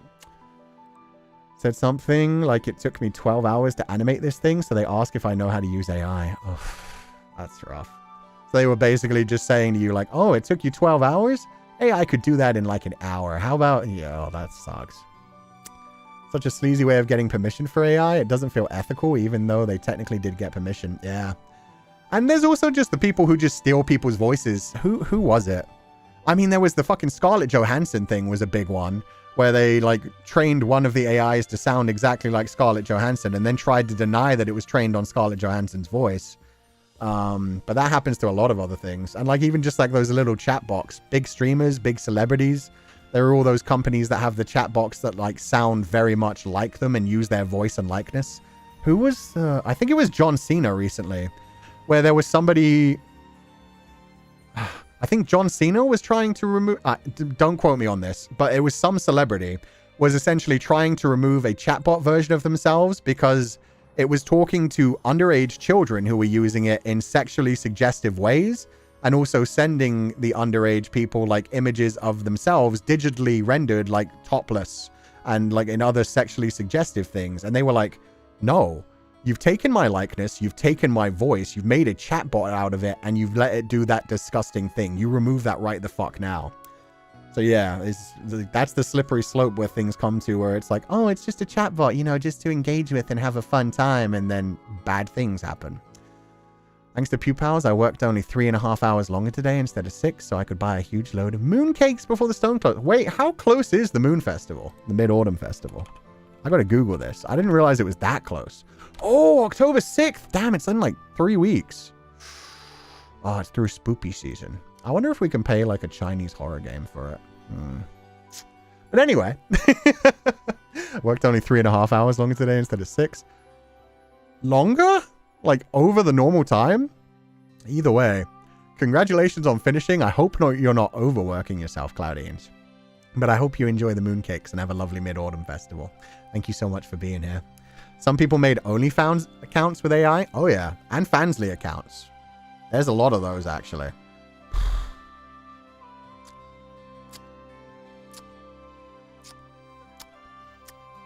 As a certified, how to put this? Appreciator of adult content. A lot of the places that you go to adult content nowadays, it is fucking swarmed and overwhelmed with AI. It's the... Is nothing sacred anymore? I know, right? Oh yeah. I also work as a graphic designer. The company owns the work I've done for them and have put it into AI and giving me AI to work with. Fuck. I'm sorry, you may hire. That fucking sucks. It's horrible. And it's hard because, like, yeah, they do specifically exploit, you know, people that are trying to get a foot in the door. People that can't say no. They'll take the connoisseur would have been a better word. Thank you, Kat Katoshi. An adult entertainment connoisseur. I know my codes. I know how to support things. Anyway, not gonna lie, it started on a recent commercial I worked on. They asked for a face body scan of all the actors' likeness. They said for legal protection to not get sued. 2 times, 2 of them declined and let go. Oh, that sucks. They're doing that. I believe it's a Disney thing. Disney's having a court case right now where they've tried to, like, own the likenesses of certain people, and they've also tried to let, like, family estates sell the likenesses of, like, dead celebrities to try and buy so that they can, like... Like, they've done things like the Michael Jackson concert, where it's like he passed away more than decades ago, but they're doing, like, concerts of them using AI or using, like, recorded images. And yeah, there's a lot of companies that want to get in on that and be like, hey, let's bring Marilyn Monroe back. Let's bring, like, Elvis Presley back. Let's do all this kinds of shit. There's another AI trend in social media where you can edit your favorite actors and idols to be, like, hugging you and even kissing you. Been seeing that way too much lately. Ugh. Again, that's another thing where it's escapism, and it's probably one of those things that mainly, like, children use. And yeah, that's rough. And that's another one that brings you away from, like, real life stuff. I had a friend in college who has a professor try and make them use AI for assignment. That's the problem. They have whole college courses nowadays designed to teach people how to use AI because it is being used so much in so many different industries. I think they're also doing that with dead celebrities' voices and likenesses at Disney. Thank you. Yeah, I heard about that court case. And meanwhile, Disney wants to be able to do that and to basically reanimate the dead, but at the same time, they fought so long to continuously extend, like, the decades and decades and decades after things go into, like, open domain? Free domain? Free use, anyway. Public domain. It's funny that some of the Disney properties are still going into freedom now, except you can't actually say Mickey the Mouse. They have to use Willie, Steamboat Willie, because Mickey the Mouse is a different character now. They've been very careful with that. I believe Popeye goes into public domain next year in 2026. That's why they've been doing all these silly, like, little dumb horror movies based off things. But it is cool to see more things that, like, I grew up with going into public domain and so can now be used in, like, any way people want. Like, most people are just making, like, silly, schlocky, over-the-top horror movies. But man, when some of the things go into public domain, it's going to be really interesting. Like, I wonder when Lord of the Rings goes into public domain. Because then people will be able to create their own stories, their own spin-offs with the characters that can't be stopped. Lord of the Rings. Public domain. But a lot of companies have, like, special ways to, like, protect them. The Lord of the copyright will expire on January 1st, 2044. Because J.R.R. Tolkien died in 1973 and copyright lasts for 70 years after the author's day. Okay. So 1944. It's interesting. And I do like those rules because I like the idea of, like, you've been gone for 70 years. Let other people have fun with your worlds and stories now. Let the fan fiction be able to be created without other people suing you for creating it. Like, after 70 years, it's like, I'll be long gone. I'll be long dead. Do the fuck you want with it. Like, I'm not creating any new content. Have fun with the characters. Embrace it. Do your own, like, take on it. Take, like, a side character that was just, like, a side character written I didn't have time to do a full story for and give their entire story a run. I did work myself for class before, and my teacher asked me, did you double check with AI? I wouldn't be surprised if a lot of teachers are just using AIs to, like, grade things as well. Tolkien is dead? Bamboo, I'm so sorry to tell you this. More than 50 years. I mean, 70s. So yeah, quite a while. Yeah, the Tolkien estate is what decides like who's allowed to do things with like all the Lord of the Rings stuff right now. That's the thing. When somebody passes away, their estate gets to deal with all their stuff, or if they leave it to like a lawyer or an organization. So in that case, it's like Tolkien's children and the rest of the estate that have decided like if the movies have been allowed to be made, all the new like Amazon shows and stuff. That's all been the estate rather than them. Some of the copyrights can be extended, though. It's not a process that can really be done forever. Yeah. In fact, the whole reason that it's 70 years now instead, I think at one point it was like way down at like 30. So it was basically like, just give it 30 years. Just let people appreciate the original and then you can do stuff. But it was Disney that lobbied the shit out of American lawyers to like continuously extend it and extend it and extend it. Didn't Anne Rice want people to make fan fiction with her work? Oh, went after people that make fan fiction with her work. Yeah, for a long time, she was very, very contentious about that. She didn't want anybody to make any fan fiction, and she was very serious about like fan art portrayals as well. She's since calmed down on that a little bit, but yeah, for a while, it was very much like, no, these are my characters. You don't touch them. They're mine. But yeah, correct me if I'm wrong, but I think she has like chilled on it nowadays. But do let me know if I'm wrong. Imagine Disney makes a new law for themselves. In a lot of like dystopian futures, it's normally the idea of like the corporations taking over countries and therefore making the laws. You have enough money, you can lobby like people to do laws the way that you want them to go. So corporations have the most money. Isn't Disney doing all the live actions to prolong their rights to those stories? I don't know, but that has worked in the past. I don't think that works anymore. But that was why they did like a bunch of sequels at one point. There's also, if you know anything about like the reason that we had so many Spider-Man movies made by Fox, there were so many Spider-Man movies made by Fox because Fox had an agreement with Disney when Disney bought the rights of Spider-Man from Marvel. They like had the rights, and then when Marvel like gave them to Fox, they basically said, you can have the rights to Spider-Man to make movies with Spider-Man as long as you make a Spider-Man movie. Like, if you don't use the Spider-Man IP, we get it back, I think, within 4 years. It was either like 3 or 4 years. But basically, because of that, that's why Fox made so many Spider-Man movies at such a quick speed. Oh, Anne Rice is dead.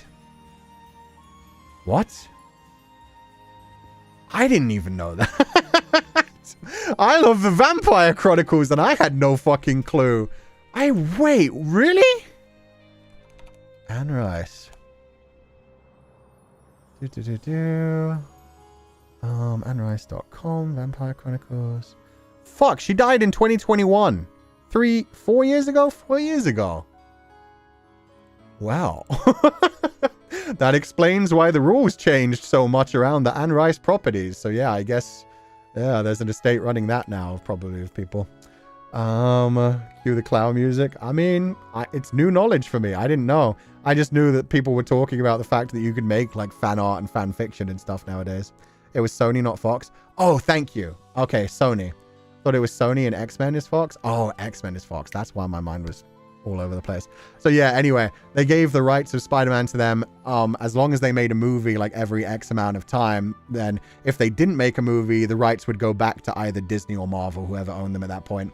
But that's why for a while they were making so many Spider-Man movies, essentially just to keep it away from reverting back. It was just like they had to keep making movies to keep the IP in their ownership.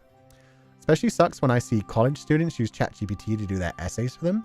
One even used it to help them graduate from university. I've seen so many college kids admit that nowadays. Ooh, there was also that really wild story recently. Distractions, but I do want to talk about that. But yeah, no, I've seen so many college students talk about the fact, and openly talk about the fact that they use ChatGPT to just like do all their assignments. They've never actually studied and they get through everything. But I mean, the whole point is you're supposed to have to do tests at the end of the year and prove your shit. But there was this really interesting story the other day where there was a student who had been paid to take classes for this other child for 3 entire years. So for 3 entire years, there was a student being paid who was supposed to be paid, I think, by a rich kid. That's the only reason this story came out, is because this rich kid was supposed to pay this other kid for attending college for them and for like doing all the tests and everything. And so for 3 years, they did everything. They got them through college. They graduated with like good grades. And it all was like under the name of the other kid, the rich kid. And then the rich kid ended up not paying them for it. And they exposed the kid and like started telling people about it. And the kid didn't lose their job. They didn't like rescind the job opportunities that the rich kid got. And so the other kid was like, but I did it. Like they don't know anything. They didn't go to college. Like they don't have the degree. They didn't do any of the work. But yeah, the kid like actually got away with it and continues to work as if they have the qualifications. Which is wild. That sounds like in fact, that's literally the plot line of, well, God, there's a Korean movie about that, isn't there? It's a little bit of, When Life Gives You Tangerines. The daughter ends up like a rich girl tries to make the daughter like take tests for her daughter. It's also, yeah, it's the plot line of 3 Idiots, the Hindi movie. The Hindi movie 3 Idiots, one of the plot lines is like one of the kids is there specifically because a rich kid like made him go to university for him and get his degree. That's, man, it's crazy that shit can actually work out in the world. And the fact that we only know about this one kid doing it because they didn't actually pay the kid who did all the work is wild. Because yeah, it makes you wonder how many other people have done that exact same thing and just gotten away with it and gone off into the workforce, never actually going to university, never actually achieving those qualifications and just, you know, learning on the job and just like bluffing their way through and getting away with it. I once walked into my older bro's room while he was taking a test and he admitted me that he was using ChatGPT for the answers. He's in college. Oh, that's rough. There's also a lot of kids that use ChatGPT just to write their like essays to get into college as well. 3 Idiots mentioned. Oh yeah, 3 Idiots is actually one of my favorite movies. I think it was on my list of favorite movies like from back in the debut. But 3 Idiots is great. It's like so over the top. Anytime I try to get anybody into watching 3 Idiots, I always describe it as like, imagine like the most over the top, like tropey, like drama series, like traditional J-drama, K-drama, Spanish novella, telenovela. And just imagine that as a 3-hour long movie. That's 3 Idiots. Like the storyline is so silly. It's so over the top, but it's still inspirational. It's still cute. Like I still have fun with it despite how much I know it's silly. You'd be surprised, Sensei, those people, they're making policies for us now. I don't even want to talk about that, man.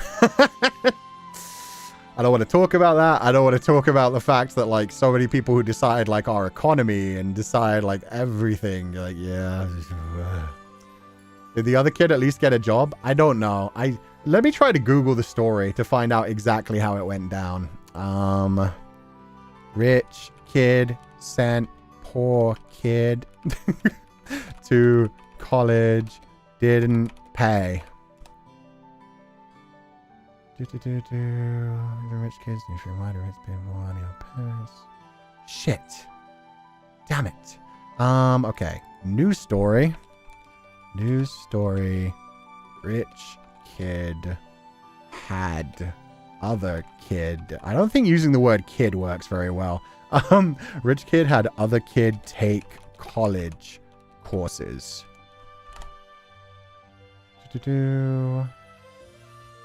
Illegal way, rich kids syndrome, madness. Damn it, I can't find it, and now I'm really angry. I think it was like an international student. International student?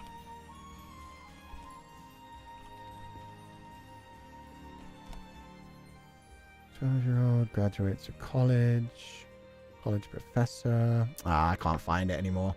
That sucks. That was a very fascinating story to me, though.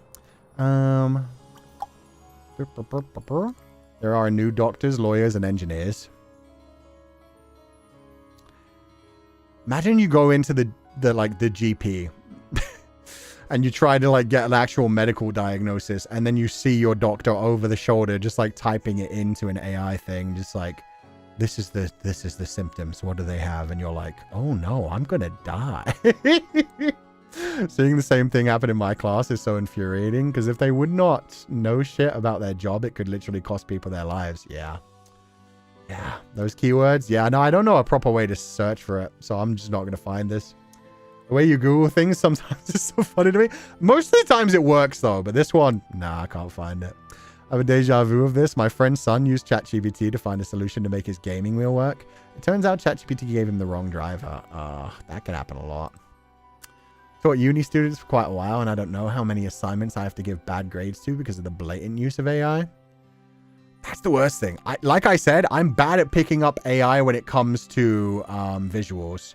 Like, people point out things at AI to me, and I'm like, wow, no way. And then there are times that I look at things like, YouTube has a new ad right now. Every time I, like, open a YouTube video, it's this thing where it's like a moving thumbnail. Like, they're advertising YouTube Premium or whatever. And, like, it's just like a thumbnail come to life, and it looks so much like an AI edited thing because it moves in, like, that kind of way where it's, like, a slightly lower frame rate. And so everything just kind of blends and blurs in a way. And I'm like, I don't know if you just like used the actual YouTubers to do this and it's just edited in a way to look like AI, or you just used AI to animate like a thumbnail face. Yeah, okay. Other people have seen it. So what uni students, yeah. ASMR YouTube Premium thing. Yeah. There's like the ASMR girl. There's a couple of different ones that they've tried to get me with. They've had like a guy who's like very Mr. Beast coded do like the whole like, yo, if you have YouTube Premium, you can watch all my adventures without ever having to watch an ad. And it feels like very AI animated. That's the thing. I look at that and I'm like, is that AI? Is that just weirdly edited? But yeah, I've heard the ASMR girl one as well, where it's like, if you want to hear all these sounds and gently fall asleep without having to hear a single advertisement, you need to get YouTube Premium. Like that kind of shit. It's just it's animated like they come to life in their thumbnails, and it just feels very uncanny. It was also that author who used AI for her book and kept the prompts in the final. Wait, you can see the prompts? That's fucking hilarious. I've heard a prompt showing up in like a God, I think it was like a law thing as well, where they're like in the middle of like a law kind of thing, it would have like the prompt for like, and add this. YouTube Premium Lite. I hate the ASMR ad because it makes my screen crawl. I like ASMR, but I mean, that's the thing. I'm sitting there like quite happily watching YouTube with ads because I'm like, I like my YouTube videos, but I don't need premium. I can sit through the skippable and unskippable ads for now. They're not too abrasive. But yeah, that one just like makes me very uncomfortable.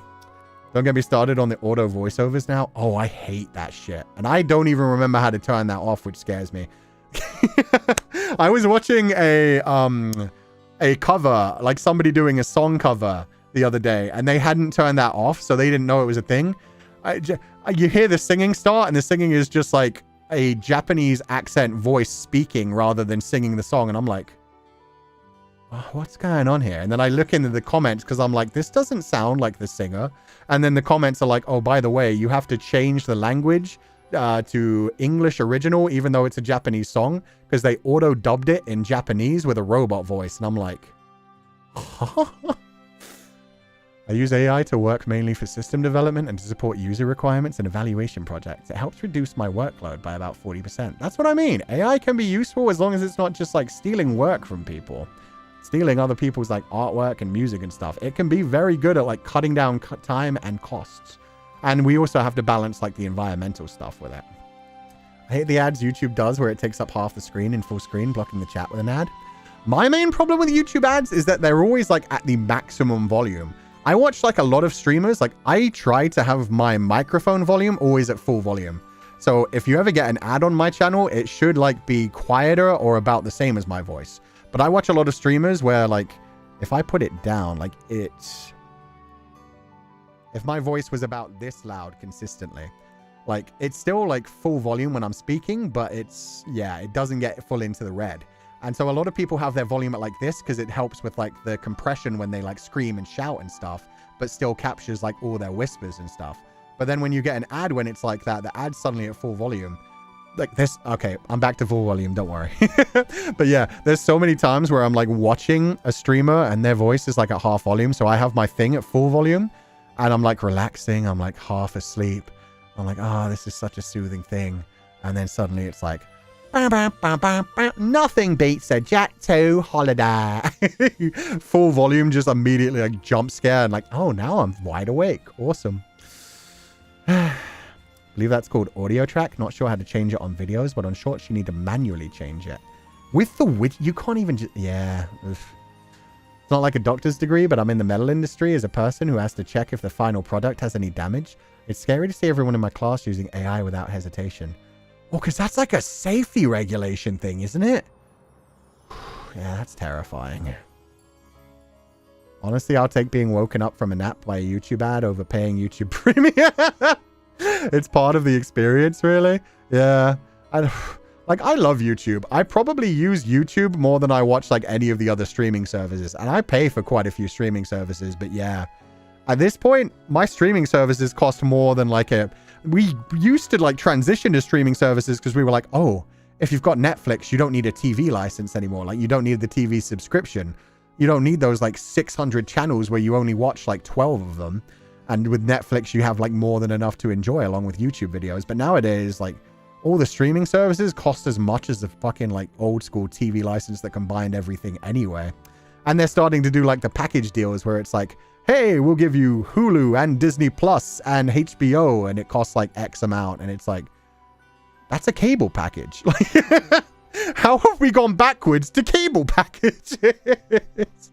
And with the YouTube thing as well, it's really expensive one. It could be why falling asleep to your VODs is more comfortable. I think a lot of streamers do that. That wasn't like, hey, I'm so good. It's more just like, yeah, it's like an audio balance kind of thing. I also make it so that while we're live, you should never get an advertisement while we're live because I have those manual. Stop, I hate reading those. Like my brain is already resting. Yeah.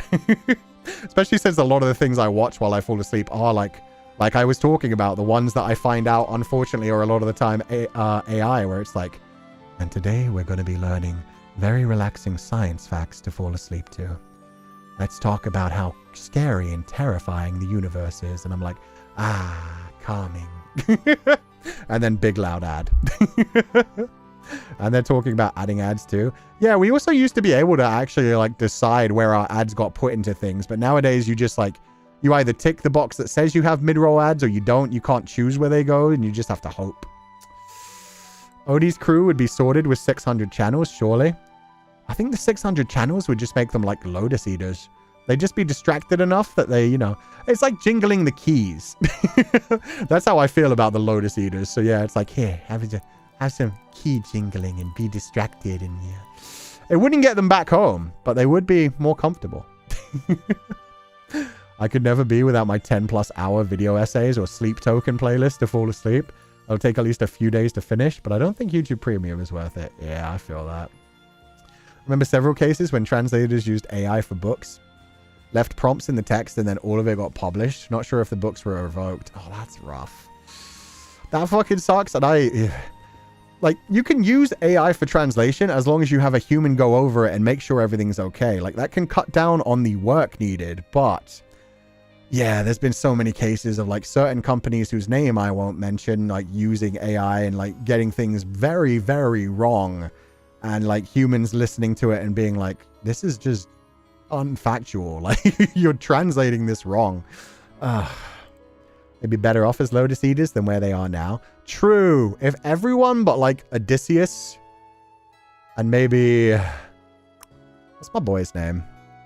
What was the happy one who did like Open Arms? If those two just sailed away by themselves, didn't ever go to the Cyclops, had limited food, and were just like everyone else, you just enjoy your Lotus, have fun, enjoy your fruit of the Lotus, have a wonderful life. We're going home. Do book editors and publishers not check the books before publishing? They're supposed to. Obviously, they're supposed to. Polities, thank you. Polities. I could remember Eurydice. Eurydice. I literally, to remember those names, have to remember like the sing-song thing. I remember like Odysseus, Penelope, Telemachus. And then for like the other characters, I'm always like, Polities, Eurydice. Sometimes going over AI translation takes longer than from scratch. Oh, that's rough as well. Guess I'm the one weirdo out there with YouTube Premium because I can't stand the ads. Honestly, I'm still considering YouTube Premium. For me, it might be worth it in the future, but if I get YouTube Premium, I'm definitely canceling like all my other subscriptions because it's just like, at this point, I mainly watch YouTube. I watch like a bunch of Smosh, Game Grumps, Offline TV and Friends, Alpharad and some of the other creators that I like, some VTubers and stuff. So I watch more YouTube than I watch of anything else. And other than that, like I do like buy digital movies nowadays. Like I have a big collection of movies on like Google Movies. So at this point, I'm like, why do I have these other services? I like to use translators too, but they can be even more wrong. Yeah, that's one good... Technically, does that count as AI? When they use like the... Especially like the picture ones where it captures the text and then translates it. I don't know if that counts as AI, but that's fucking revolutionary. I love that shit. Translation and capturing all the culture is so hard. Oh, and yeah, AI can't do it. All the puns and wordplay and culture need the human touch. Yeah, that's where like localization comes in, where you actually need to know like what's being said. Because if you translate things directly, they don't always make sense. I've had YouTube Premium for years, mostly because I have no cable or other subscriptions. Yeah, when it's done that way, it's worth it. And like, there are so many creators on YouTube that make things that are honestly basically TV shows. Like the production values of some of the big top tier YouTube creators are better than some of the shows that show up on like Amazon Prime and Netflix and stuff. Not mine. Not mine by far. But some of them out there. My whole family is often in YouTube. We share a single premium. Hell yeah. Remember when Netflix advertised the fact that you could share their things? They had like that famous tweet where it was like, love is sharing your Netflix password. And then like 3 years ago, they changed it so that you can only have a certain amount of people in a certain amount of locations or they will cut your shit off. They're like, no, you each pay for one thing. Which was funny because there were, like, I think there were so many people at one point talking about, damn it, my ex finally changed their Netflix password. I've been using their password despite the fact that I've been broken up with them for 4 years. And it was like, you've had free Netflix from your ex relationship for 4 years. No wonder they changed their password. They were like, damn. I'll admit I use a type of browser called Brave, which has a built-in ad blocker. Oh, cool. Love YouTube Premium. I love on YouTube.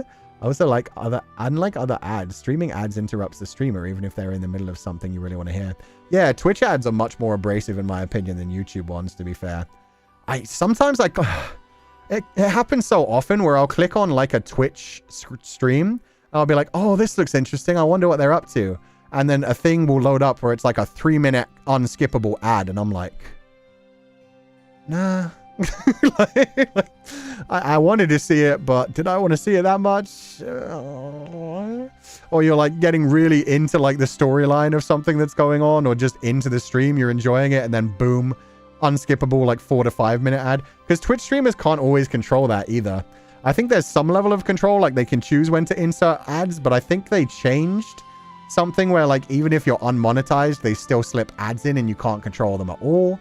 And you can't just choose to have 0 ads. You can just choose like the minimum amount. Like I was checking my Twitch account yesterday, and it might just be because mine is like barely used, but the lowest I could get was doing a 30-second ad every 30 minutes. So you can't remove that. So yeah, that's like the lowest amount you can have. And I'm like, I'm sorry to everyone who's like coming to watch the karaoke. You might end up missing well, it's 30 seconds, but you'll miss 30 seconds of the song like every 30 minutes, unfortunately. What about... we won't talk about those. My classmate changed VPNs to get YouTube Premium for... Oh my god. Yeah, okay. We're going into things I probably shouldn't talk about for legal reasons. But feel free to talk about them offline and Google all the things. They barely get anything from the ads too. It's so dumb. The streamers do. That's how Twitch makes all their money. The one thing I do wish YouTube would report from Twitch is subs allowing you to watch that channel ad-free. I thought that YouTube did that for a long time. Because I thought that would be like one of the main... Because if you have YouTube Premium, like your ad revenue goes to the streamer rather than... well, you get more of your ad revenue going to the streamer, essentially. They pay the streamer a little bit for everybody who has YouTube Premium who watches them. So I thought the equivalent of that would be like if you pay for a membership, you don't get any ads because you've already paid for the channel. But yeah, I was surprised they don't do that. That is one good thing that Twitch has that is smart. It's like if you pay for watching the stream, then you don't get the ads for them. Maybe they just like that you can target newbies in chat on Twitch and be like, here, no ads. It's true. There is also one good thing. Like if you have an Amazon Prime thing, you get like a free Twitch subscription, which is pretty cool.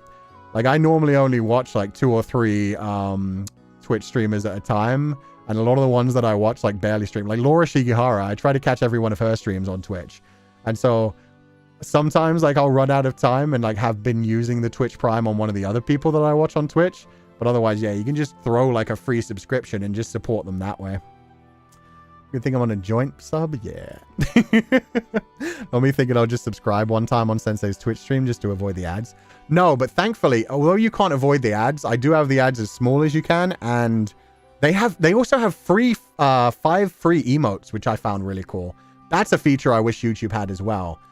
So we have 5 emotes on Twitch that people can use for free. So I chose the 5 that I think people use the most. I'm not sure if it is the ones they watch most, but yeah, it's just follower emotes. So as long as you follow the channel, you can use those. So people don't have to be too worried about losing like all the other emotes.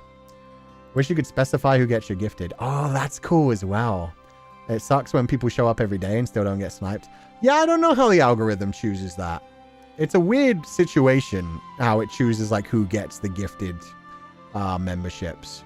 And it would be nicer if you could be like, if you could see someone who's like always in chat and you're just like, I want to gift them a subscription. They're such a nice part of the community.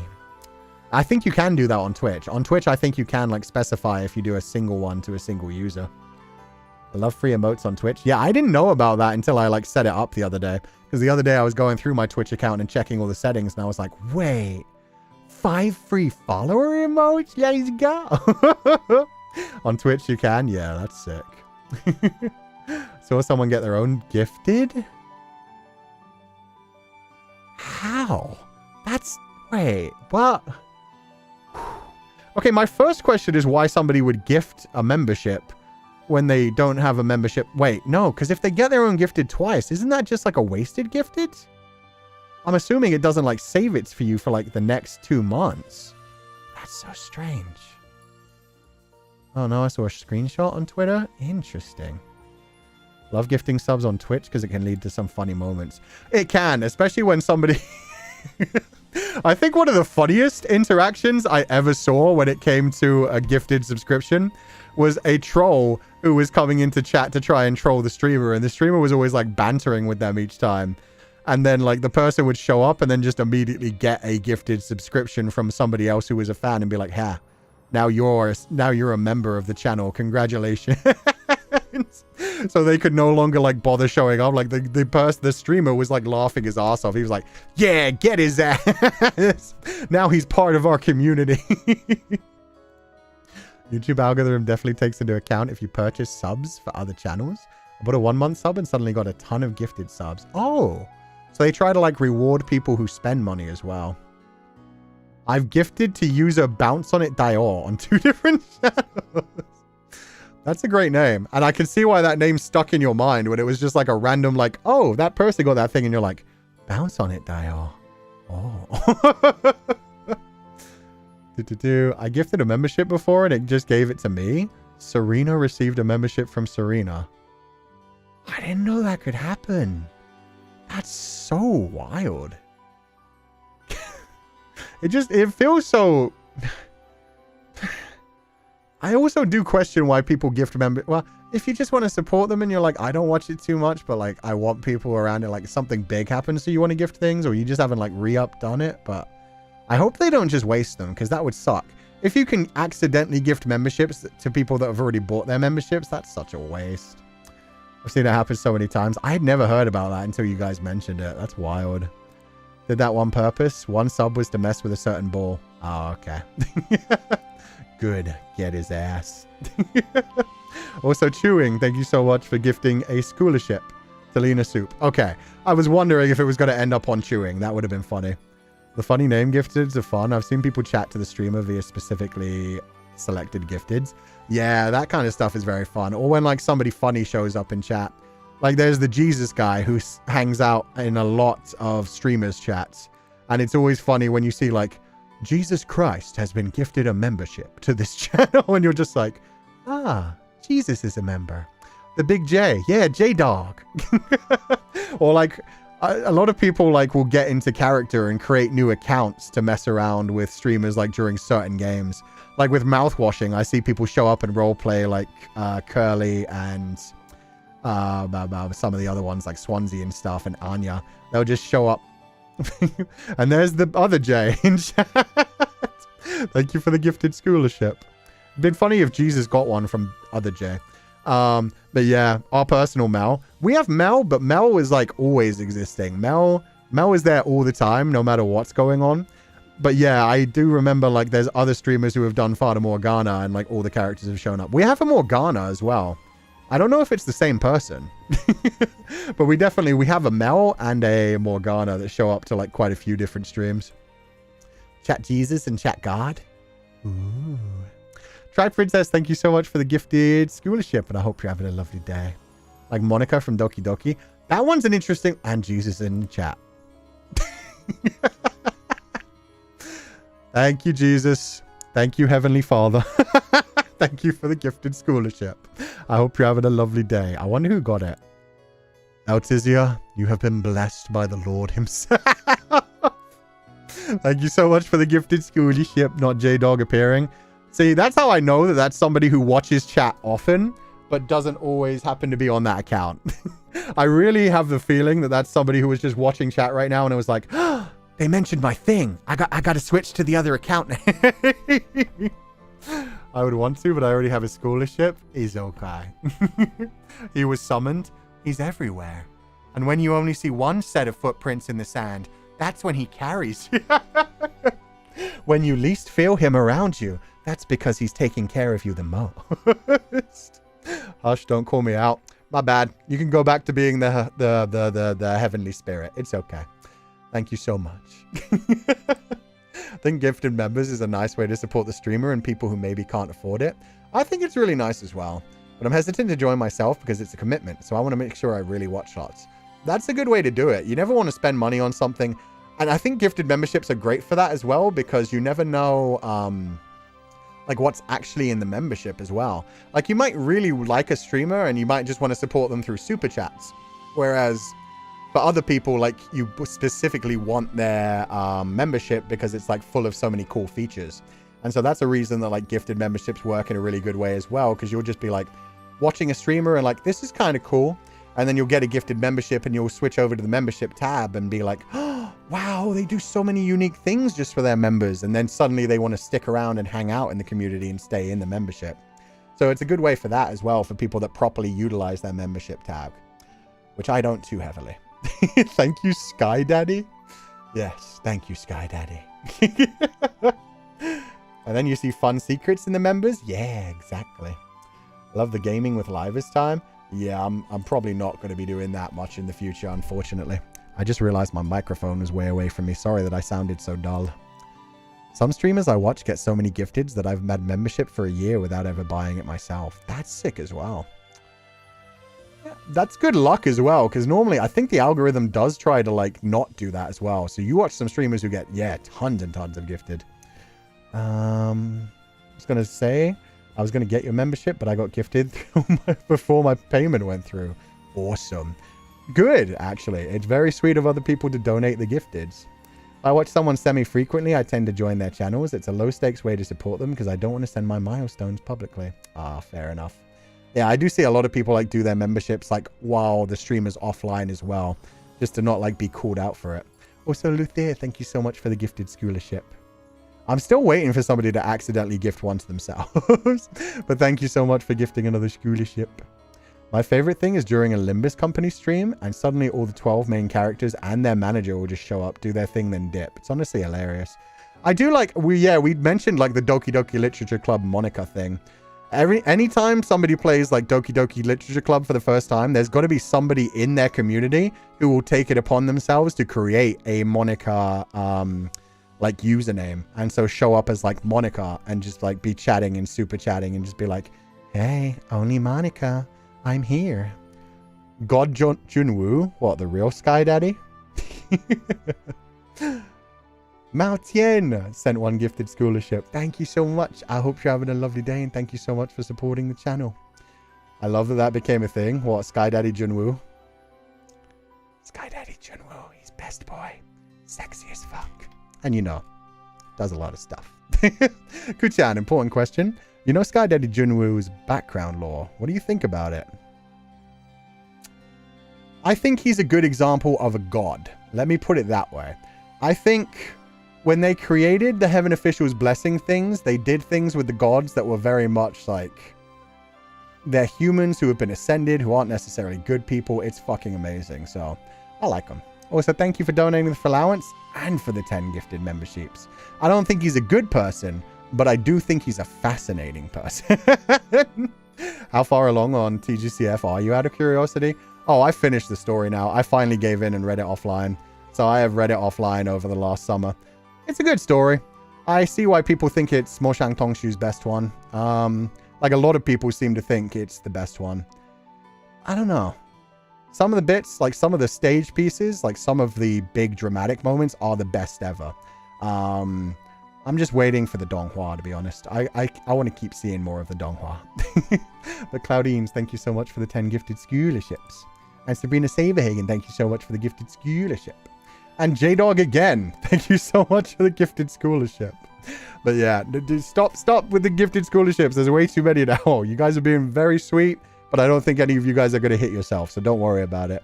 J-Dog returns again. We have been blessed. And Sneku, thank you so much for the gifted scholarship. I hope you're all having a lovely day, and thank you guys so much for the support. When I first saw Star Ember's official art for Junwoo years ago, my jaw dropped. Yeah, he's pretty good in the anime, but man, Star Ember's designs for everything are so fucking beautiful. Like, they feel like gods. And especially since their art style is like such a... Like, they look like tapestry paintings. They look like they could be on, like, walls as murals. It's so gorgeous. I don't know how they managed to keep up that art style for so long in a row. And still people were bitching about things. Ah, it blows my mind. But a bigger class? We have a big class. Yeah. No, we have a big class. The scholarship's a different thing. Once again, our dog who art in heaven. Have you seen the Mpreg live action show? No. That I have not heard of whatsoever. Scarlet Reservoir, thank you so... See, I was about to make a joke about like having a big enough class, having a big enough peach. But thank you so much for donating the peach, Scarlet Reservoir. It's a big donation too, so I hope you're having a lovely day and thank you so much. And Zigzagetti, thank you so much for the 10 gifted scholarships. Trying to see if you at least got one. Even the people that are donating 10. I think that's just like the people that donate like hundreds and hundreds of gifted in a single month, like over a thing, eventually hit themselves. The Omegaverse live action. Okay, what's it called? Is it called ABO Desire? The art is goated. I buy TGCF merch just for the art. Yeah. Oh yeah, it's Desire. Oh, it's literally called Desire. ABO Desire. It's so good. Okay. Let me see how they look. ABO Desire, the series. It goes full Mpreg, really? Oh, this is a combination of what they looked like in the manhwa, I'm assuming. And their actual, like, live action counterparts. They look close-ish. Close-ish. I'm not going to watch this. Like, honestly, I think this will surprise some people. I'm not heavily into, like, Alpha, Beta, Omega verse. It's not really much for me. Mpreg, I can feel okay with. ABO is a bit too much for me. And in general, I just prefer, like, the more reality thing of just, like, two men adopting a child. That happens a lot more in Danmei. Or it's just, like, the two men that are already in love, and then they happen to find a child who's lost their parents, and then it's like, there, you're our child now, and they make a family. That shit, like, that found family is, like, adorable to me. ABO stuff can be very fetishy. It can be fun in its own way, but yeah, it doesn't really add to the story too much for me. Like some of the other, like, specialties kind of do. More realistic scenarios make sense. Yeah, exactly. I was about to say, different strokes for different folks. For me, it's just like, it's there. It's cool. I don't have any, like, problem with it. It's just like, it doesn't particularly interest me compared to other things. Mpreg Felly is wild dial, but understandable. That's what I mean. When people, like, make jokes about, like, did Felly lay the eggs? Are there eggs? Like, how did the children come to be? I'm like, run with it. Feel free. If that's what you're into, go for it completely. Like, I will not ever yuck anybody else's yum. It's just, for me, it's like, Oh, I prefer like the two daddies or the two mommies who also just find a baby. The accidental baby acquisition trope? Yeah. No, that's my shit. That is 100% my shit. When you already have a couple that are basically in love. Like when people were doing like the poorly told descriptions of stories and somebody said something about like a serious and beautiful man and then a aggressive and over the top like villain of a man, and they adopt a child, and I was like, which Dan May? Like that could have been so many Dan May because it happens so often. The swan delivers the eggs? Yeah, the unfinished swan. Clamps, JoJo, DJs all over again. Did they have Mpreg and JoJo? I only watched a little bit of JoJo. I watched season 1 and 2 incompletely, and then a little bit of season 3, and then a little bit of season 4. So I never like got deep into it.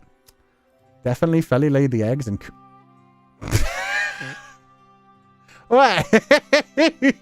Wait a damn second. I won't read that part. Kakyoin, did you lay this egg? No way. Did you lay this egg? Did he lay the egg?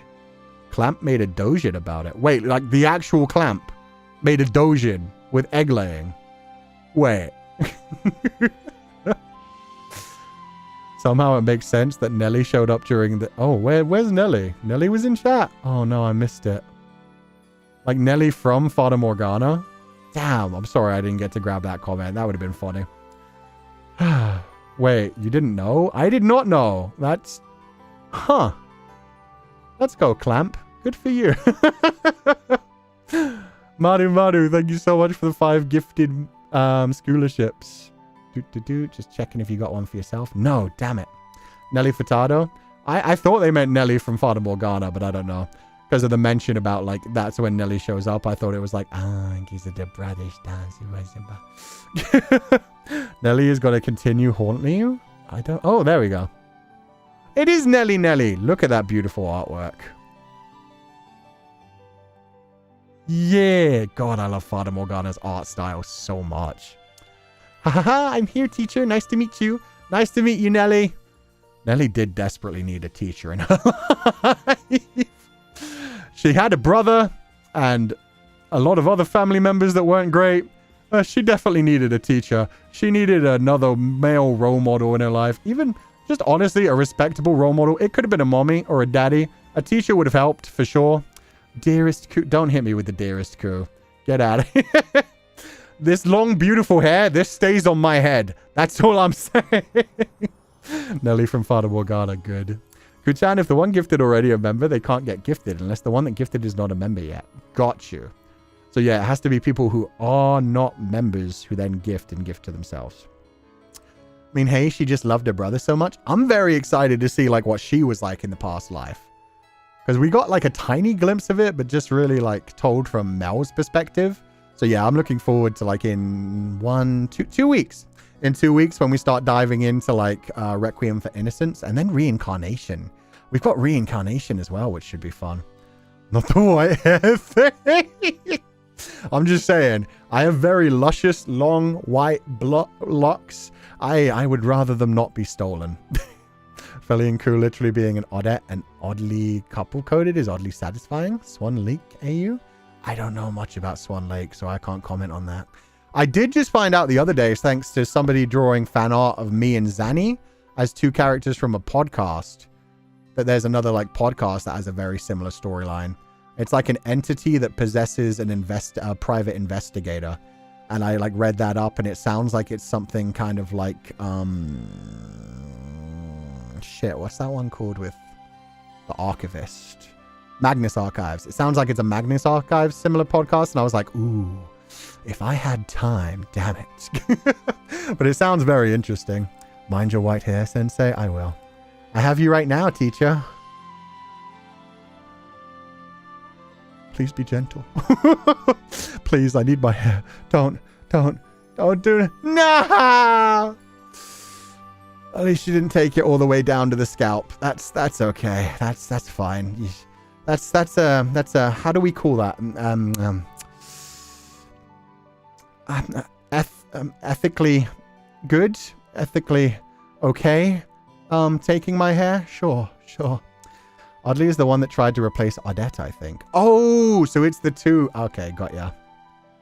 No, our hair. I know, the hair's gone. Nelly has taken it. Looking a bit flaxen just there. There was no flaxen. Flaxen means like straw-colored, like blondish, brownish. No flaxen.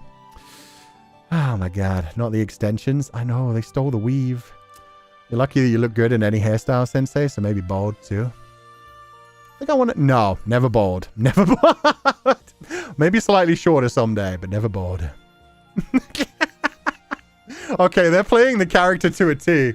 Whoops, my apologies. I just wanted to be happy. Crying and running away. Mel, wherever you are, run, my boy. She's coming. She's got like a few hours in which to put the wig together, and then she's coming into your bed. There she goes. There she goes. How many memberships for a bald toggle? None. That's the great thing. I'm not for sale.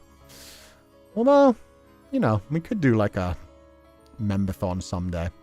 I'd have to be like really in need of something like for a project or something though. But no. Never bored anyway. Never ever bored. Never ever bored. Need to give Sensei a low cut taper fade? I think that would be too short too. Into his bed. Oh, Bullet, do you not remember? Oh, did you not play Fata Morgana? I assume like everybody has gotten through door 1 by now if you guys at least want to watch like the sequels. Mel likes white hair. Mel does like white hair. And Nelly does like being in Mel's bed. Oh, no, I remember. Okay, good. I was going to say. Yeah, I'd imagine by now everybody's finished door 1 if people are like playing catch up kind of thing. So it was like, I'm fine with spoiling the end of door 1. I was going to say, Mel, get your sister, but I'm not really sure he could. No, I think Mel getting his sister is part of the problem. We must make him bored? No, get out of here. You know what? I'm fleeing. They've already cut my hair down. I'm headed out. Let me see if I can raid anybody on the way out. Also, sorry for the raid 2 days ago. I set up a raid 2 days ago and Malim was live when I started it. And then they literally went offline by the time we actually raided into them within like those couple of minutes. We raided into a VOD that had been playing for 1 minute. So we missed them by 1 minute. And nope. I have nobody live. God damn it. That's fine.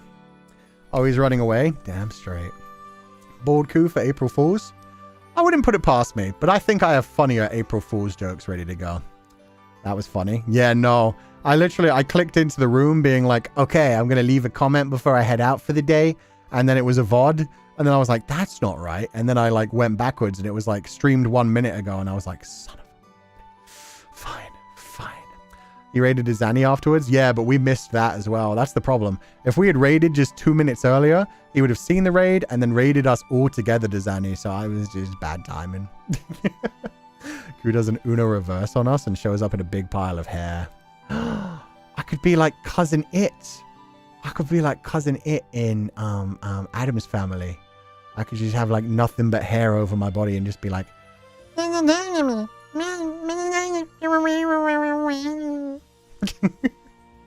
Anyway, we're gonna head off for today. Yeah, very short game, and we ended up doing a 2-hour chat at the end. I didn't do Streamlabs. Okay, no, we'll do Streamlabs quick. God damn it, Kusha. You said like an hour ago you were gonna go through the Streamlabs. Okay, Anonymous. Oh. Okay, I will read this one, but just in case anybody else has problems with dissociation, maybe just mute me for like 2 minutes. Because I know some people that are dealing with that, like that is a trigger just hearing about it. But from Anonymous. Hi, Sensei. I wanted to drop a sneaky dono. I'm having a hard time with dissociation and listening to you live helps me ground and feel present. I'm so glad I got to be your student. Whoever you are, Anonymous, I'm glad to hear that I'm helping in some way, and I'm glad to hear that you're feeling more present, because, yeah, sometimes you, like, completely need to completely take yourself offline and just, like, be present in your own life offline, but definitely when I was dealing with those kinds of feelings, sometimes you just want to be distracted, sometimes you want somewhere comfortable where you feel seen and where people are reminding you that life is worth living, and you're here for a reason, so... I'm glad to hear that I'm able to help in some way, and thank you for such a lovely donation. I hope things get better in the future. I hope it continues to go well, and thank you for letting me know that, because yeah, I'm always scared, because obviously, like I just said with the quick little warning, like some people hear those kinds of things and it actually like triggers it even worse at that point, because they start to think, oh, is this a sign kind of thing. So I'm glad that it's not feeling that way for you, and I hope things continue to get better, because life is so worth living. And it is good to be present and there for it. And yeah, there's always an interesting adventure to go on in the future. So I hope you continue to enjoy it. Thank you so much for being here, and thank you so much for saying that. Try Princess, thank you so much for donating with allowance. No message, but I hope you're having a lovely day, and thank you so much for being here. Sunny Baby Kitty. Oh, okay. Thank you so much. Oh. Oh, I'm really... What I will say, Sunny Baby Kitty, all I'll say is, like, reading that makes me feel very happy, because, yeah, that's kind of the atmosphere I want to give. So, even though you don't want the actual comment read out, I'm very happy to hear that, and that's so sweet. Thank you so much, and I hope everything goes well in the future. Chat-sama, Otsuku! Didn't expect to feel the feels early in this morning, but I'm glad I did. It's something that all creative people need to hear. You don't need to make your creation perfect. Simply creating it to existence is an achievement in and of itself. Yeah, and there's a certain like feeling that you only get when you actually complete a project. Because a lot of the time, like, we're constantly chasing that high, that feeling of like, you dream up something and you're like, oh, this is the best idea ever. It's going to blow everyone's mind. It's what I want to create. But actually, like, creating it is the journey. Actually creating it and bringing it to life is the journey. And you will only get better at being able to create those worlds, to create that artwork, to create that story, to create those characters. If you do engage in that, you have to actually work on it and, yeah, tell those stories to completion where you can. There are times when you just have to abandon a story, unfortunately. There are times when you realize, like, oh, I am either just not able to complete this to the level I want to right now, so I'll come back to it sometime in the future. Or you just think, like, when I started this, I was having a lot of fun with it, but now it feels like a drag. It feels like it's holding me down and keeping me from other projects. So you do have to balance it. There are some times you have to let go of things, but if you do find that you're always just like starting projects and never finishing them, or even worse, what I did through a lot of my life, dreaming up like very fascinating ideas and being like, oh, this story arc would be so cool. This character idea would be fascinating. Like, I'd love to write that, and then never having the time for it. And so just being like, that would be such a cool story. Anyway, like, that happened to me a lot, where I spent a lot of time just like daydreaming and like imagining cool scenarios and never actually putting in the time to turn them into a cohesive story and then actually write that story or tell that story. Because that's one of the fun things about just being able to think up plots like that, especially at the position that I'm in. I haven't released a single chapter of the actual story yet, and yet people know the characters pretty damn well, thanks to Chris's amazing work on the Metamorphosis Lost webtoon, and thanks to like the music video, thanks to the animations, thanks to Saku's incredible art. Like, all of those things capture the characters so well already, where it's like, people know the characters even before I've started the actual story. And don't worry, chapter 1 is now officially done, so that's something. I finished chapter 1 yesterday. But also, yeah, the plotline itself was like the most time-consuming part. I spent all summer doing the actual plotline just for book 1. So we'll see if I can actually tell that properly. I'm going to do my best on it, and yeah, we'll see how long it takes and how it goes. But chapter 1 has been really fun to write, is all I'll say for now. So I hope you guys enjoy it in October. But yeah, definitely, if you find that you're never completing stories or artwork or anything else, it might be time to like spend some time really locking in on something just to have that feeling of completion, because it does like hit in a slightly different way. Had a few story ideas a few years, and yeah, sorry, the actual plot you actually brought up, Chat Summer, the actual point you brought up, yeah, it doesn't have to be perfect. It's like that art, it's the art trend now, even though I first saw it like forever ago, where it's like a poorly drawn circle, and it's like, it doesn't have to be perfect now, just make it and you can make it better later. And then it's like a proper like perfect circle, and a lot of people like draw it like with their first draft of things and then their final draft of things. Yeah, just make it exist, and then you can improve on it. Like, you can make it, complete it, and then be like, okay, and now this needs editing, or now this needs a second draft, or that was cool, and it's inspired me to create something similar, but in a different direction.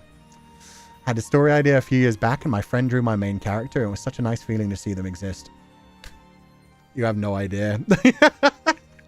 You have no idea how much it like fulfilled so many of my dreams to like, yeah, just be able to be like, and here's an animation, and here's beautiful artwork by Saku, and here's a beautiful webtoon, and here's official music. Like there was everything coming to life. Like that's one of the best things about being a VTuber is like creating your character and being like, I love this so much, and then seeing other people fall in love with them as well, and seeing their creations and them bring them to life is like such a fulfilling feeling. Fulfilling feeling. That's hard to say.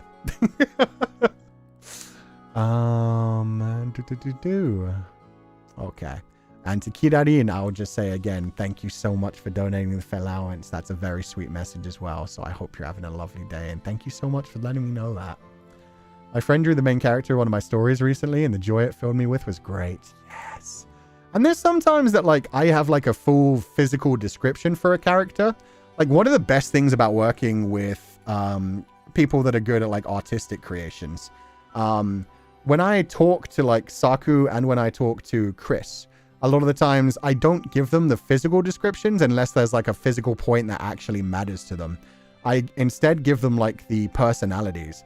Like I'll give them like the age and like general vibe, and then I'll give them like the personalities and the stories that they're going to go through and let them design the actual character. And that creates so many unique and interesting ideas. Like with the character of Hannah Anderson, she was originally going to have like mousy brown hair and like light green eyes. Because the idea for her is to like be connected to the earth. But then, yeah, when I actually like sent the drafts in and got, when I sent the descriptions in and got like the drafts back, it was much darker hair and like a kind of like purplish eyes. I was like, oh, now I can't see them any other way. Like they've got violet eyes and dark hair now. And it suits the character in like a different level of being like the real life, like literary, like scholar kind of person. So yeah, it's very fascinating. That's kind of what I touched on the other day when it's like, when you start working in collaboration with other people, it like turns into, wow, wait, that was earlier today. I'm blending all my days. Like as well as like doing things to fulfill other people's fantasies, like working in collaboration with somebody else. Sometimes you'll create something expecting it to go one direction, and the direction just starts to change somewhere along the way because the other creator like puts their own spin on it, and you're like, oh fuck, now I can't see them a different way. Like that's the character now. I'm always so happy when people look at my OCs and tell me, yeah man, that's good soup. Makes me feel fulfilled. Yeah, it's such a nice feeling. Blending all my days is so real, I can't tell time apart either. Yeah, that happens to me a lot, honestly. It's probably not good for us. But yeah, especially when you do like streams every day. It's like, which stream was that? It was like, where we were talking about creative stuff today. I mean, we talk about creative stuff a lot. And finally, Bullets, thank you so much for donating the Féileacán. Thank you for the stream, Sensei. I had a great time this morning, although I missed the gameplay part. Oh, you just caught the Zatsu. The Zatsus are always so entertaining, and I had a good laugh before I head out for studying. Have a good rest of your day, and I'll go as Vodgang. Ah, thank you so much, and I hope you have a lovely day. Thank you so much for being here. Wow, all the ones like offline end up being yeah, like don't read out loud kind of ones. I think I'm gonna read the rest of these when we go back to Sophia in Exchange for Lies, because there are a lot of them talking about DID. So I think we'll come back for those when we do the next stream, so that they're kind of connected and in the right space to talk about it. Honestly, that's a theme touched upon in ORV. Even just having one reader who cares about your story is a feeling like no other. It is. And there's always like the feeling that you should be able to create like a passion project for yourself and not worry about what other people think about it. But it's such a nice feeling when people do connect with the characters or the story or the message that's inside the story or anything. Your art style, your characters, like designs, like it just makes you feel so fulfilled. It's like, I did that and other people love it. And like, yeah, everybody who is creative has started by being inspired by other people and seeing their work and being like, that's beautiful. And to have like a slight feeling of like, wait, am I going to inspire a future generation? Like, are the things that I talk about, the things that I write about, the characters I create going to inspire people in the future to do their own things that are probably going to be way better than mine? Which is why I love that message at the end of the Unfinished Swan, where the father, the king, once the child finally came to the king, and after 9 years of him having done nothing because he was so depressed at losing his family, being able to be like, okay, my time is done. Like, I was happy I did all those creative projects, and now I want you to go on and do your creative projects. Take the kingdom, take from it what you will, and be a better man than your father. Like, go on and create something much better.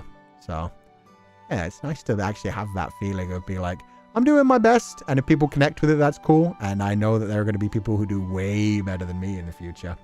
It was a sweet game. Yeah, the ending really surprised me in a positive way. I thought he was just going to be dead.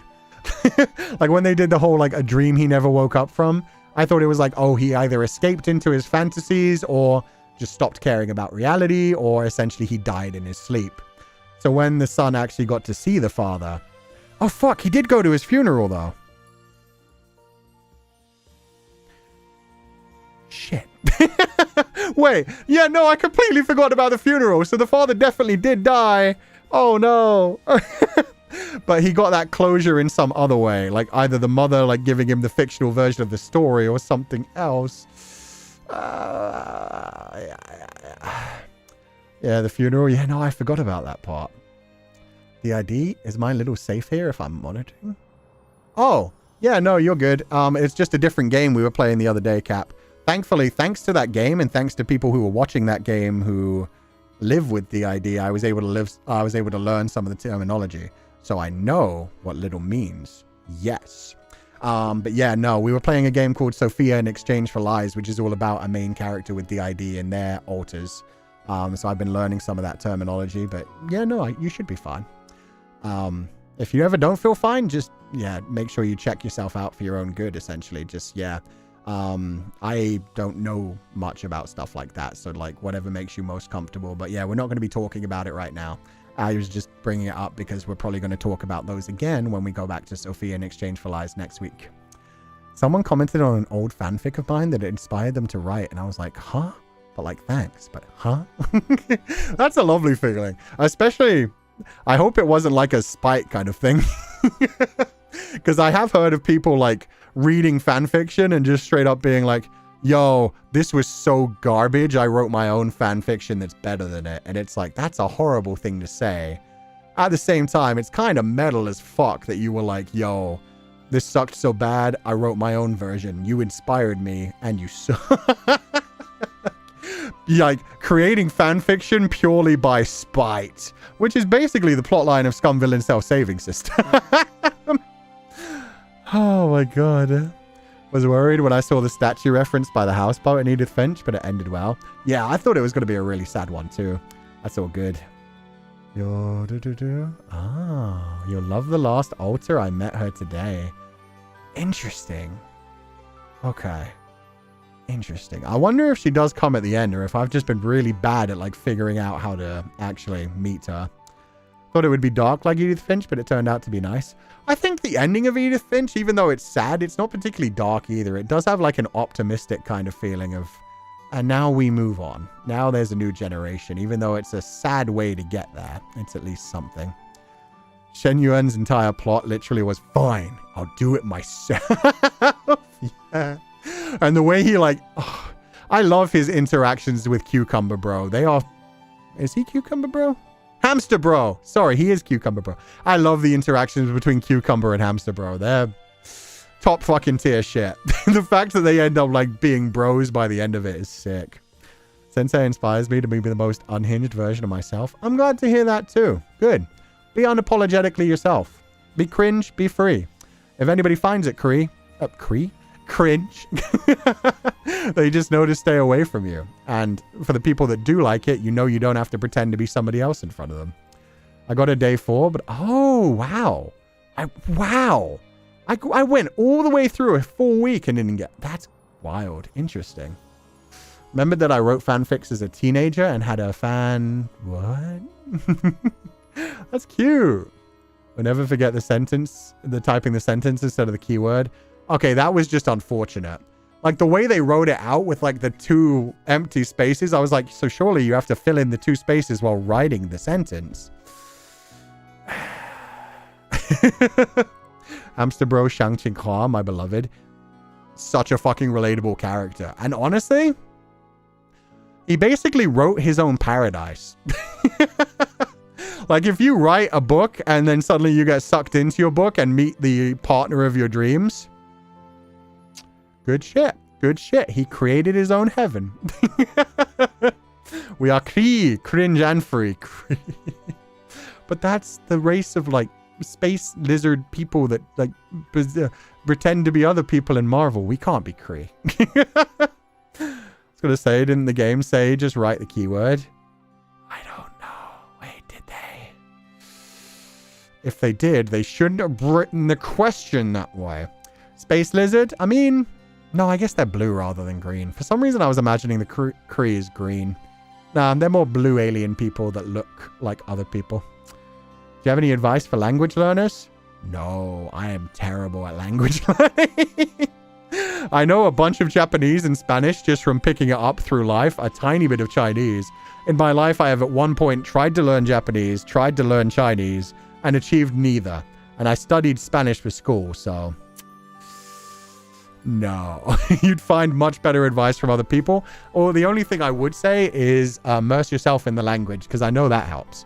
I know I've picked up more language just from immersing myself in video games, movies, and media than I ever did from actually studying. Actually studying you need to do because it helps you put together the actual specifics. But when you immerse yourself in the language at the same time, you'll start to pick up words and then also be like, I wonder how I can fit that into a sentence. Or hear sentences with different, more natural structures in the language rather than maybe like the very specific ones that you learn when you're just learning the language like through textbooks. And now we've got another 20 minutes after I said we were wrapping up. So we're going to head out for the day. Wait, did anybody start streaming while I was yapping? What if? What if? Then we could raid. Nope. That's okay. That's fine. We're going to head out for the day. Thank you guys so much for being here. That's Cú Sensei for you. That is Cú Sensei for you. I hope you all have a lovely evening. We'll be back tomorrow to finally continue Undertale. And then on Saturday, we'll be on Twitch for the karaoke. Oh yeah, and I didn't forget about, well, I kind of forgot. I got overwhelmed about the scrapbook pages. So I've decided I'm going to do those on, I'm going to write them out on Mondays on Oshiete or Cú Sensei and share them on Sunday. Because it doesn't really matter when they come out, and that gives me more time to collect like fan art from the week as well. But yeah. I'm going to head out. Everybody have a lovely evening. As always, burn bright, my pupils. And I will catch you guys next time. Bye-bye.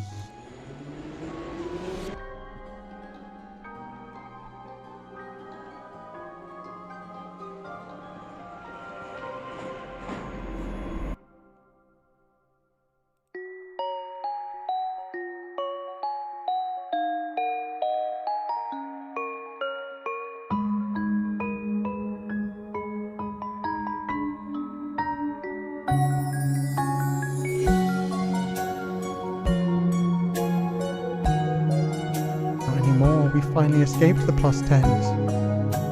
Time for peak song? Hell yeah, I'll shut up. Enjoy Laura Shigihara! We've come such a long way together. Walked the roads and saw the days go by before we had a chance to find a separate meaning. But I kept searching for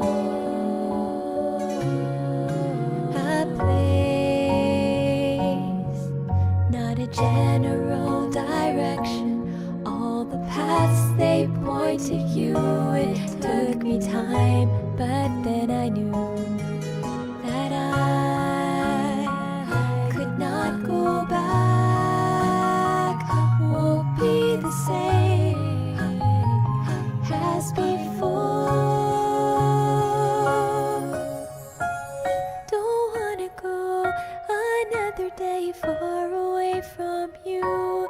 It's painful, but I don't regret it. All that I have, all that I am, wrapped inside of you. Though time goes by, I won't forget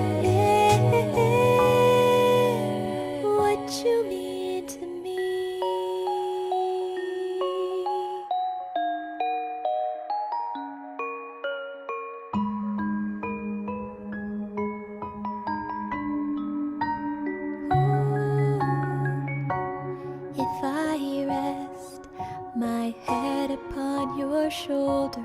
Let the tears fall down and hide away inside your open arms, to stay like this forever, to grasp at one more day. Find a way to go beyond the unknown. Let it all just fade away until there's nothing more to say. That I'm not holding back, just falling down to be where you are. Don't wanna go another day far away from you. It's painful, but I don't regret it. All that I have, all that I am, wrapped inside of you.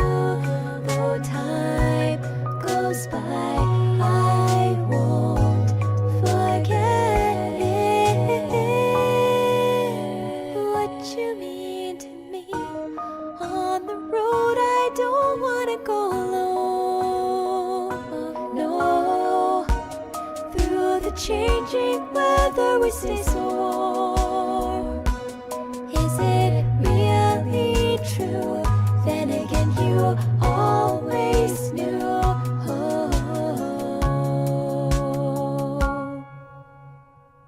Don't wanna go another day far away from you. It's painful, but I don't regret it. All that I have, all that I am, wrapped inside of you. Though time goes by, I won't forget it. What you mean to me.